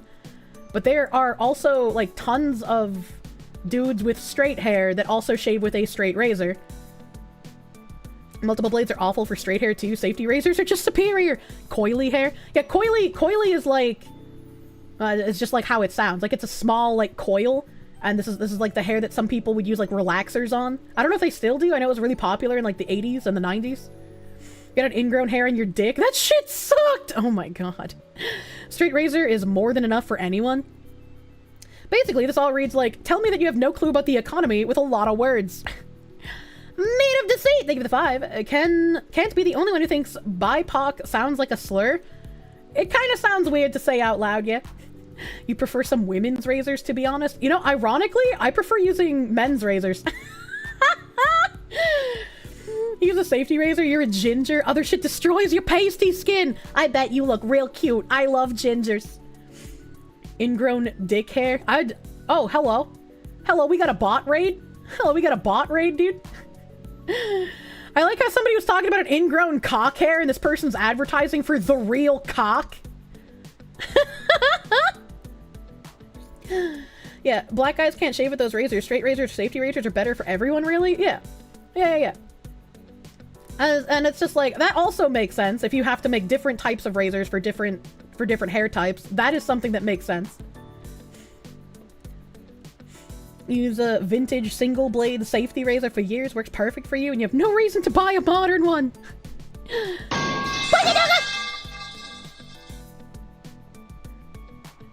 If I wanted to know why fat people weren't buying sportswear, I could get the answer with about 5 seconds of thought. Sergeant Buck, thank you for the 555. Yeah, but you know, that's bigoted profiling, as it were. No, NP153 Garlics, thank you for the $50 doodles. Multi-blade razors are actual garbage. Dual edge and safety razors are easily the best option for everyone. Yeah, I found that out as well.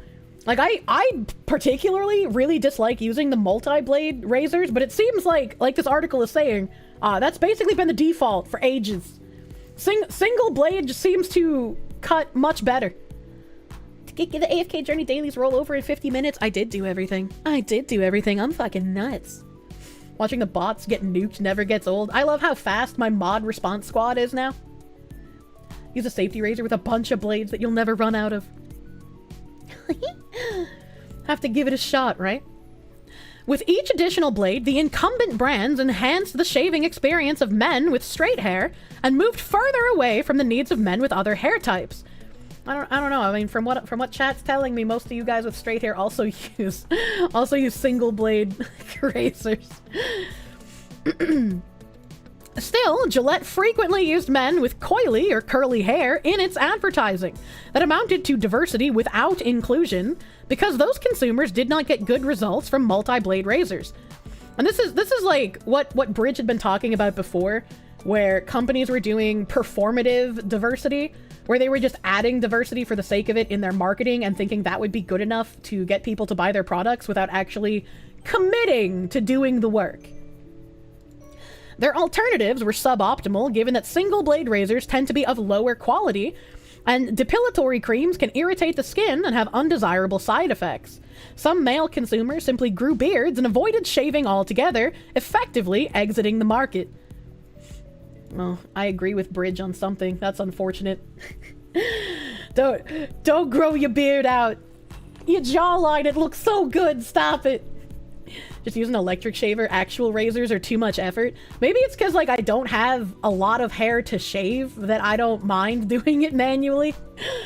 I don't know what it is. Yeah, I feel like I should have been hairier with having Italian and French genes, right? But my thighs have no hair on them, so I've never needed to shave my thighs. My legs don't grow all that much hair, so it's like, man, I kind of won a lottery here, didn't I? Still use your dad's old single blade safety razor? God damn. You can do electric and a straight razor for the clean shave? Yeah, right? You'd need more Greek to be hairier. Oh god, you'll keep a short beard, thank you. You like the look-alike you pull off? I mean, yeah, short beards can be okay. They can be alright as long as they're not, like, harsh to touch. There's been instances where it's like, you know, if a guy has a beard and it's really rough, it irritates my skin. Like, it unironically gives me, like, rashes on my face. I don't like that. Women have hair on their thighs? Yeah. Yeah, what do you mean? Remember, guys, always use a straight razor for manscaping. Damn, you must be made of paper. I have very, very soft, sensitive skin. Need more beard oil and brushing. Don't worry, looks maxing is making a nude jawline much more attractive than beard. Wait, people are still buying Gillette after all those shitty ads? Ha. Straight razors are cheaper and easier anyway. I mean, Gillette is just like such a massive brand that I'm sure people are like, I don't want to do research, I'm just gonna be lazy and buy what's here, you know? Men with short, harsh hair, it's for our protection from women, true. In 2013, Tristan Walker, a Stanford MBA, founded Walker & Co., the parent company behind Bevel, a shaving and skincare brand for men with coily or curly hair. Like many entrepreneurs, he saw a market gap where others did not. Yeah, capitalism. Like leaders of inclusive brands, he was motivated to reduce the inequity that resulted from the gap. With the launch of Bevel, Walker awakened the industry to the value of serving a historically under-recognized community. The brand he started and eventually sold to Procter & Gamble for close to $50 million acquired a deep following and cultivated a sense of respect and belonging among many customers. Also, this is just like a normal thing, right? Like if you see a section of a market that's not being served and you start serving it, you're going to find success. Like you could even use me as an example here, as like a VTuber that's kind of edgy instead of say so, or a VTuber that dabbles a bit more than in surface area politics. That was an underserved niche in the community, and I am here to, what are the kids, serve cunt? Bic makes razors? I only knew they're lighters. Yeah, I know. I had no idea either.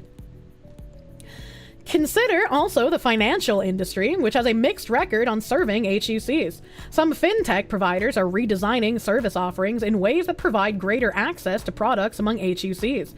Peer-to-peer lending, for example, Lending Club and Upstart, saving apps, Acorns and Sophie, and robo-advisors, for example, Betterment, are just a few areas that have increased market inclusion among lower-income communities by addressing barriers such as extensive documentation, high minimum balance requirements, and limited access to financial literacy education. The high minimum balance requirements was always a struggle for me as well because I was poor for the majority of my life. So I had to find a bank account that wouldn't charge me fees for having under the minimum amount. This is not something you can compare to razors or makeup, because this is not inherently an issue focused on only one type of person. Normally, the longer the beard gets, the softer it becomes. If men having a dray beard like straw and hay, they should use beard oil to nutrition the beard and prevent it from drying out. Oh. Serving the market is also about mass customization of product features in ways that address the needs of under-recognized groups. For example, Microsoft, in collaboration with organizations such as Able Gamers Charity and the Cerebral Palsy Foundation, designed the Xbox Adaptive Controller to make the product accessible for people with limited mobility. Its success has led competitors such as Logitech to follow suit. To determine whether your company is serving the market in an inclusive way, ask these questions. Does your brand regularly measure inclusion in the customer base across different consumer communities? Are your brand's inclusion goals part of the inputs guiding the creation of new products and services? Do your brand's inclusion targets influence marketing decisions such as setting budgets, distributing and pricing products, and defining partnerships? I kinda want to see Xbox Adaptive Controller. All right, so I'm assuming this is something that, like, if you have some sort of cognitive impairment, you're going to be able to use this controller. How expensive is this controller? It's about $100 to $150. It looks like. Does this show anything here? I don't think so. I think this is fine. All right. So if I open this here, it says typically $80 to $150. I don't see anything at the $80 price point, right? I see like $99.99, $99.99, $149.89. So this is pretty expensive by a controller standards. How much is just like a regular Xbox controller? Xbox controller, just like a normal ass controller. It's about $50, $25. Like they're pretty cheap. They're pretty cheap here.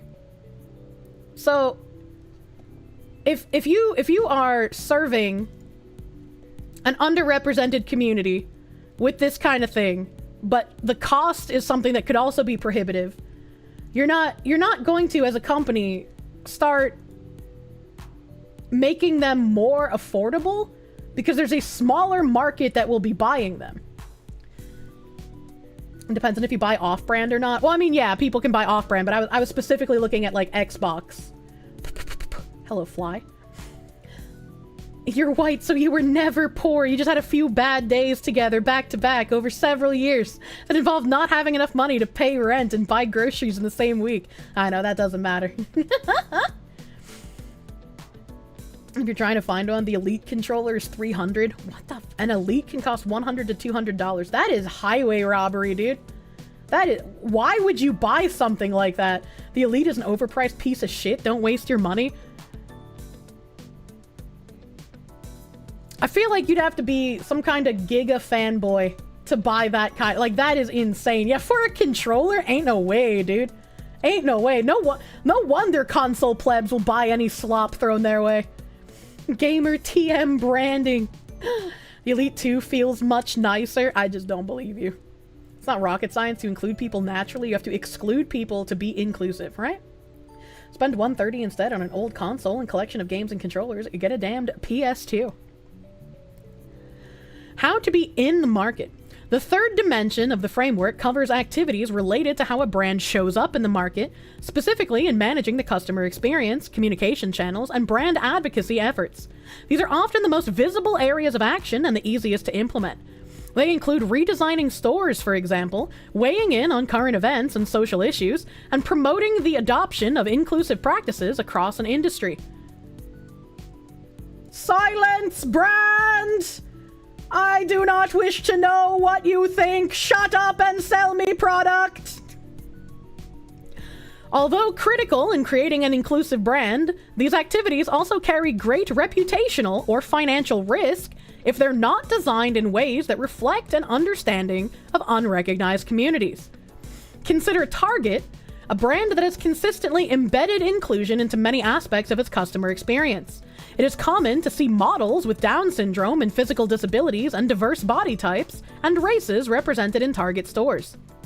In its support for the LGBTQ+ community, the retailer has taken its inclusive engagement beyond simple measures of support, such as those often posted by brands during Pride Month, into the selection and presentation of offerings. For example, it stopped organizing its toy products by gender and instead organized them by age and type of play. This change provided a more inclusive in-store and online experience for transgender or gender non-conforming children and their parents. A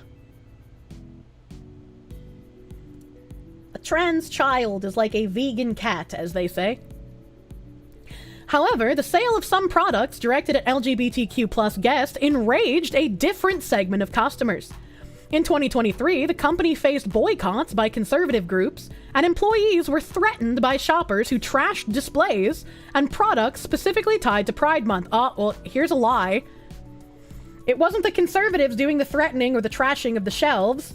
It was people on the left who were throwing a fit after Target said, okay, we'll roll back some of these products. We won't sell these anymore. Ah, yes, things that happened. For a company named Target, they really missed the mark. Literally moved to the next aisle and all the other stuff is there. During the customer backlash, Target experienced a 14% drop in share value, and it attributed a 5% sales decline in the second quarter of 2023 due to the boycotts. Good. Good, that's wonderful. Keep voting with your fucking wallet. Keep voting with your wallet and make these companies suffer. That is the only way you'll be able to get any sort of sense through to them.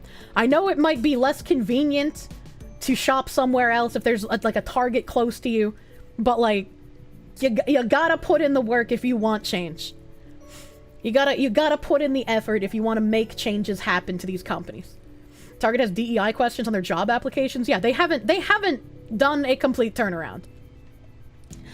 To contain the situation, Target stores in more conservative cities moved pride displays to the rear aisles and pulled some gender non-conforming merchandise from their shelves entirely, which angered the LGBTQ+ activists. The lesson is, inclusive customer experiences require not only an understanding of the needs of various segments of your customer base, but also preparation for and mitigation of conflicts among them. Yeah, the lesson isn't that doing this was a bad idea because you're offering these things to children. The answer is you should ignore the people who get mad about it and push ahead anyways and give them some sort of, yes, suck it up, buttercup, shop somewhere else.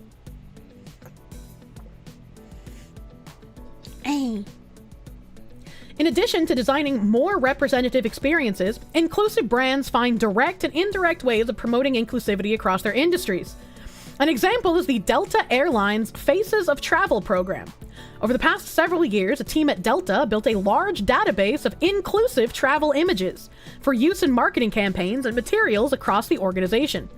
Driven by the realization that the images available in stock photographs or search engines were not reflective of the diversity of today's travelers.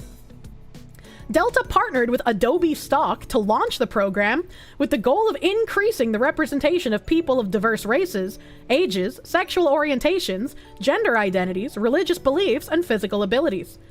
Similarly, the marketing team at Google launched an inclusive marketing toolkit with a public-facing website that consolidates guidance on how to develop more inclusive content across industries. Through those actions, Delta and Google are making initial strides towards provoking and enabling change in their industries. Didn't we just talk about earlier in this article about the like performative diversity of just putting in these quote-unquote diverse people without actually trying to sell better to those people? And also, this is travel. What do they mean by this? Travel is not like, you're not restricted by travel by the color of your skin or your sexual orientation. You're restricted by travel depending on if you're on a government list or if you're poor. Being poor is a good way to not be able to take a flight and have a vacation. You don't care if the plane looks like a Nazi unite. You just want to get to your location safely. Until the people being the main shareholders are directly confronted, then they won't change. Yeah, voting with your wallet has to make a difference. You gotta make them feel the losses. And it's like, unfortunately, it's not all about the money, but it's like, that is the one thing that you as a consumer always have the control of, is what you spend your money on. And since right now, these people are trying to push ideology despite the drastic losses in most of these companies, that's why more people who are larger and involved in politics need to start talking about what Bridge is doing. People that are actually in positions to do more than just vote with wallet. To evaluate your brand inclusion when showing up in the market, consider these questions. Is the development of customer experiences for your brand guided by insights, expert partners, and technologies that ensure effective representation of your target HUCs?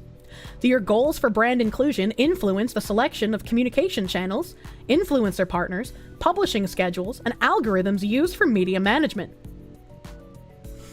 Your goals for brand inclusion influence influencer partners. And this is again influencers.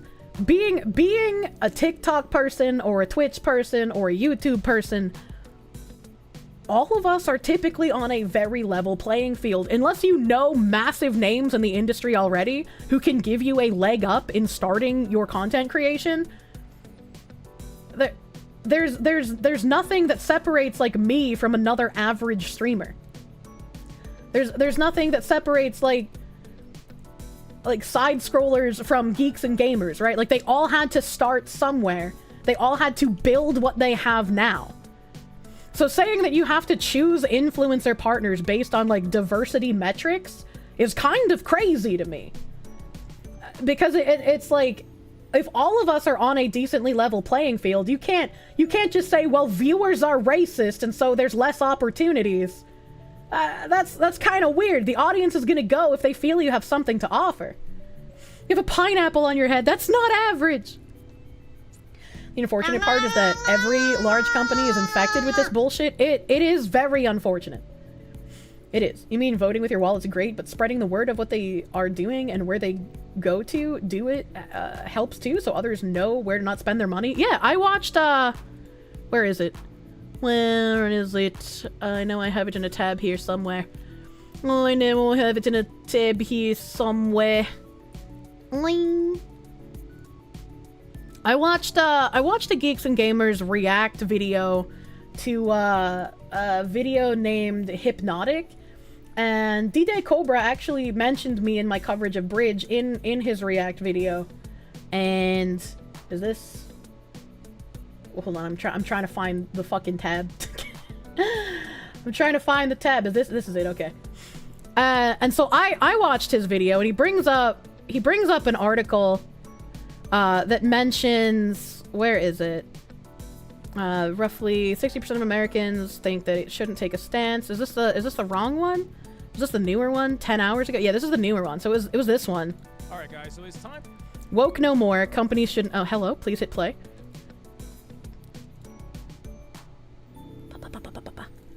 Where is it? Woke no more. Vaseline. Owners of Dove, Vaseline, Hellmann's, a bunch of other brands axed quarterly reporting. Under Paul Pullman, the CEO said it would take into... Here we go. 5 years and 2 chief executives later, Unilever is changing its tune. And I'm glad that D-Day Cobra mentioned me in my coverage of Bridge when he was doing the watch-along, because listening to someone say that, like, corporations are walking away from ESG and admitting it's bad for business, and then quoting Unilever is part of Bridge. Like, if I close this and I go Bridge... When I go to the We Are Bridge website, we are... Help, I can't type. Bridge.com. If I go to Bridge's website, we're going to go to the leaders here. And then Control F, Unilever. We got Tish Archie Oliver, Chief Diversity, Equity, Inclusion, and Belonging Officer from Unilever, on the executive committee of Bridge. Literally the first person after the CEO and the chair and the vice chair. Unilever's not changing their tune. Unilever's not ditching DEI. They are part of the Bridge initiative. That, like, it blew my mind that they were trying to weasel word in this Business Insider article that Unilever is changing its tune. I was like, it's not doing a U-turn, but it's being more realistic about what it can achieve. Yeah, you know what that means? They're lying to you. And we read articles on Tuesday about exactly how they plan on lying to you about what they're doing. Unilever is trash and has always been trash. Burn the bridge. Yeah, exactly. Egg fucking exactly. Let me scoot back to the how inclusive brands fuel growth here. Okay, might check them out. Yeah. Hypno missed the point on that one. And it's very easy to miss the point. Like, no fucking, like, trash talk to the Hypno guy.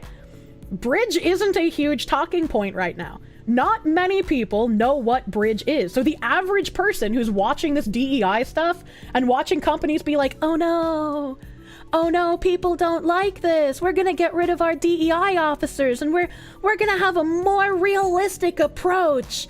We hear you. They're gonna see that and be like, oh yeah, we're winning. We're doing damage. It's happening. It's not. They're lying to you. And it's unfortunate that some people don't know that, but again, that's why, like people in chat said, talking about this is important.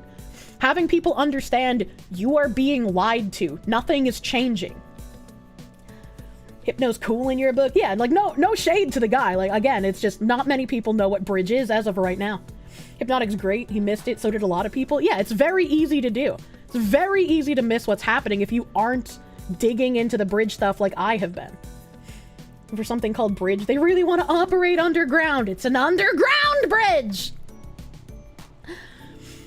Is your brand acting in the market, sharing its views, or designing new practices in ways that promote inclusion across the industry? Many leaders have embarked on bold efforts to align their organizations more closely with their diversity, equity, and inclusion ambitions. However, many DEI actions, while essential, do not translate into higher levels of marketplace inclusion as experienced by customers. Inclusive brands are intentional in defining their customer base, developing product offerings, and taking action in the market in ways that serve historically under-recognized communities. By serving the needs of HUC customers, or consumers, same thing, they unlock new sources of business value. At the same time, they cultivate inclusivity in the market and nourish a greater sense of representation, respect, and belonging in our society. Oh, this was the magazine they were talking about is Harvard Business Review. That's scary. That's spooky, man. So Omar Rodriguez Villa, professor of marketing at the Goizueta Business School at Emory University and the academic director of education at its Business and Society Institute. Dion Nick is an assistant professor of marketing at the Goizueta Business School. And Sundar Bharadwaj is the Coca-Cola Company chair of marketing at the University of Georgia's Terry College of Business. And all three of these people are closely involved with Bridge. Very closely involved. And springboarding off of this, like we have Mattel, obviously, Mattel's website here. They have the diversity, equity, and inclusion. We believe we are at our best when every member of our team feels respected, included, and heard, when everyone can show up as themselves and do their best work every day. We're committed to fostering a culture where all employees have the opportunity to realize their full potential. We value and share an infinite range of ideas and voices that evolve and broaden our perspectives with a reach that extends to all consumers, customers, business partners, and suppliers. And so they have their diversity, equity, and inclusion goals here, their Play Fair program, and then employee resource groups. And their Play Fair program, we must redefine what it means to stand with the Black community. Words without action are only words. Racial injustice will not go away on its own. We must confront it head on. It starts with us. It's time to listen, to look inward, to have the hard conversations, make an honest assessment, and take this opportunity to drive change and create new ways to support the Black community.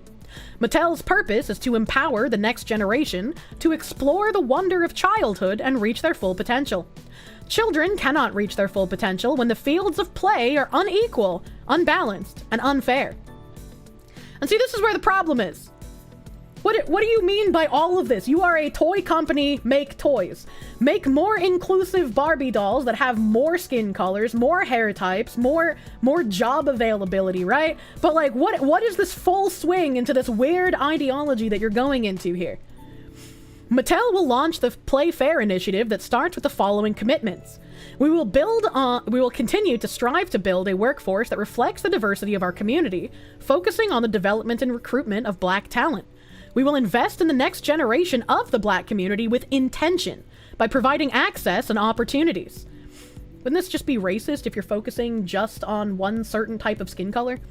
As we focus our efforts to inspire the next generation of children, we promise to offer product, content, and experiences built on the foundation of diversity, ensuring that the stories of the Black community are seen and heard. Our commitment to taking a stand against systemic racism will be ongoing, and it will evolve continually based on our understanding of the issues and needs of the community. Each of our brands has an important role to play and is outlining actions to support Play Fair. Mattel can't even make a decent Thomas the Tank Engine merch. How the fuck are they supposed to do this? I was just like, you know? And then moving right along to another article from the Bridge Smart Brief. I have it scrolled down a little bit here. Only 24% of employers globally have achieved full gender equality, by the way. Which sectors are most likely to declare their pay equity initiatives are on schedule? Less than a quarter of employees across the world have reported achieving full equality in the workplace, according to a new report, which underscored the importance of hiring women amid talent shortages. Findings from Manpower Group, isn't that kind of sexist? Shouldn't that be like People Power Group by your own logic? Found that only 24% of employers said they believe gender equality has been fully achieved in their organization. Gender equality, in our definition, includes aspects such as equal pay, equal promotion opportunities, and equal leadership development opportunities, the report read. It found that 41%, that number seems to be used quite often. The 41% of employers are coming close to full equality, while 10% said that they're a long way from it. You know, just like a little graph on people commenting on how they feel gender equality is like in their sector.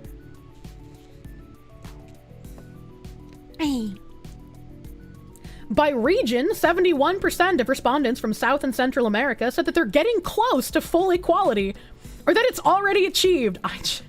I just don't believe you. What did they mean by this? This is much higher than the 64% in North America, 63% in Europe, the Middle East, and Africa, and 63% in Asia Pacific. What the fuck are they talking about? And then they come over here with pay equity and promotion opportunities. It's not about equality, it's about the equity. Pay equity is one of the factors considered when it comes to pay equality, where only 52% of employees globally saying that they're on track with their pay equity initiatives. By industries, employers in the finance and real estate, 59%, are most likely to declare that their pay equity initiatives are on schedule. Global percentage of on-track employer pay equity initiatives. So this reads to me like, if you are a woman, if you are non-binary, if you're transgender, if you have a different skin color maybe, this is pay equity. So you're going to get paid a higher amount based on these things to make up for the lack of pay to these types of people previously. We got finance and real estate at 59%, infotech at 58%, communication services at 58%, energy and utilities 54%, transport, logistics, and automotive 52%, industrials and materials 51%, consumer goods and services at 50%, and healthcare and life services at 49%. And this is the source is Manpower Group's World of Work Outlook for Women. In terms of promotion opportunities, the report also found that just 87 women were promoted for every 100 men promoted from entry level to manager in 2023. However, roughly 80% of women want to be promoted to the next level, with rates going even higher for women of color at 88%, and those under the age of 30 at 90%. Have they ever thought that 87 women are promoted for every 100 men because of the limited amount of women in certain sectors? Like, I don't know what knowledge they're working off here, so I don't know if they're doing this individually by sector. And also, are they taking into the account how many women are hired in general or how many women work there per man? And in addition to that, I like how it says those under the age of 30 want to be promoted, 90%. When we have seen even pre-COVID, a lot of these people who are in that age bracket just do no fucking work, dude. They just do no fucking work. What percentage, right? And it's just like, you can want to be promoted all you want, but if you are not doing what is necessary to gain a promotional field, there's going to be a problem. I've talked about this before, where when I was in insurance, my numbers when I was a grunt were higher than everybody else at my company, at my location. And so after my trial period, instead of just saying, oh yeah, you get to keep working with us, congratulations, they promoted me to a manager position. And a woman in my area, when my manager announced that I would be being promoted to manager and I'd be moving clean rooms, a black woman stood up and said the only reason she's getting a promotion is because she's white. I've been here for years and I deserve that promotion more than she does. And it's just like, well, if you've been here for years, I didn't say this out loud because I was stunned that this would even happen. But in my brain, later on, it's just like, if you've been here for years and you haven't been offered the promotion, have you ever thought that maybe you're not doing enough work to get that promotion? Why are my numbers so much better than yours are that I would be given that? And I've only been here for a short amount of time. I demand to be promoted over my female boss because I live where there's the spooky patriarchy. Nice, but sucks that you had a shit worker go at you. I mean, it happens. It happens. It's unfortunate. Number queen! Yeah, I was number friending in real life. Or just ask about it. Can you do that too? Yeah? She needed to get good. Yep, pretty much. I thought of a cunning retort weeks later. Well, it's like, I hadn't ever had anyone just like say that out loud in person before, so I was just like, what the fuck? Like, I was just stunned that someone would say that in front of all of my coworkers. I just like, I had no idea what to fucking do, dude. Some people genuinely believe seniority is the only thing that matters, unfortunately. Unfortunately, dude. Flexibility is the key to equality. Becky Frankowicz, Manpower Group Chief Commercial Officer, said it's important that everyone is tapped into the employment amid labor shortages. Bringing women into the workforce with an equal playing field is an economic imperative, not a nice to have, Frankowicz said in a statement. Flexibility might just be the key, as 37% of employers believe flexible working policies are the most effective in securing diverse talent. In fact, 60% of women said they considered leaving their current roles for more flexibility. Knowing what women expect and need is the foundation for building equity, actively upskilling, empowering allyship, leveraging technology to enable flexibility. This is how we unlock potential and growth both for women and organizations. It's just like, I believe everyone should have equality of opportunity. If you want to do something, you should go do it. You shouldn't be told you can't do that because you're a woman. You can't do that because you're the wrong skin color. That would be something I am inherently opposed to. Absolutely for equality of opportunity. But when you start talking about equity, when you start talking about giving preferential treatment to certain people because of immutable characteristics, that is wrong. Positive discrimination is still discrimination, and it means you're discriminating negatively against other people. Unlock potential and growth under these guidelines. Yeah. And then we had some articles that you had to like pay to see. So KB, beautiful man, he got some screenshots of these articles to archive them, since we couldn't even use the regular archival methods in order to get them around the paywall. So we have some secret information that you can only pay for. Is the anti-DEI trend actually hurting diversity efforts? And I want to remind you guys again, these are all coming from Bridge Smart Brief. So these are things that they expect people in the industries to read. These aren't for us. These aren't for average people. These are for the benefit of people working at companies who want to be pushing the work and pushing the message. It's afraid. With terms like anti-DEI and anti-woke being coined by policymakers and business leaders, it may seem like the workforce is regressing when it comes to their commitment to diversity, equity, and inclusion. But thankfully, that's not necessarily the case.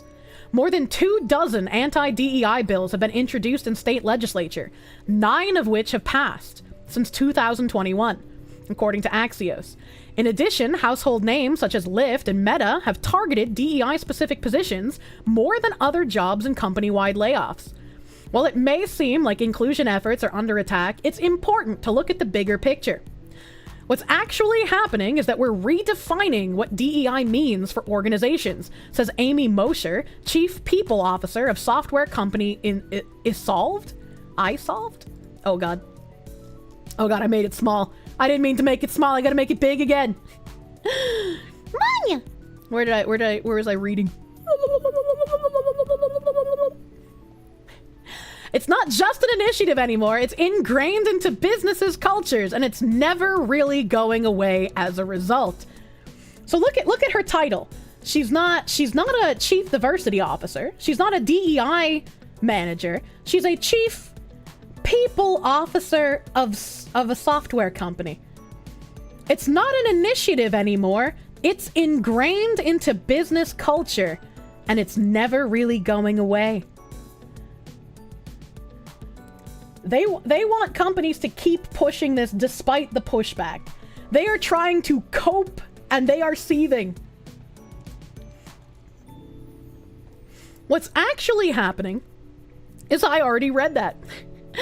Despite budget decreases and the loss of DEI strategies across organizations year over year, 56% of companies still have a robust budget allocated towards diversity efforts, according to recent data from HR service company Paradigm. According to research by Employee Benefit News, 7% of respondents felt that DEI was an urgent area for the next administration and Congress to address. 7%, eh? We're going off some big numbers. As for why cuts were made in the first place, Esolved found that 40% of companies said budget was their primary reason for decreasing their focus on DEI, rather than social or political pressures. Keep voting with your fucking wallet.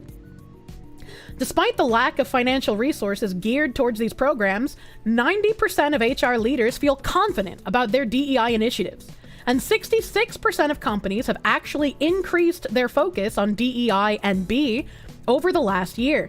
Despite the headlines, DEI continues to be a significant business driver, according to Mosher. Having a sense of belonging is something that members of underrepresented groups really cherish in their employees, or employers rather. They're not going to leave for an employer that doesn't have that, or that doesn't believe in that from a cultural perspective, Mosher says.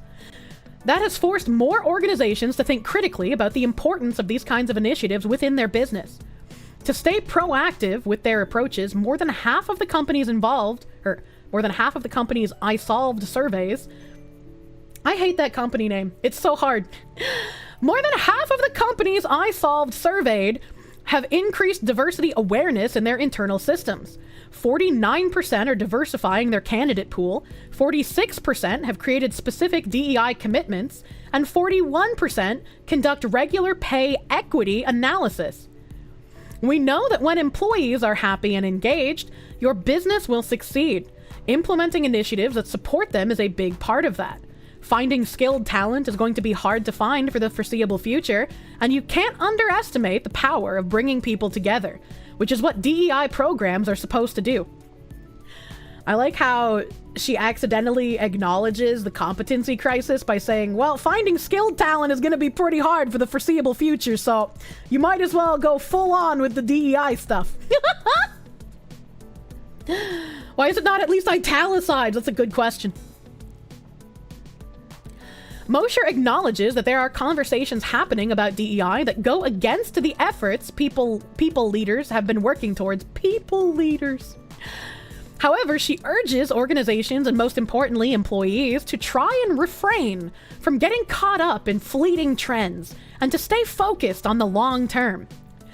The future of these programs is that they will become synonymous with the goals of your business, not defined separately, Mosher says. Once those beliefs have been fully integrated and influencing change, they can't ever truly go away. And this is why part of the Bridge Initiative is to make the employees at a company be part of the work. It's why they're cutting the DEI departments, and it's why they're making the average employee push the tenets of DEI. Now, if your entire company is pushing for the same goal, if everyone in the company is doing the work, eventually consumers will get used to that as normal. This cult is insane. They truly are. They truly are. And since this is in an image, I don't think I can post it in chat, but I know KB keeps up with this, and KB posts all of these in the Discord in my articles read on stream list. KB's fucking nuts. No wonder they locked that behind a paywall. We got another one. Don't worry about it. We got that 1-2 flex on him, chat. We got another one that was behind a paywall. A people leader explains how to push past the anti-DEI narrative. There's that language again. People leader. You're going to be seeing that a lot in the coming months, I have a feeling, as they move away from directly calling people DEI officers or diversity, equity, and inclusion style job positions. Diversity, equity, and inclusion efforts are under fire as of late, but those in charge of them are far from turning their back on the movement. Since 2022, 40 anti-DEI bills have been introduced targeting higher education institutions, as well as practices like mandatory DEI training for employees and required diversity statements in hiring and office programming. The negative sentiment around DEI has left many people leaders questioning what the future of inclusion initiatives look like. Sometimes you feel like you're pushing a boulder up the side of a hill, says Carla Wagner, Chief People Officer at Fenton, a public relations firm focused on social change. But so many powerful voices in this space are imploring us not to believe the hype. They remind us that there's still work to do, and to continue to speak life into DEI work, despite the travesties we're seeing. The anti-DEI movement may have started within higher education, but its reach is steadily impacting other sectors of the workforce too. Many major Wall Street institutions such as Bank of America, Goldman Sachs, BNY Mellon have overhauled their DEI programs, opening them up to white and male participants, following criticism from political leaders and advice from their legal teams. How dare they! How dare they follow legal advice? Anti-DEI in higher education. They might be talking about how some people won that court case against Harvard for discriminating against Asian Americans and just Asians in general. White supremacy. Strides to combat the rising backlash against DEI have also been taken, however. Earlier this week, the Stop Woke Act, a Florida law pushed by Republican Governor Ron DeSantis that limits diversity in race-based discussions in private workplaces, was ruled unconstitutional by a federal court of appeals. I vaguely remember this, but I don't remember the entire situation surrounding it. So I don't know exactly how truthful this is. Like, I'm sure it was knocked down. Right, I'm sure it was knocked down, but I can't remember the conversation around it. Race-based discussions, wow, so literally racism, pretty much. That's what critical race theory is. The work never ends, Wagner says. Wow, they keep repeating that. We may have to change some of the nomenclature, but we still have to advance our objectives. And there's ways that organizations can do that. We may have to use subversive language again because people are noticing too much, but don't worry, our work is too important and it never ends. We have to keep doing this. You will be assimilated. Even if you are not a true believer, you will not be able to escape the tenets. You will comply. We are no longer asking. Wagner recently spoke to EBN about her existence as a people leader of color navigating the recent DEI landscape and what employers can do to not only keep their efforts on track, but to support their employees. Question is, how has the recent stance against DEI affected you both personally and professionally? Wagner's response is, it's tough, but it's not unexpected. In 2020, when everyone was tripping over themselves to make these big, bold proclamations about making goals and initiatives and throwing more money at DEI, it was wonderful to see. But folks that have been in this work for a long time knew that it wasn't something that was going to be sustained. After the George Floyd tragedy, there it is again, they mention that in every single one of these articles. No wonder he has been basically given sainthood at this point, since they can keep using him as a bludgeon to beat these companies with. I remember saying, when this becomes smaller and smaller in our rearview mirror, things are going to change. So don't be distracted by those bright and shiny objects intended to placate us. And now we're seeing it. So while it is disheartening, there are still so many other people like me that have been doing this work for their career. And it strengthens my resolve to know that folks know how important it is. Hence the attack on DEI. We just have to dig in harder and strengthen our goals, our aspirations, and our commitment to DEI. And this is why I say it's no longer about the money to these people. They don't care about the short-term profits. They care about pushing their ideology. They're saying all we saw from companies was baseless, shiny trinkets and placations, and we wanted more.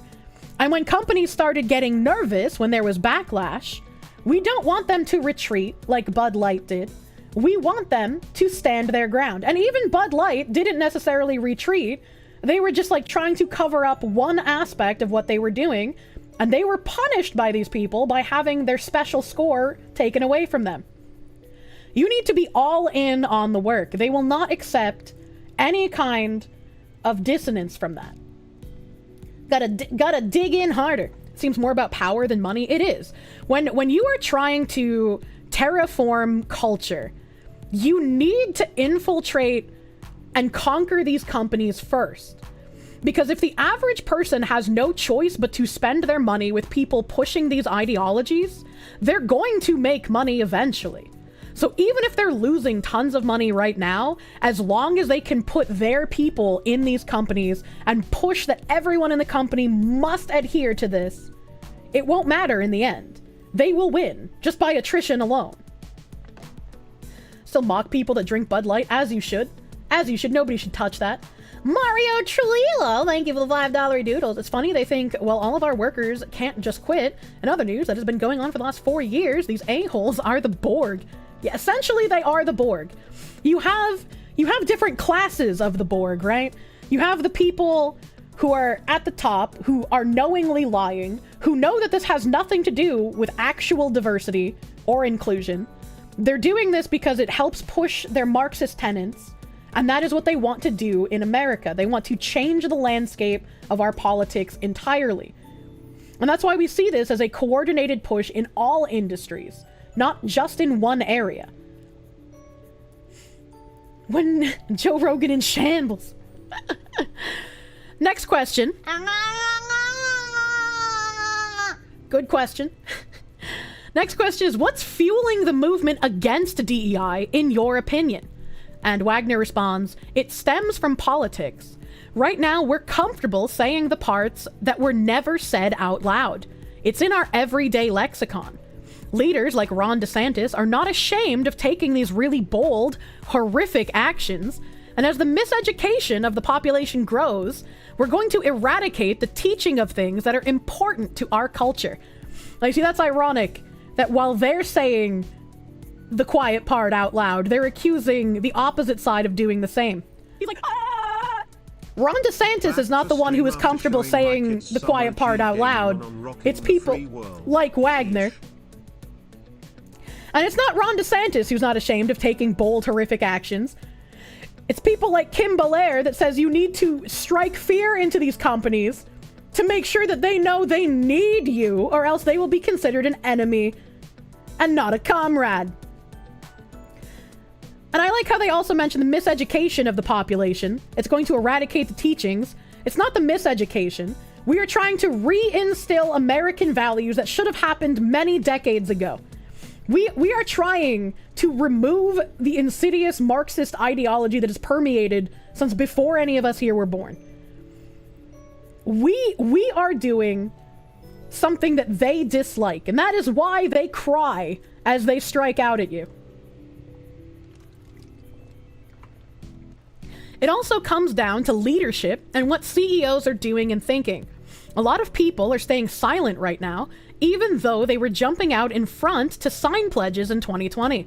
We need some strategic leadership from some of these professionals and organizations because the future of DEI is a shared responsibility. Wow, guess what bridge is? And while it is really unfortunate how we got here, the better question is, what are we going to do about it? Are we just going to accept that DEI is dead? Or are we going to strengthen our resolve and be sure that we're still advancing the things that are mission critical to organizations? If you take your eye off the ball and you're not really committed to having a diverse, inclusive, supportive workforce, how will your organization live? How will you thrive? Regardless of what the naysayers are saying, we live in a global society. We are not in a homogenous society. I don't wanna. So despite the narrative, you can't take your eye off the importance of an environment that allows people to be themselves and bring the kind of thoughts and lived experiences that can help inform the guidance strategies you offer to your clients. What most folks don't understand is that this has been in the works since the 1960s. I think that's probably the hardest pill for people to swallow, is how long this has been going on. The amount of comments that I see where people are just like, oh, this didn't start happening until like 2009 or like the mid 2000s. And I'm like, baby, you're close, but you're still far away. I know. Where was I? You can't take your eye off the importance of an environment that allows people to be themselves and bring the kind of thoughts and lived experiences that can help inform the guidance strategies you offer to your clients. It certainly isn't a time for the faint of heart, but leaders like Dr. King didn't give his life for us to say it's too hard. Can you imagine someone like this invoking Martin Luther King, Mr. I want my children to be judged by the content of their character, not the color of their skin, while they are doing literally the direct opposite? We have to leave this landscape a better place for the next generation of leaders behind us. Next question that's asked is, what advice would you give other people leaders like yourself who may be feeling discouraged? And Wagner responds, we can't give up the fight. We've come so far. DEI is not only a value that we live every day, it's your competitive advantage. How we apply the DEI lens to everything shapes how we show up in the world. There's so much more that we have to do, and we can't let these recent attacks undo the work we've done.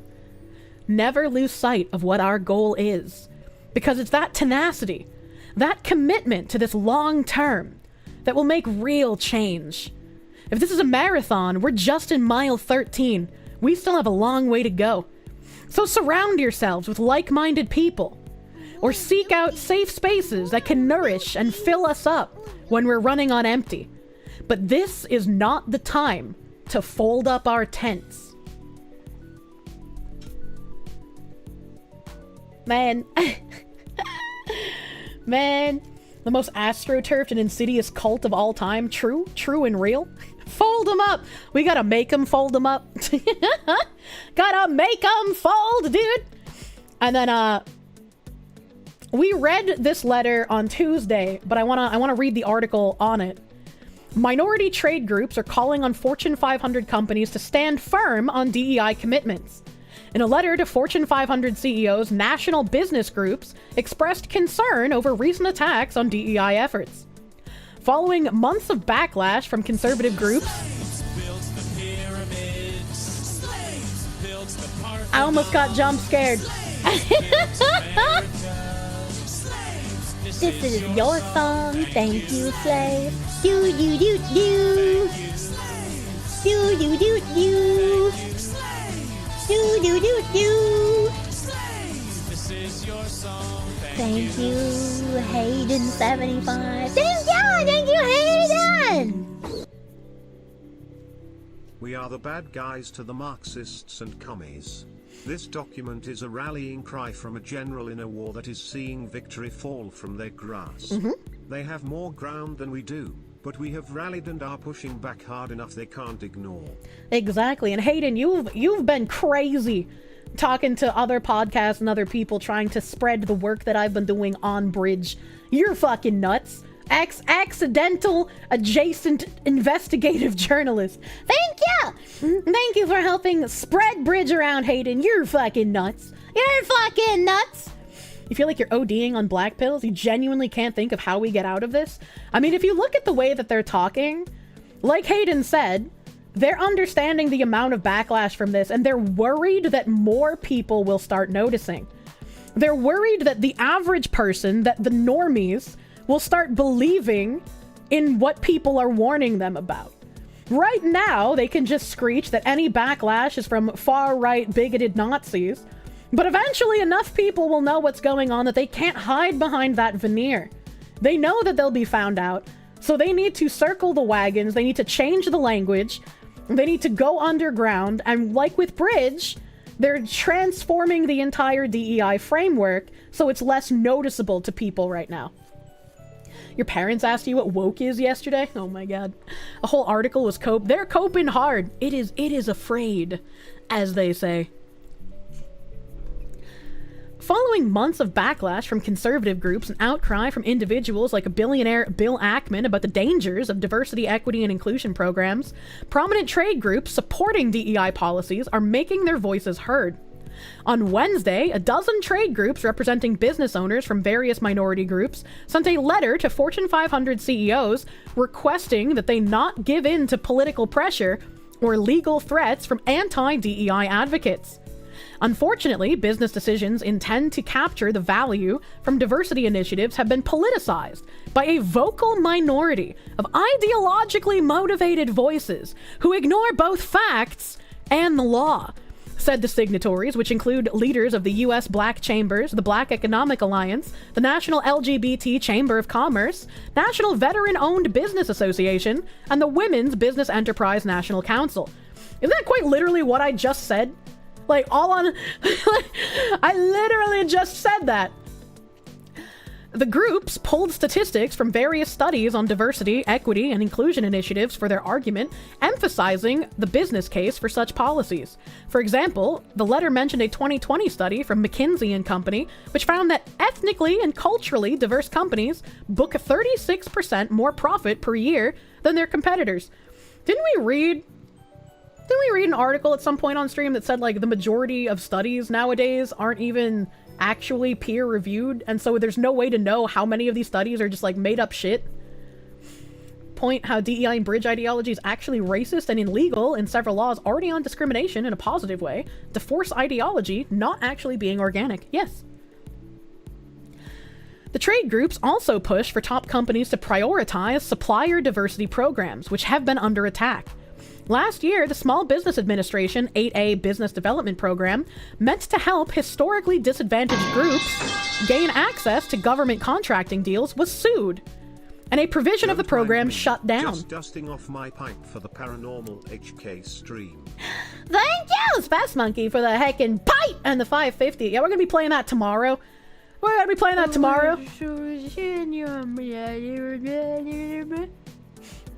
Man, I was sick since Sunday. Oh no! Finally got the idea to get some Arby's. I remembered their horsey sauce as horseradish. Man, I love this zing. Really opens the nose and brings tears to the eyes. This sauce is amazing. Try some ish. It tastes great. Is it called horsey sauce because there's horses in it? Man, thank you for the $5 doodle. Thank you! That's also funny how they're just like, this is an attack on our tenants. It was legally shut down because they were sued for discrimination, and actually found that that's what they were doing. Wow, imagine. Since the overturning of affirmative action last year, which has sparked much of the backlash against DEI, more than a dozen lawsuits have been filed in regards to the corporate DEI policies of companies such as Starbucks, Target, and Progressive. In response, some companies, including Google, Meta, and most recently Zoom, have adjusted their DEI programs or let go of staff once hired to work on said initiatives. And also on Tuesday, and that video is up on my channel, when we read the article about this, Zoom has let go of DEI employees that they had specifically hired in favor of hiring out contractors that are less noticeable. Cake McCackerson, thank you for the $5. The price of freedom is eternal vigilance. We can't let up on the attack on Bridge and DEI. True. True and real. As soon as you want to give up, you know they're continuing doing the work. Opponents are relying on litigation to advance an unpopular anti-growth and anti-competitive agenda to undermine your leadership, the will of the vast majority of the population, and the growth and competitiveness of the U.S. economy. This is such a gross lie. It is insane to me. The fact that affirmative action even got overturned is an incredibly crazy win for people against DEI. And so for the overturning to happen and our laws being like, yeah, actually that was illegal. I don't know how we had this on the books for so long.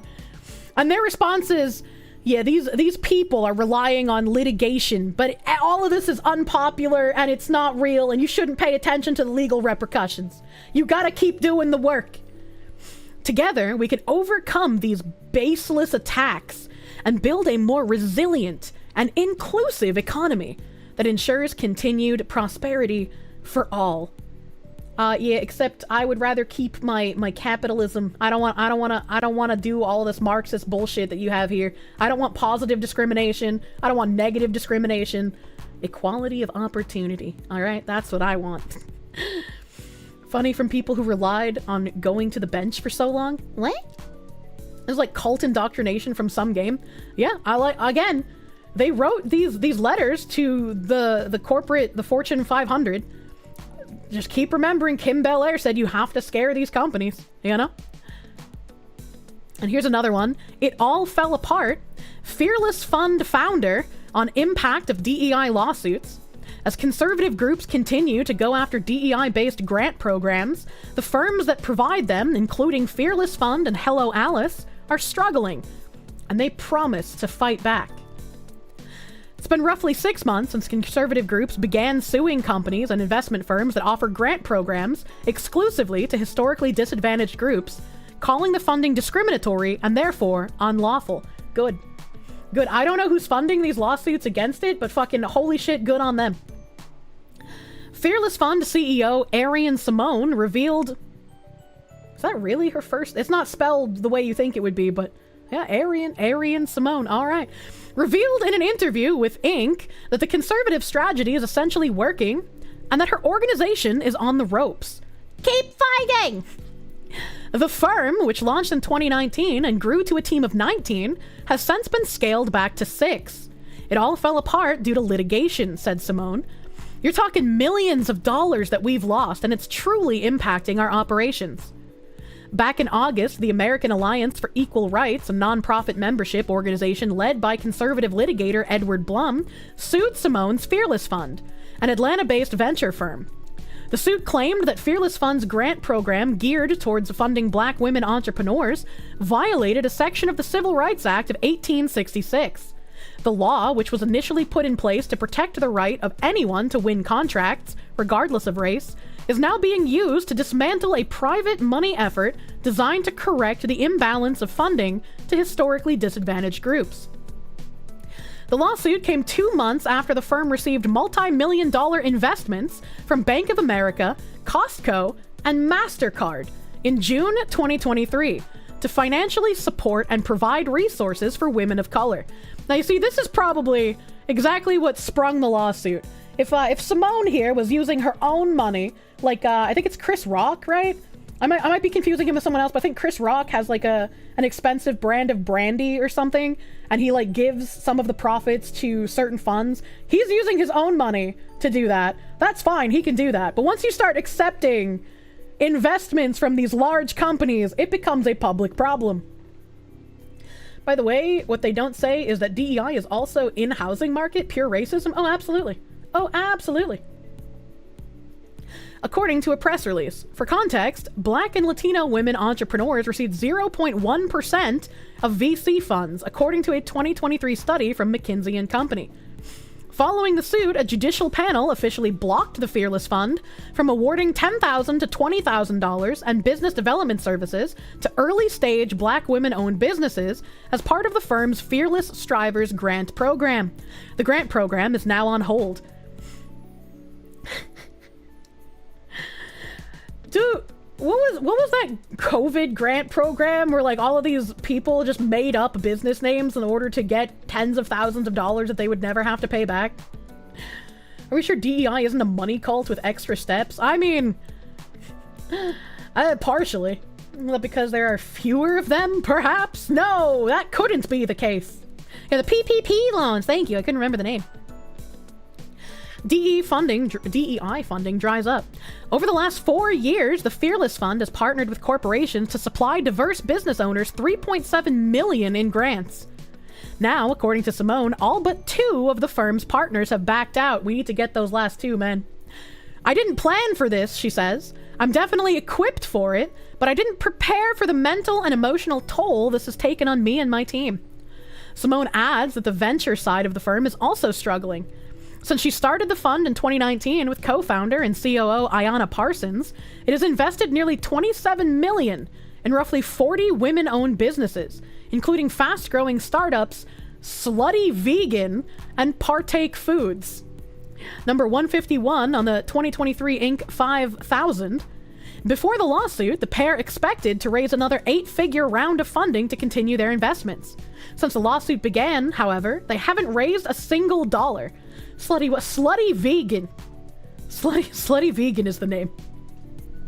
That's redundant. The Fearless Fund isn't the only capital provider facing financial hardship following lawsuits. After right-leaning nonprofit America First Legal sued Hello Alice, an online platform for business owners, claiming its grant program for black-owned small trucking companies was discriminatory, co-founder Elizabeth Gore said the company recently had to downsize significantly from 130 full-time staff to 40. Man, I have a lot of truckers in chat. I have a lot of you truckers in the chat that I'm sure would have loved to have some sort of grant to pay less for your trucks. They opened a Slutty Vegan in a nearby town. Oh my god, you know what it is. Fucking toot toot. It still breaks my heart, actually, says Gore, who launched the company in 2017. It happened right before the holidays in December, and we had to lay off people who had been with us for years. Gore says the lawsuit has also greatly impacted her ability to raise capital. Help. When Hello Alice was first sued in August 2023, she and co-founder Carolyn Rods were in the middle of closing a Series C funding round. Within 2 days of notifying investors about the suit, says Gore, the entrepreneurs lost 2/3 of the entire round. And this is what makes things with in the gaming sector a little weird as well. Because no doubt some places, maybe not the one we're reading here, obviously, because they're in danger, but some of these firms have government funding. And as we found out, there are several, of the gaming startup venture capital things that give the race-based grants out have, the okay from the Canadian government. Get guess. Almost like a need a certain trucker video to come out and show how terrible a country with a leaf was against truckers. True and real. Empowered women don't objectify themselves for 5-second challenge level. Impossible. Sell yourself for the price of a cheeseburger. It's empowering. Trust me. The damage may not be entirely done. Recently, the suit has been given class action status, which Gore believes sets a dangerous precedent. In essence, she said it opens the door so that any white male can sign on to the suit for damages. I mean, well, yeah. Look at what you've been doing. What do you mean? The legal battle exposes how some of America's deepest culture wars are bleeding into business. You have been raging this culture war for decades. People didn't stop you in the 50s. They didn't stop you in the 60s. They didn't stop you in the 70s. It got worse. It got worse. Your side was essentially winning this entire time. And now that we have enough people who are tired of the weak men who made hard times and we're actually giving you pushback, you're now calling it a culture war? Sorry, we've been in a culture war for decades, and now you just finally have people pushing back against you. It's not free hoops anymore, dude. It's not literally free real estate for you at this point. Now you have people actually saying, wait a minute, I don't want this to continue. I genuinely dislike the people who want to be like, oh, we don't, these people bringing the culture war into certain sections. And it's like, well, no, the culture war was brought to us. I just want to grill. I just want to play video game. And what we didn't realize fast enough is that if you want to be left alone, you have to fight against the people who just want to win. It's obnoxious. It's awful. No one wants to do it, but it's important to. Oh, Tiger King. My mom's not single, but she's willing to cheat. Are you up for it? It's bizarre. People just used to laugh this off. Now they can't anymore. I said the same thing. Like, I back during watching, you know, like Sargon's This Week in Stupid and the Gamergate 1 nonsense, I just laughed at these people because it was like, this is hilarious. Nobody should take them seriously. I didn't know at the time how long this had been going on, how insidious it was, and how these people would just scurry like cockroaches and continue what they're doing after we're done laughing at them. You should laugh at these people, obviously, but also have to understand that they have quite a lot more power than we once realized, and that is what we're fighting against. You mean take Asmongold, for example? Even he gets now attacked all the time from the left? That wasn't the case even like 2 to 3 years ago? That's crazy that he gets attacked as well. It's just like, goddamn. Nobody expected people would go full brain damage because of this, but some people did, and this is where we are right now. Yeah. That's like what I was saying earlier. I don't think I finished my thought, but it's like you have the insidious people at the top who know that they're lying, who are directly lying about these things because they want power. They want the chattel class to rule over, and they want everyone in an equal state of misery because they want to feel powerful and they want to enact their ideology on the country. Then you have the people below them that are the true believers who are only somewhat lying because they realize that if they use direct language, then people will easily be able to dismantle what they're trying to say.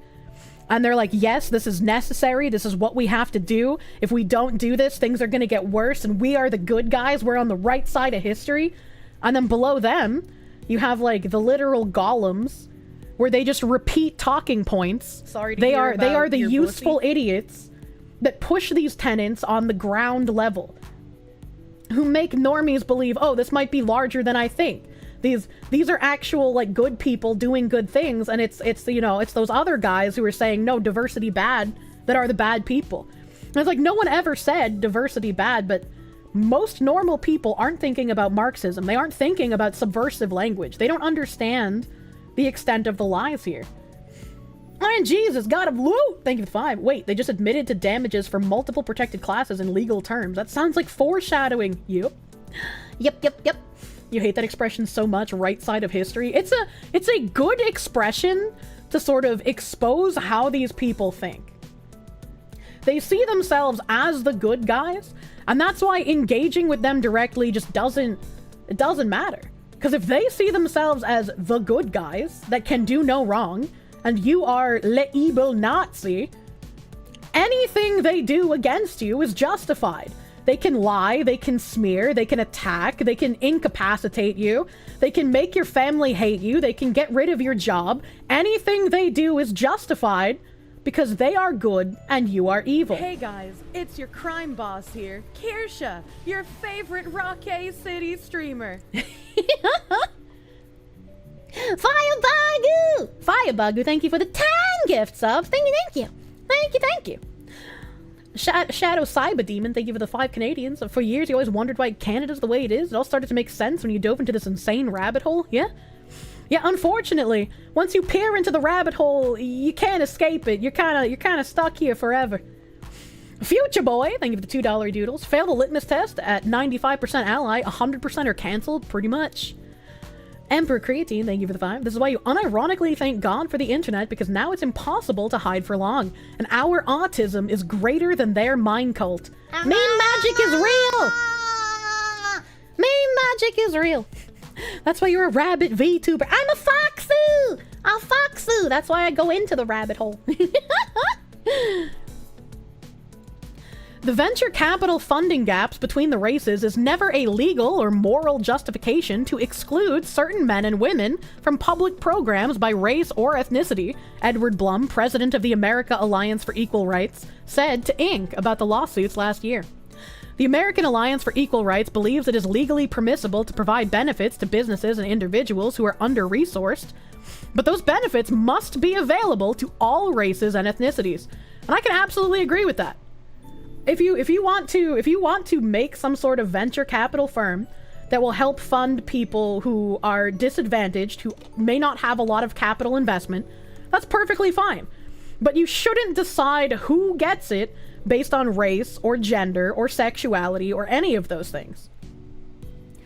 Hello Alice's attorney is Neil Katyal, a former principal deputy solicitor general of the United States, who's been involved in affirmative action cases in the U.S. Supreme Court over the last 25 years, and for the last 7, represented Yale University in its high-profile admission lawsuits.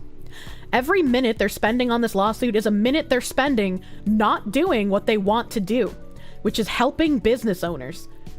Even this is weasel wording. We know what he means when he says it's a minute they're spending not doing what they want to do. Given that funding support for some of these conservative groups continues to grow, America First Legal Foundation reportedly raised $44 million in 2022.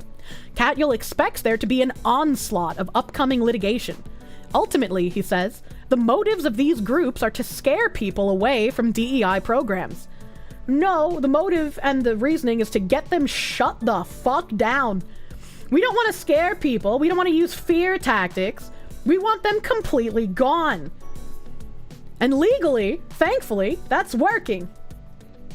He could stop at that want to do phrase and make the same sense, pretty much. Last year in July, shortly after the U.S. Supreme Court overturned the use of affirmative action and admittance practices at colleges and universities, Attorney General from 14 states sent a letter to 100 Fortune 500 CEOs warning them to refrain from discriminating on the basis of race, whether under the label of diversity, equity, and inclusion, or otherwise. Since then, many large companies have notably pulled back on initiatives that were primarily put in place after the murder of George Floyd in 2020. I feel like I literally read this in every single article. Last year, Meta, Tesla, DoorDash, Lyft, and Wayfair all cut workers who were part of DEI efforts. In recent weeks, both Zoom and Snap did the same. And as we learned from reading articles on Tuesday and from previous smart briefs from Bridge, they're cutting them to go further underground. They're not actually cutting them. Yet neither firm plans on shuttering anytime soon, at least not on their own free will. Gore says the core revenue driver of Hello Alice, which offers enterprise software to help corporations track, retain, and manage their small business transactions, remains healthy. As for Simone, she says she is focused on looking for investors in it for the long haul, rather than trying to change the minds of the corporate partners and investors who have pulled out. If I want to, I could pick up the phone and call them now, Simone says, but I'm not going to use my time and energy over spilled milk. I have to get back out there and find who is willing to cut us a check.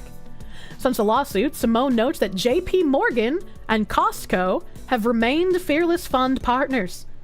Thank God that I go to BJ's. What are the odds that that was an inside job? Ain't no way, dude. That's some serious tinfoil. I appreciate it. Through a spokesperson, JP Morgan Chase declined to comment on the Fearless Fund case specifically. Even so, the Atlanta-based lender says it remains committed to supporting business growth and entrepreneurship among underserved communities as part of our mission to help build a more inclusive economy that benefits everyone, which is good for business. Inc. did not hear back from Costco in time for publication.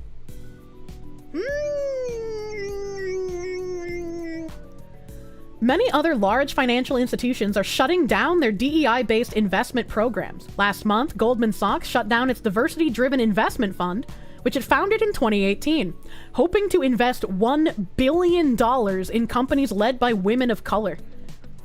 This is a crazy win. Holy fuck.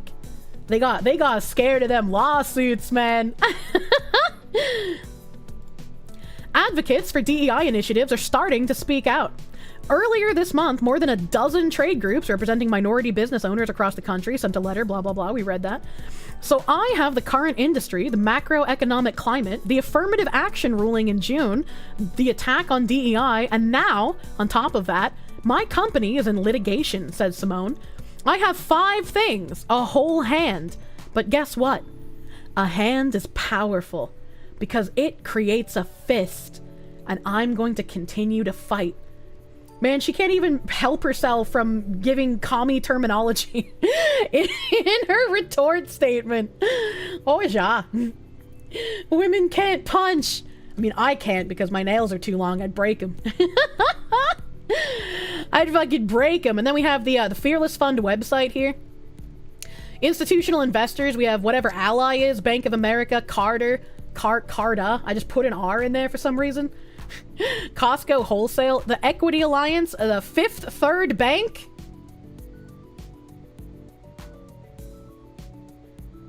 What? Florida Agricultural Mechanical University, General Mills, Invest Atlanta, Insight Partners, JP Morgan Chase & Co., Lisk, MasterCard, PayPal, The Jump Fund, Women Investing in Women, and Wellington Management. The Fearless Fund has corporate partners to support this class of entrepreneurs. Fearless previous and current sponsors. Oh, they put them all into one group so you can't tell who is still funding this. We got Bumble, the dating app, Close the Gap, Health Equity for Life, Coca-Cola, Facebook, Honest Tea, Microsoft, Mirel Organics, Porsche? Why the fuck is Porsche in here? Simple Truth, Spanx by Sarah Blackley, Steve Madden, Urban Skin RX, Suja, Shea Moisture, MasterCard Start Path, Tory Burch, UPS, and Walmart. And here's a little video.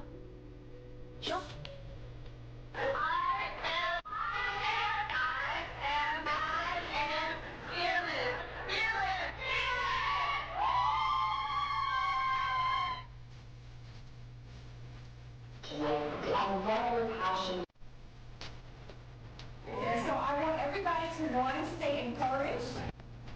Leverage each other. Wherever you have a weakness, recognize and have it as a strength.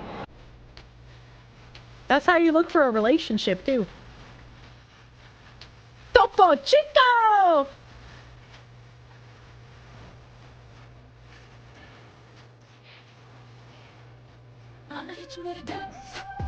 Am I gonna get DMCA'd for this? Might need Ziz to cut the music.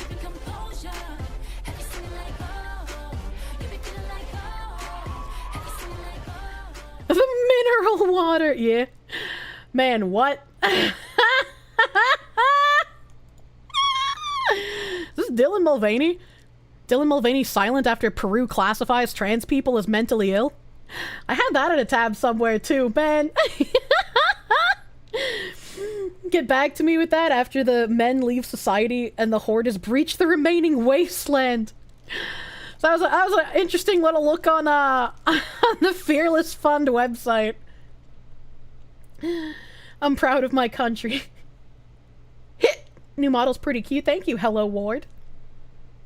What do I have here? What do I have here? I have a JPEG. Oh, okay. Cheeseburger. Hey Ear, did you see about the former DI official for FB and Nike defrauding $5 million from them? Got a 5-year sentence recently-ish. Her name is Barbara Furlow Smiles if you want to look it up. Oh, I absolutely want to look it up, because no, I haven't seen that. I haven't seen that. I have. Let's see here. Where's my thing here? All right, so this article, we're doing a little bit of overtime chat. We're doing a little bit of overtime. All right, okay. How Yum Brands is developing its people and aiming for gender parity. Chief Equity, Inclusion, and Belonging Officer James Fripp shares how the company is making an impact. Yum Brands is an owner of things like KFC, Taco Bell, Pizza Hut. They're like a fast food owner. Yum Brands is the largest restaurant company in the world and has more than 1 million employees in its system around the globe.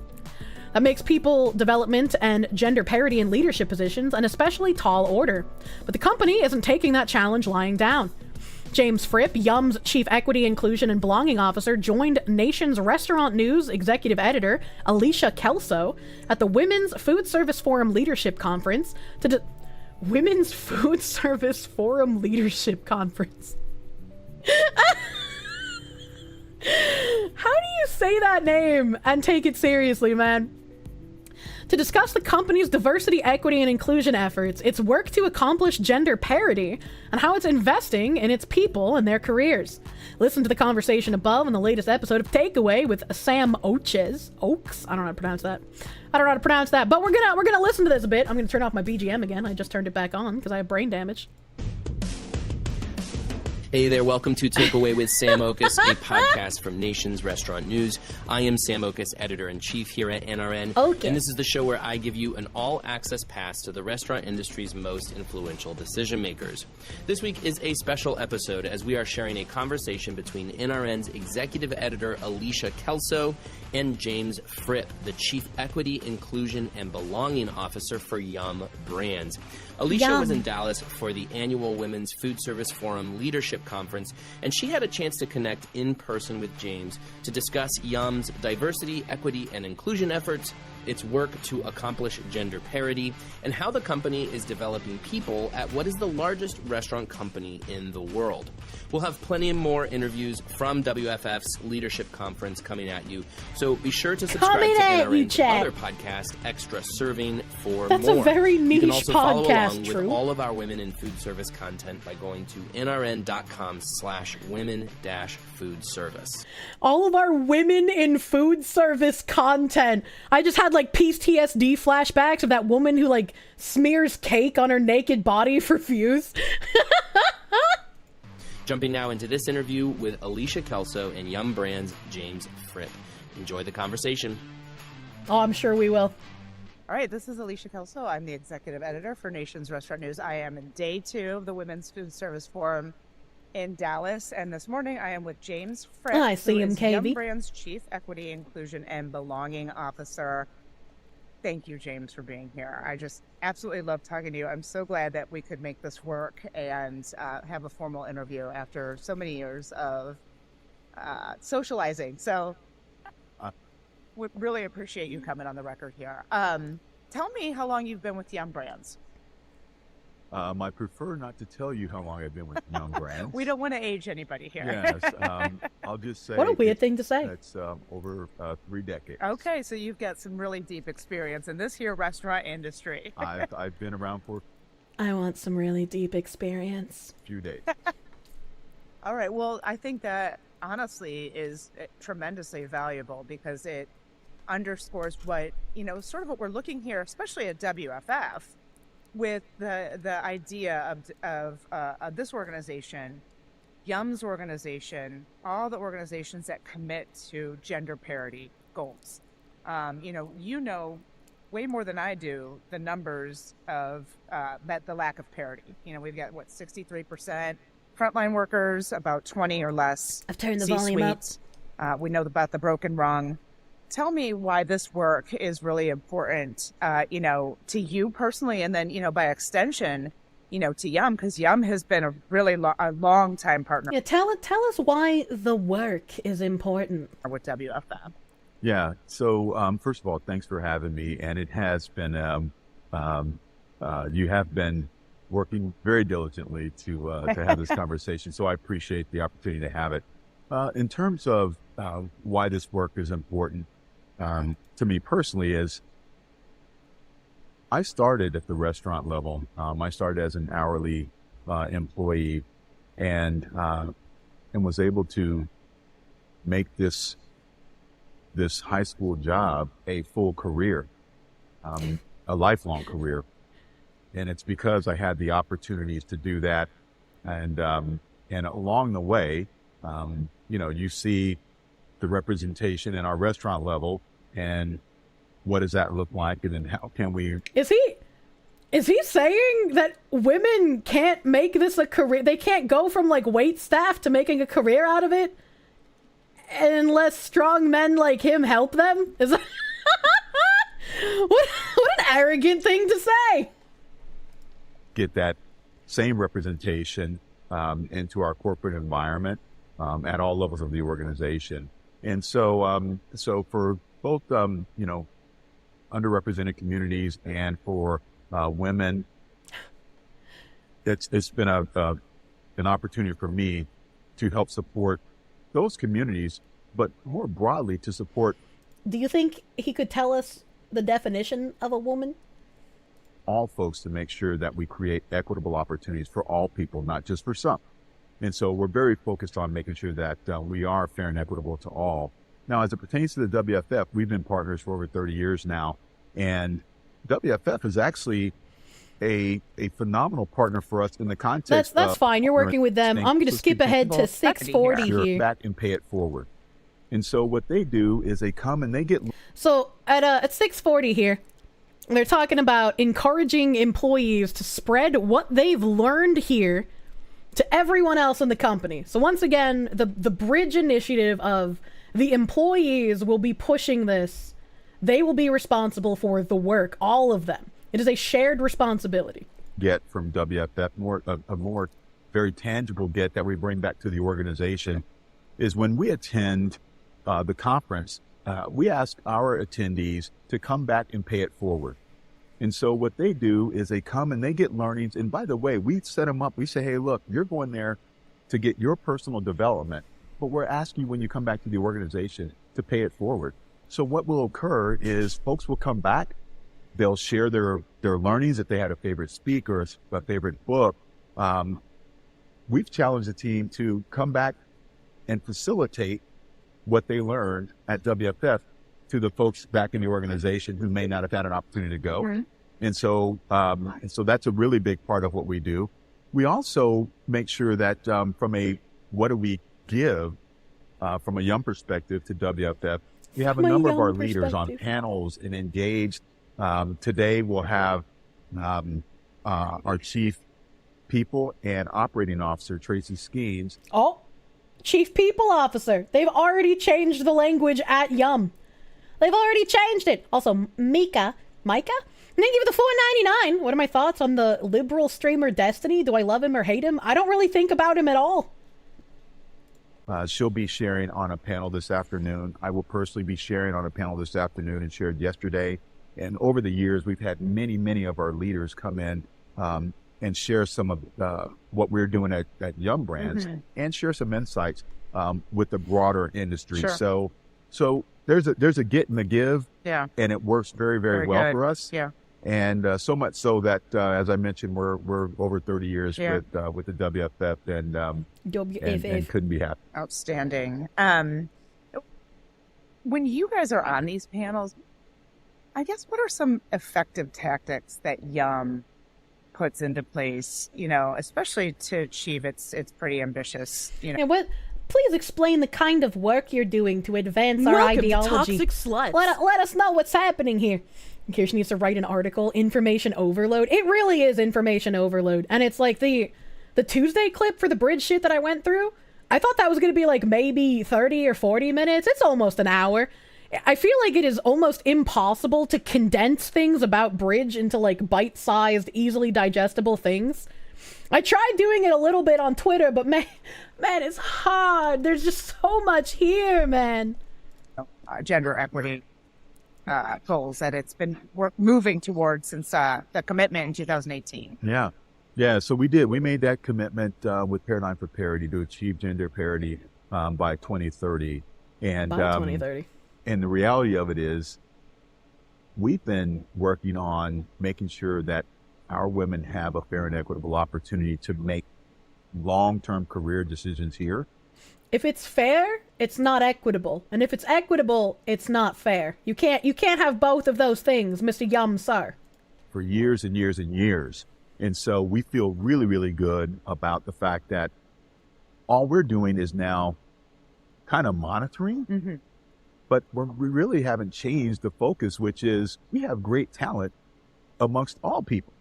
And we're just very diligent to make sure that we create those opportunities, see those folks, and develop all of our folks to give them a fair and equitable opportunity to get there. So from a women's perspective, over 50% of our folks in our restaurants are women.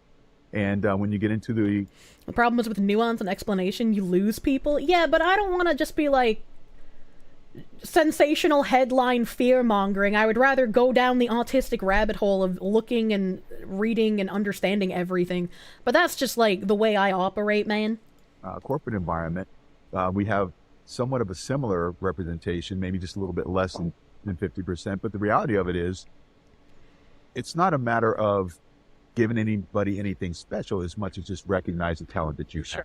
Sure. So that's where we're at, and that's what we're doing, and we're very excited about the work we're doing. I'm sure they are. Our KFC brand will be putting out a press release that will talk about the progress that they've made on our parity goals and aspirations and the gender experience gap. The gender experience gap?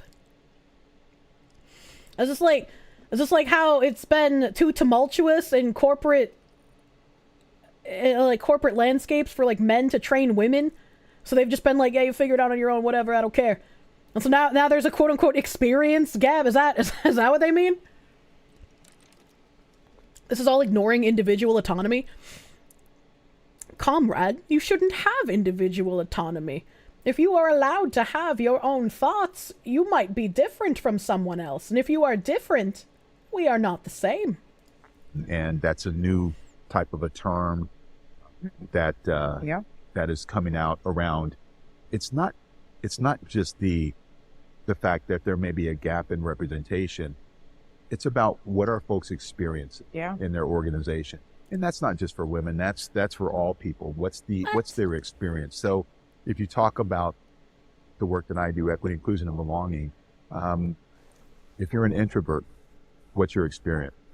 If you're an extrovert, what's your experience? If you have some neurodiversity, what's your experience? So this whole notion of how does he plan on making that kind of experience like gapped? How does he plan on putting equity in some sort of experience like if as an introverted individual with crippling anxiety, there's no way you can make my experience equal to that of someone who is like a profound extrovert. I was like, what? I don't get it. I don't understand. If you're fucking nuts and think people are demons, what's your experience? The experience doesn't just apply to women, it applies to all people. Sure. And we're trying to make sure that we look at it in that way, because the belief is if you can solve for the experience gap, then you can increase retention and engagement. And it just really creates an opportunity for folks to truly feel like they belong. And that's what we're working to do, not for some people, but for all. Very good. Very good. What is he even talking about? Fucking what? They just sell slop. What is happening, man? Like the term experience gap. It's funny because my colleagues who are here with me today, you know, this conference is so refreshing for us because we go to other conferences all the time. And I was at a recent conference, and I actually took my camera out to record the check-in line. There were only 3 women in there out of about 200 people. And it was optically, it was stunning. And it was something you just felt as a woman, like, oh gosh, do I belong here? Mm. And then you come here and you're like, I belong here. So I like that whole concept of experience gap and how it applies to, you know, your company and especially to here. Yeah, I like people barring women from going there, miss. If it's too expensive, because these companies, like Bridge was charging thousands. Like to go to the like Bridge 24 thing in California, it was expensive. But that prohibitive cost doesn't matter for your gender. That's like a are you too poor thing, right? What the heck?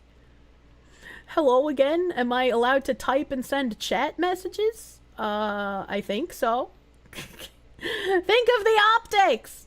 You mentioned the paradigm for parity that Yum committed to in 2018. Yum. The goal is to get to parity at the C-suite level by 2030. Is that correct? Well, the goal is to make sure that we are representative of our customer base at all levels and in all functions across our enterprise. Okay. And how is that effort going? We're 2024, so we're what? Having like specific quotas to meet for like you need this many women, you need this many trans people, you need this many black people, I don't think is going to work out very well. Because like if you run out of qualified candidates for certain positions, how are you supposed to sort of shimmy your way around that?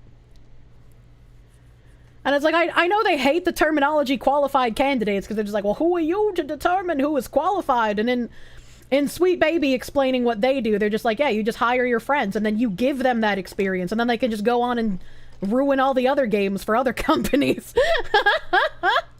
I'm not a math person. They hired me to write. So we're 6 years into this, 6 years out from the goal. How's progress looking here? Yeah, we're tracking very, very well. And when I say tracking, we're monitoring the numbers. We're not doing anything that is, hey, look, try to fill a gap just because you see your numbers aren't there. As I mentioned, we have representation of a very healthy representation of women in our organization. A very healthy representation of women, by the way. This is such like a corporate view on things. They're just like, yeah, these aren't people, they're numbers, and the numbers help us. They make us look like good people. And we just want to make sure that all people have a equitable opportunity for the roles, and may the best. There shouldn't be equitable opportunities. Equitable opportunity should not exist. It should be equal opportunity. Equitable opportunity means ensuring equality of outcome. And you don't want that. Person wins. Sure. And we are making very, very good progress against it. In fact, we feel like given the numbers of the representation of our population, we feel like we'll be able to get there before 2030. But the reality of it is, it's recognizing the talent that you have that is there, and quite honestly has been there. Sure. And then making sure folks get the development that they need. Sure. And that's what we're doing here at WFF, is making sure folks get the development that they need. I wonder if and tell me if this is off in space, but I wonder if aggressively putting these goals out there and having the WFF partnership, since everything that Yum has done is actually a more attractive recruitment tool for women who are suitable for those roles versus other companies that might not be as aggressive. Yeah. So we would say that our commitment is I don't really care about how about this question. I want to hear it, but man, we don't need to be very aggressive about it. We are just doing what we do and just recognizing the talent that we have. And so there's not a whole lot of aggression around it, as much as look around and see who's at your table. And our mission and our goal is to make room for all people and voices at our table. And so in doing so, you look around the table, you see who's not there, and you look to see if that talent is in your organization at whatever level, and then you give that talent the opportunity to have experiences that will prepare them for some of these roles. Mm-hmm. Some make it, some don't. Right. But that's just the nature of the beast. But that's the nature of the beast. That's why we give some people disproportionate opportunity to others. But it really is for us in terms of, does it help us attract talent? I think what helps us attract talent more than anything is our culture. Our culture is the culture of Yum Brands, by the way. Very, very strong people culture. It's a recognition culture. We work Gee, hard Sally, and we play your hard. boyfriend lets you have 2 comms? Sally scared me. Helmet boy, thank you for the 2 months of prune. Thank you. My strongest warrior. But most importantly, we value people, and the folks who work with and for us know that. And I'll give you just one example. Please. Please. Over the last number of years during COVID, we had something called Chat with David calls, and we're still having those today. But that's where our CEO gets on the call, and everybody who wants to join can. And we talk about the business. We talk about what's worked to the business. We talk about what's going on. But in those conversations, they always start out with what's going on personally with that leader. Mm-hmm. And there's been some great stories from our leaders over the years. But what it did was it said to... Does anybody actually think that?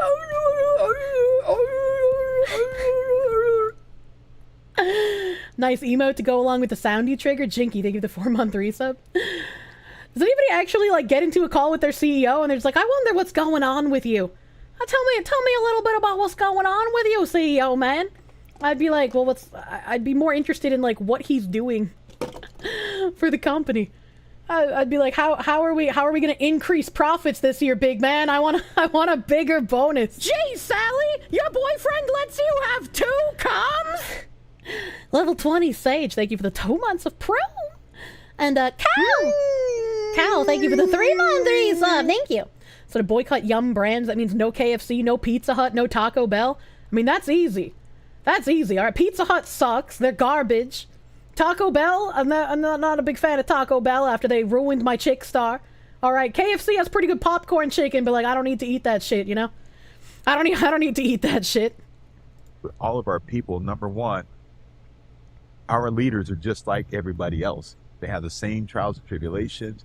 They're going through the same challenges and all those kinds of things. And what it did was it endeared our people to the culture of our organization, which is everybody could be transparent about what. Oh, I see what he's doing. He's saying they're going through the same trials and tribulations of trying to push the ideology as everybody else who's doing it, so they can come together on the common ground there. I understand. They're going because our leaders are transparent about what they're going through, and as a result of that, it creates this culture where engagement is open engagement.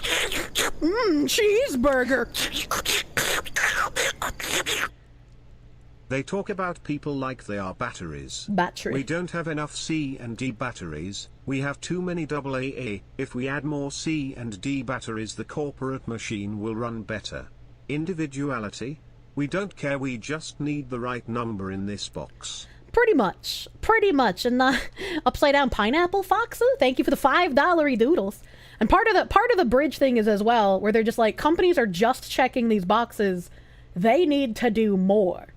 They need to do more than just check the box.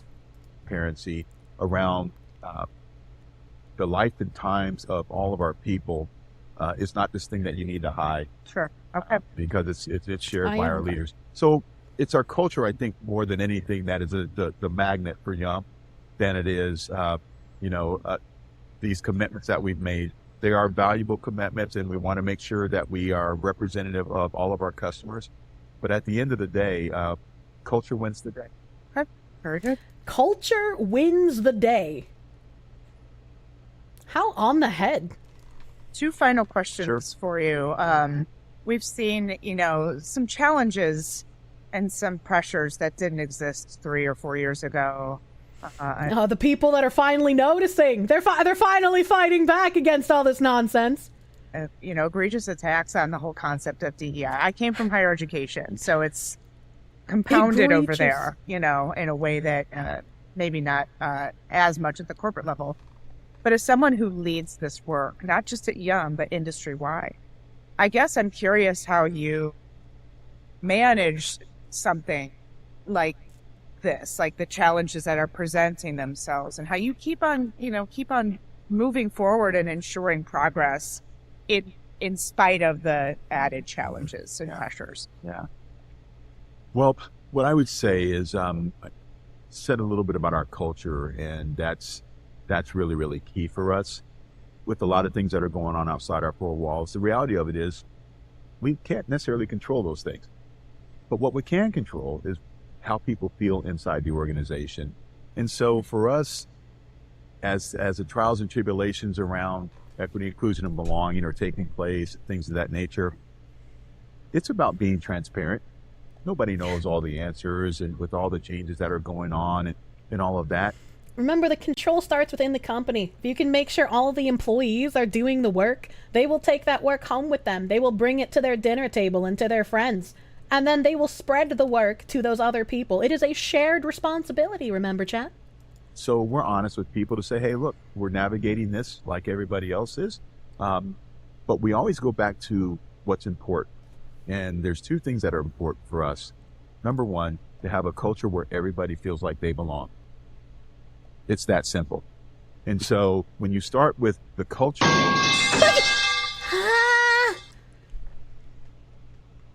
It's 9 p.m. Foxu. Are you sure you can stream right now? Also, you do know that an upside down pineapple on a house means swingers live in the house, right, Kirsche? Didn't know you were into swinging. It's a good thing I'm not a fucking almost that, ain't it? Mr. Trials and Tribulations, thank you for the 555. I want to finish up the recording. I don't want to stop the recording and leave in the middle of it, you know? Hi, new fan, short-time watcher, long-time thinker. I have to say, I don't think people give me as much credit as I deserve. I seem awesome. Keep it up. Thank you. Thank you. Yeah, they see anime woman and they just get angry. They see red. They think I'm some sort of e-thought. Notice I didn't say you start with an issue. You start with I'm really jumpy right now for some reason. What the fuck? Yamamoto, thank you for the 500 biddies. Everyone should watch The Wave and or read up on the Third Wave Experimente. True? True and real? culture. And we lean on our culture to say we are about and we are for all people, not just some. And if you were for all people, not just some, you wouldn't be doing any sort of equity nonsense. You wouldn't be doing diversity, equity, and inclusion initiatives. You wouldn't be positively, quote unquote, discriminating against certain people.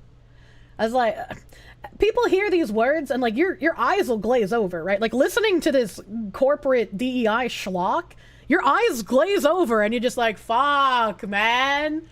It's like, you have to pay attention because that's how they get you. They have those buzzwords that'll like ting you back into paying attention. And you're just like, oh yeah, that sounds good. These people are doing good things, great things. Believe me. then you bring that to life in the organization. So that's how we navigate it. Is we're working to continue to move forward. We're working to make sure we're working to continue to move forward.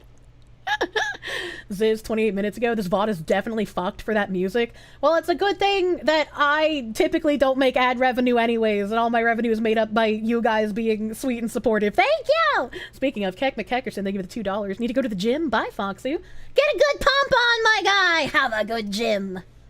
that everybody feels like they belong. And we're working hard to make sure that we're relevant, easy, and distinctive. To make sure that we have... We're working hard to make sure we're relevant, easy, and distinctive.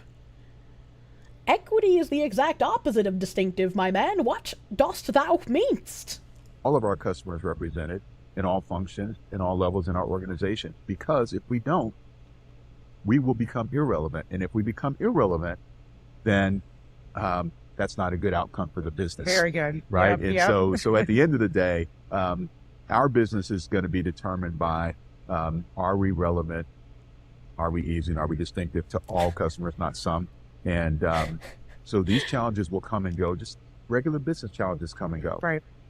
The question is, can your culture sustain you during these types of times?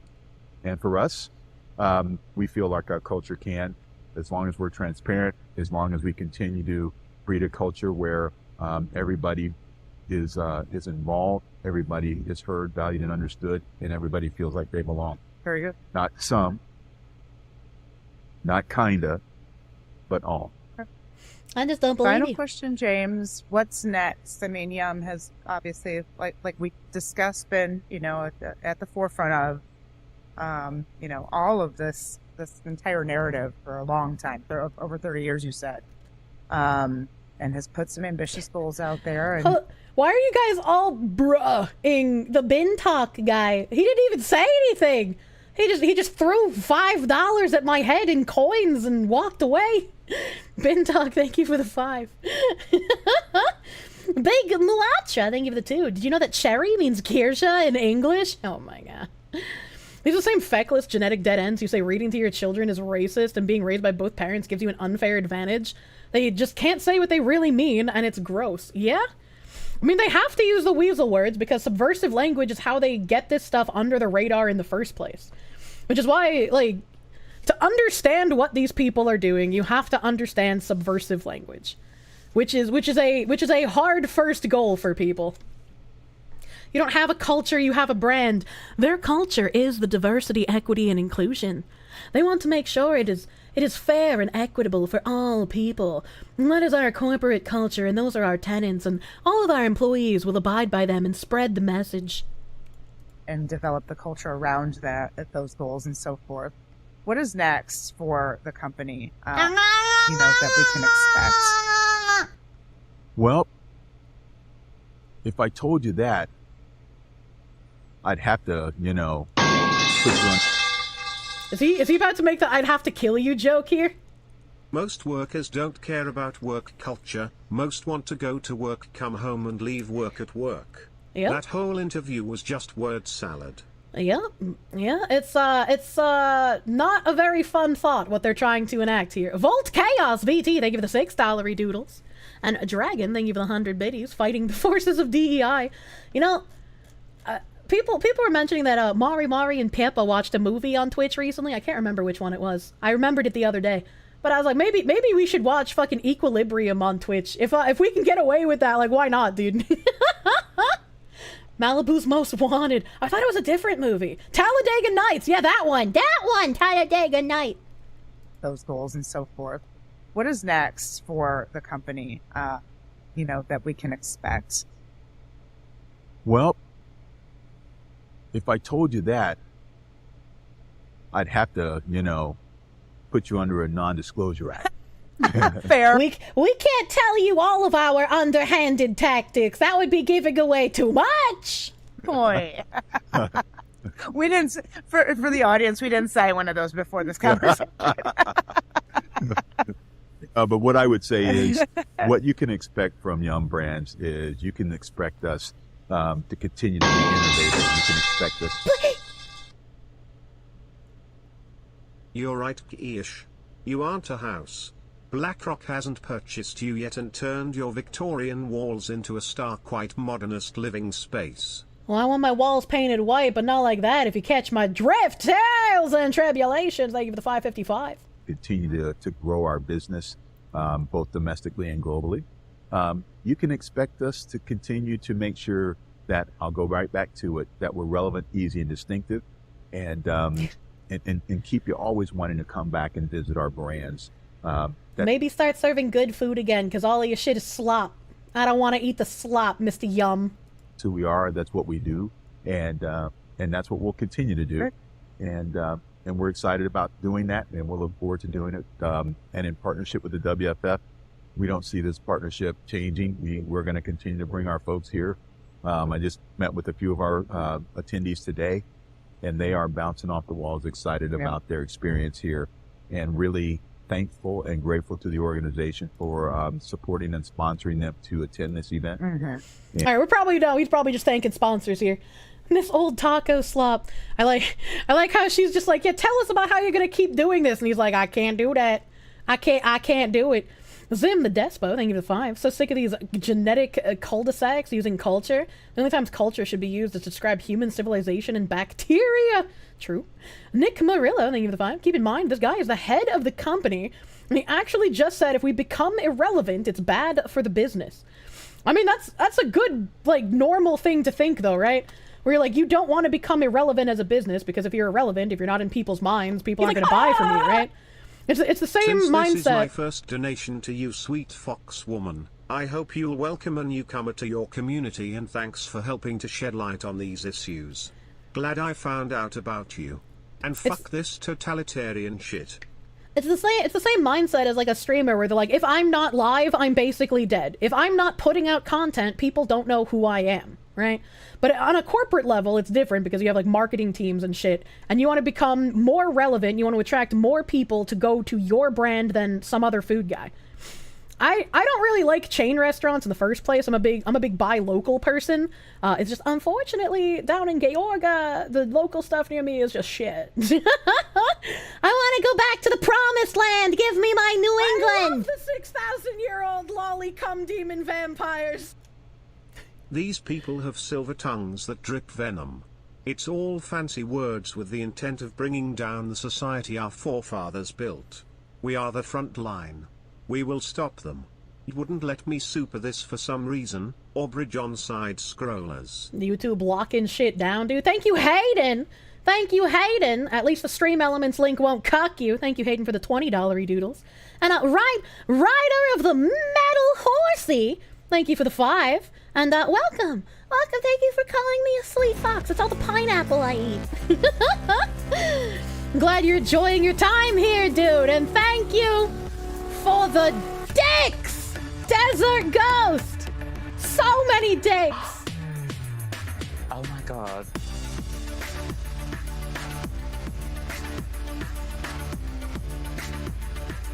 I'm loving this. I'm trying to swallow. My throat is eating me in real time. Desert Ghost, thank you for the 20,000 biddies. Oh God, that's so many. That's so many biddies. Thank you. Thank you. That's a lot of bits. Thank you.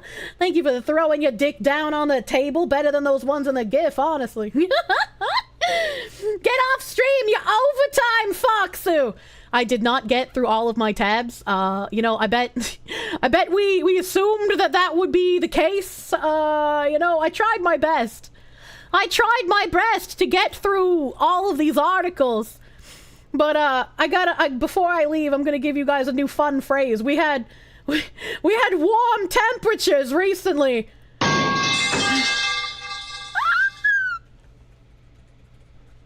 No promised land for you, Kirsche. You will be fated with trying to date only to find they are all gay, ferociously gay, and only finding out at the last minute. All your himbos will be for men only. Suffer, Fox, suffer. Not a YouTuber, by the way. Thank you for the 555. Please do not put that curse upon my house. I do not want it.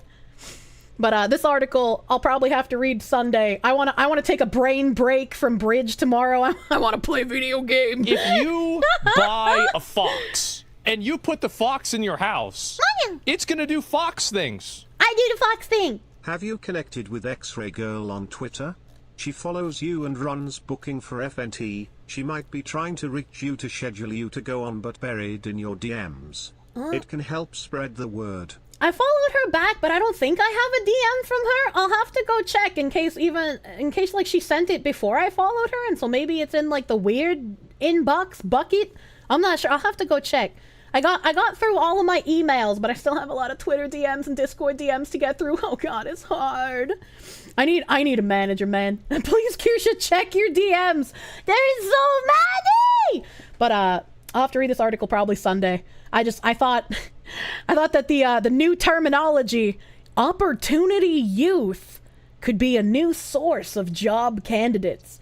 And this article's kind of funny, so I can't wait to read it. There's so many articles. I have 1, 2, 3, 4, 5, 6, 7, 8, 9, 10, 11, 12, 13, 14, 15, 16, 17, 18, 19, 20, 21, 22, 23, 24, 25, 26, 27, 28, 29, 30, 31, 32, 33, 34, 35, 36, 37.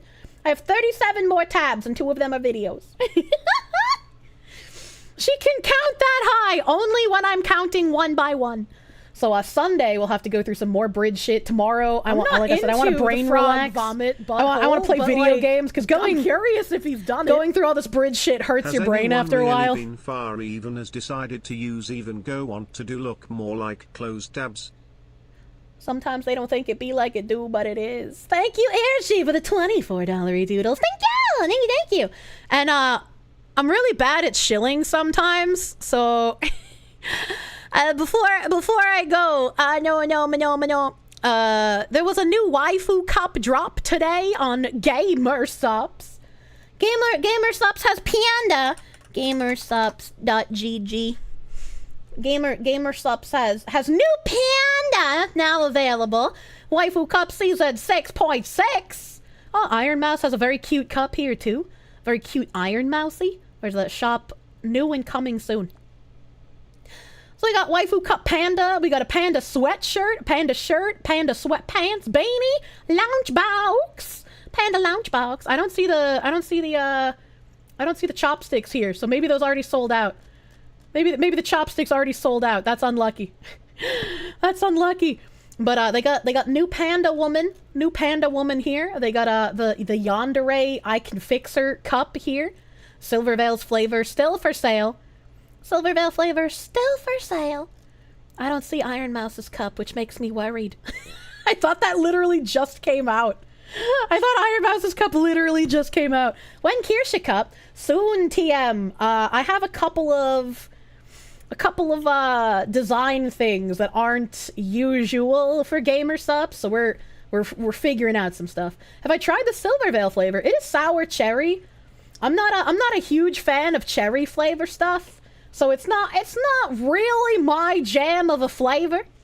Is Uwu Market the best place to get my merch? Currently, Uwu Market is the only place to get Kirsche merch. When my GamerSupps cup drops, there will be a couple of merch pieces along with the cup. And once the cup comes out, depending on how sales are for the cup, is if I'll get a flavor or not. I don't have any more information on that right now, and there is a bit of NDA revolving around it, so we'll have to structure the on-stream graphic for that a bit differently. But I'm Cherry. Yeah, I'm not a cannibal, dude. I'm not a cannibal. But I wanted to shill GamerSupps a little bit. You can get 10% off your order with the code Kirsche. Butter dog, dog with the butter dog, with the butter on the dog, butter dog.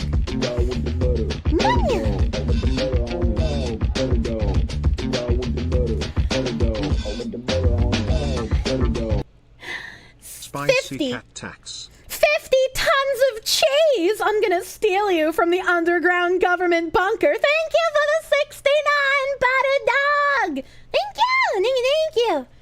If Tangent Juice isn't cherry flavor, I'll personally riot! 50 tons of gamer... I have so much GamerSupps, you guys. I'm still chugging my Jujutsu Kaisen because that's my favorite flavor. I love the Jujutsu Kaisen by itself, but it also tastes really good mixed with dragon fruit. That shit fucking slaps! It slaps so goddamn hard! I saw someone say, unfortunately, apparently, Piapa's not streaming tonight. Ooh, no Piva! We're dying. If 3 unopened tubs, I do not have a problem. I don't know how many unopened tubs I have at this point, but it's a good amount. It's a good amount. I miss her. Ooh. True and real. Let's see whom else is online right now. Let's see whom else is online. I know.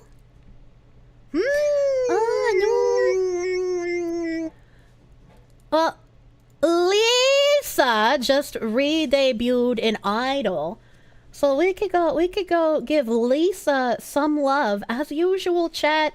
If I see you being weird little guys in a Say So Streamers chat, I will ban your ass here. All right. You gotta know when to be a weird little guy. So be on your best behavior for Lisa. Be on your best behavior. I can't tell. She said stream reboot? Okay, I was like, is she ending? I'm gonna be sad. I hiccuped in the middle of a laugh. Ow. Butter dog. Put the butter on the dog. Butter dog. Dog with the butter. Butter dog. Butter dog. Dog with the butter. Butter dog. I love it! Don't forget. The DEI is afraid. It is fighting, but it knows it is losing the fight. Do not eat the black pill. Get the white pill and eat it the fuck up. Help! Hey guys, smash that like button, leave a comment, push me in the algorithm. Spider God, thank you for the 69 butter dog. Thank you. Now, don't get demoralized. That's what they want. They want you demoralized so you give up and just let them take over. Don't go down without a fight. Don't give up. No black pilling. Spider God, thank you for the 69 buttered dogs. Mr. Winter Basket. How cute. There's probably a lot of holly on there. Thank you for the 11-month resub. Thank you. Thank you. And Pointy Superman. Pointy Superman, thank you for the 5 gift subs. Banefield Death. I feel like I have DMs to answer from you, sir. I have to scroll so far to even get to my Discord servers because we have so many DMs. Banefield, thank you for the 39-month resub. Thank you. I am up late tonight. I am a happy Foxu. My brain is melted from talk of fucking DEI bullshit. Yeah, we're gonna go raid a Chica Fuji Lisa. Be very kind. Be very nice and normal to the Say So Sheepy. She's got a beautiful singing voice. She's got a hefty pair of lungs on her. My God, can she sing? So go give Lisa some love, and I will see you guys tomorrow for video games. I'm gonna finish up a Paranormal HK. Probably take a hot minute because I'm a scared little bitch. Oh God, I am so terrified of horror games. And Sunday we'll be doing some more bridge shit again. She has a bountiful pair of lungs. Absolutely. I hope you guys have a great rest of your night. Bye bye. Bye bye.